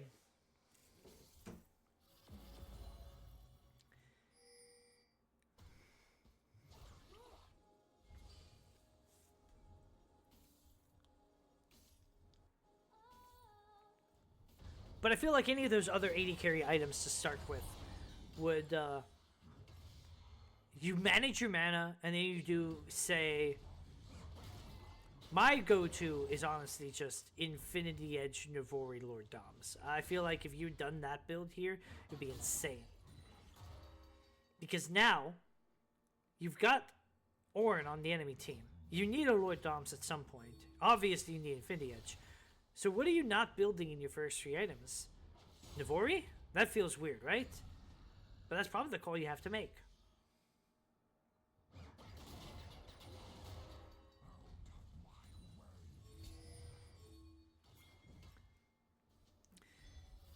And as the second dragon of the game spawns, both teams seem to be posturing around for it. As a reminder for the first dragon, Siren teleported in and just corralled the whole Smothered and Covered roster into CLT's waiting arms. Now they have full control of the river here. Yet another teleport from Siren so that he gets here first. It doesn't look like Kane is making any attempt to move, but he wants his turret. It should be first turret, so nothing else. You are definitely making something happen in this map. That seems to be the call that is being made. We don't want to fight for this dragon. CLT is too strong. He will destroy anyone that looks at him funny.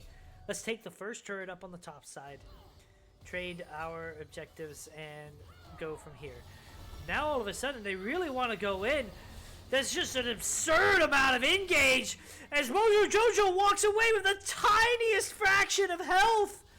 There's a teleport going here to Milkman, but I think he's just here to deliver another kill to CLT. That is a 10-0 Mel.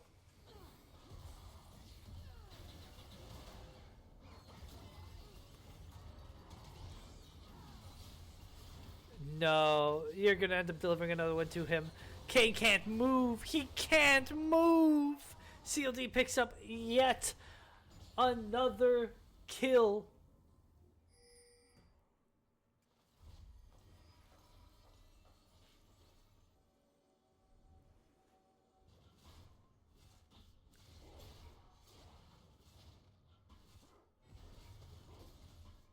So,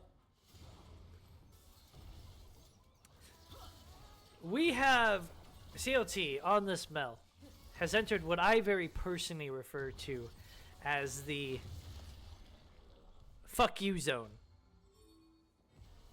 This is the point where he is so strong that what the champion is bad at doesn't matter. You're not bad at anything. What you're good at, you're great at.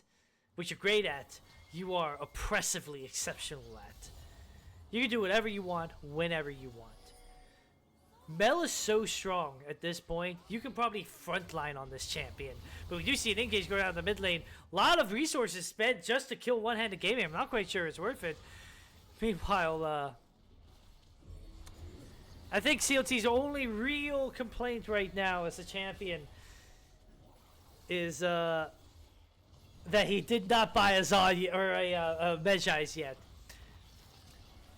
I do think it's a testament to Smothered and Covered, though, that despite how strong CLT is, how insanely oppressively strong he is, they're shoving down mid lane right now, which is not something they should be allowed to do, even with the Herald.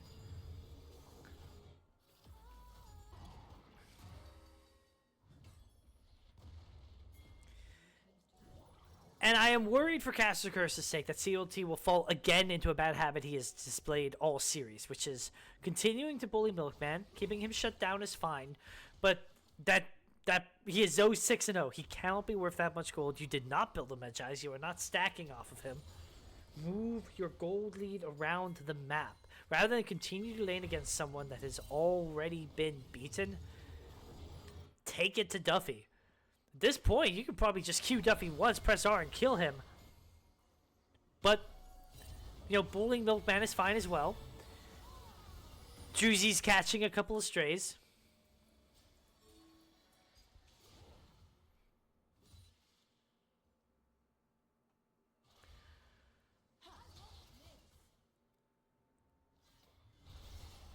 Here we go. It's not CLT. But you are hunting for Duffy. But that's what I mean. I don't think he should be bottom right now. I think he should be mid. This turret would be dead if he had come mid. Move over to the mid lane. I like this a lot. Let's see what damage they can land. I think part of this is because Dragon is up in 30 seconds. They're trying to get that mid lane prio.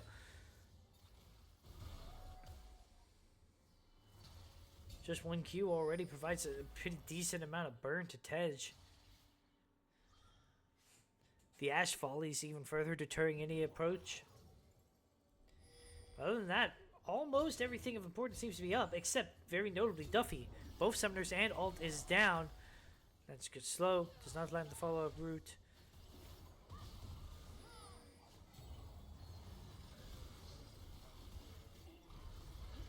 Victor ult goes down. CLT does have to use the flash. Ornn ult comes out from Siren. Who does it hit? It hits no one. Not quite sure why. Seraphine ult does go through. It does not get Mel reflected, but there isn't really any follow-up. The Cataclysm finds Druzy, Tej, and Milkman. Only Duffy is free hitting, but free hitting he is, and that's the person that you want. One-handed gaming pops the heal and gets away.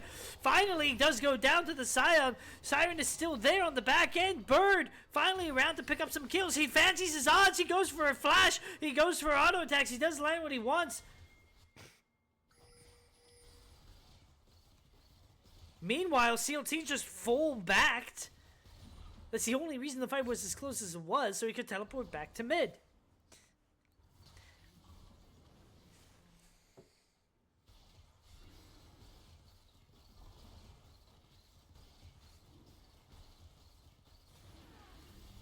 At third dragon of the game. Excuse me. Sorry, third dragon of the game looks like it will be going to... Wait, hold up. Hold up.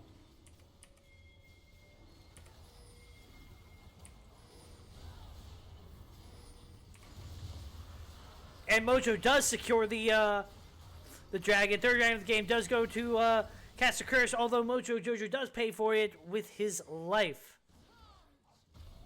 Bit of an odd turn of events. I think it's a testament to how well Smothered and Covered are playing this game as a team. You know, CLT notwithstanding, that the score is 9-19 and they are 2,000 gold down.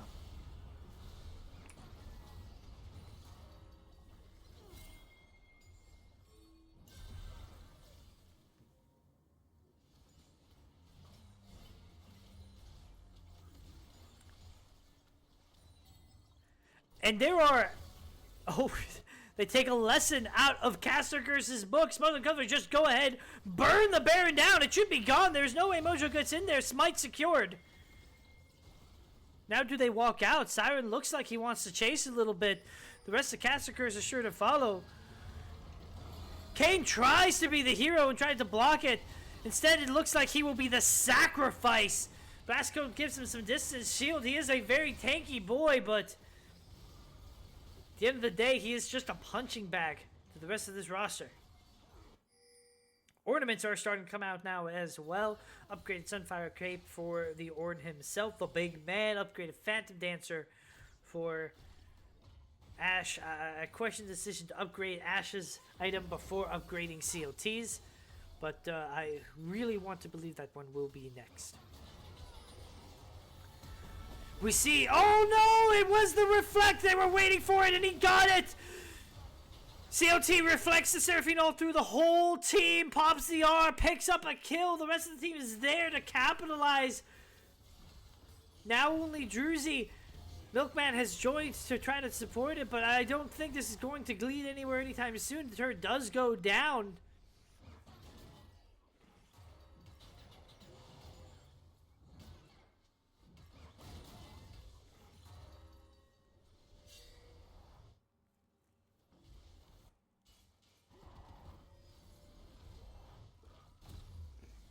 And if you're Smothered and Covered, there are 3 objectives you need to think about.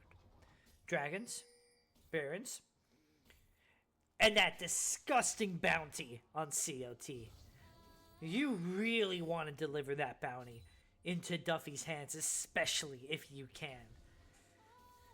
That is 1,000 gold swing, all by its lonesome. Every team fight is spent thinking, how do we kill CLT? How do we get that goal onto Duffy specifically? In the earlier Dragon fight, the one that went so close, I believe the reason CLT even went for that back instead of sticking around was because he had that shutdown. He didn't want to risk giving it up. And he felt like it was better to risk the Dragon than to risk the raw injection of gold going into a carry. But Jojo's here looking. Does burn the flash.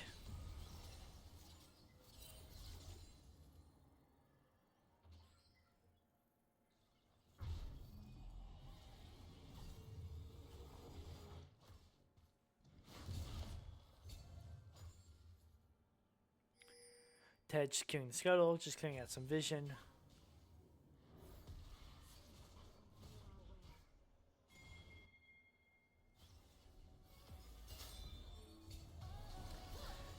It does look like perhaps Mojo Dojo, he does want this. Once again, the Seraphine ult gets reflected backwards. Mojo does trade his life for Seraphines. The Seraphine already used. I'm not sure that is the trade that you want. No one else has taken meaningful damage, although Ted's just getting aggressively poked out here.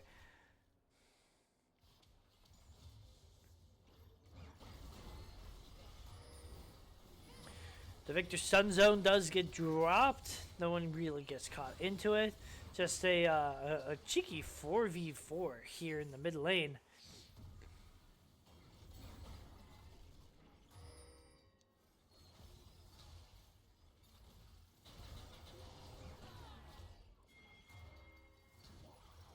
And it's just a lot of posturing. Neither tank wants to fully commit, but neither carry has consistent enough poke to really make something happen.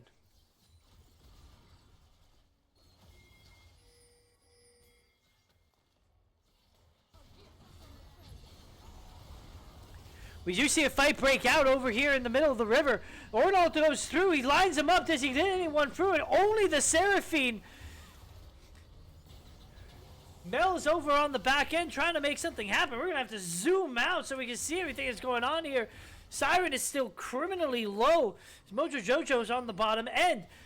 Smothered and Covered really want to deny this soul, and it is an ocean soul. It's endless poke for Mel if they do get that. Another root goes down onto Kane. Mojo Jojo's in the pen. He secures the smite, and he gets a 4-man ult.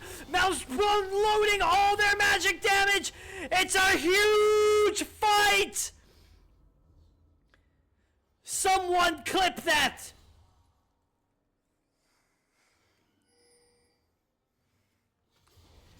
And they're just pushing down the mid lane. It's going to be the inhibitor for sure. Maybe more. Maybe they want to just try to end it. I don't know if they have the timers for it this early in the game. It would be uncharacteristically Caster Curse if they try to get more than just the inhibitor, but it does look like they are positioning just a little bit further forward. They're still going. They are hitting Nexus turrets. Seraphine, oh, just get... Druzy, you gotta learn your lesson, my goat!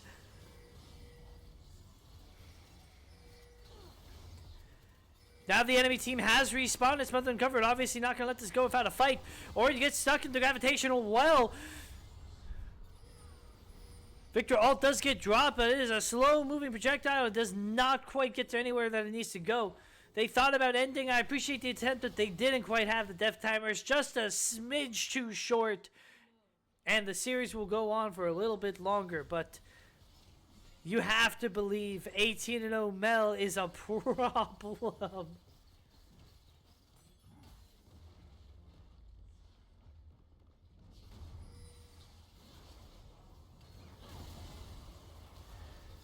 And they haven't even taken a reset from the earlier fight yet. They just shoved it down mid, now they're shoving it down bottom. And they are allowed to. Super minions are about to shove in, already crossing the midway point of the map. Eventually, someone will need to answer that mid lane wave. And once you do, you have a numbers advantage. You have an engaged potential in this bottom side. Even more so than that, you have Mel, an 18-0 Mel. This is a long-range poke champion. Like I said earlier, what you are good at, you are great at. What you are great at, you are phenomenally oppressive at. And Mel is great at poke.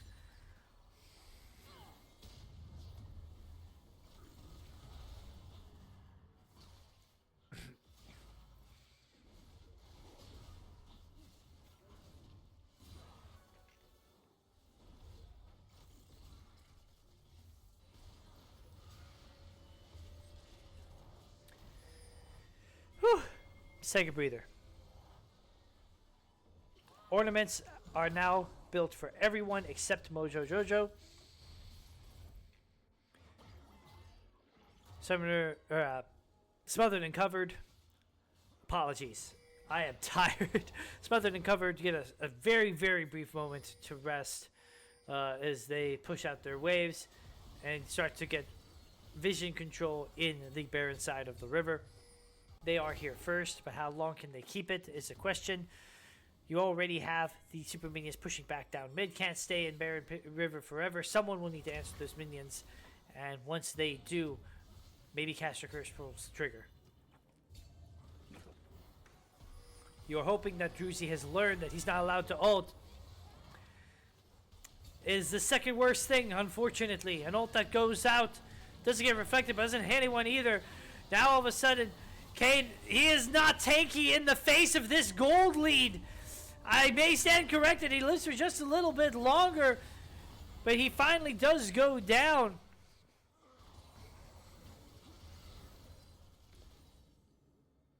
Does Katsukirsch push? Do they go for Baron? It looks like their split calls are a little bit. Baron is finally the decision they decide to go with. I do agree. Obviously, you are crazy strong, but when Baron is on the map trying to push 4 people just seems kind of a waste of your time. But not as much a waste of a time as this Death Bush is.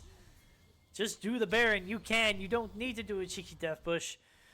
If you do the Baron, you become the Death Bush. You are the Death Bush.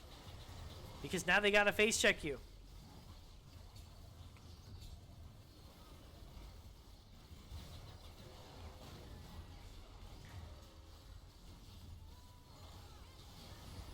We do see Tej into the pit, but once again, he does not quite get it. Mojo Jojo winning the Smite fights all throughout this game. Bird does throw out the, Duffy does use the ult, but he doesn't quite land anything that he wants to land. That is already now 2 kills over to the side of, Katsukirsch. A triple kill going over to Bird. Kane's ult's away, but they have 2 supers. That's wave is all they need. You have to believe that they are going to end now. This inhibitor is going to be coming up very soon, but I don't think it's going to be mattering. We may be looking at the end of the series right now. Bird hitting the turrets. Bird gets stunned up. First Nexus turret does fall. Second Nexus turret about to fall. It is an open Nexus. The enemy team is dead. The respawns are coming through too late. CLT, Mojo Jojo, all of Katsukirsch take a bow. And it is truly a shame that Scrub Lord Ozai's internet killed out after 3 games, because I'm sure Smothered and Covered would have wanted to know what they would have looked like with their full roster for the whole series. But you can take the reverse of that. With an emergency sub last second support for games 4 and 5, they pushed Katsukirsch to a full 5-game series.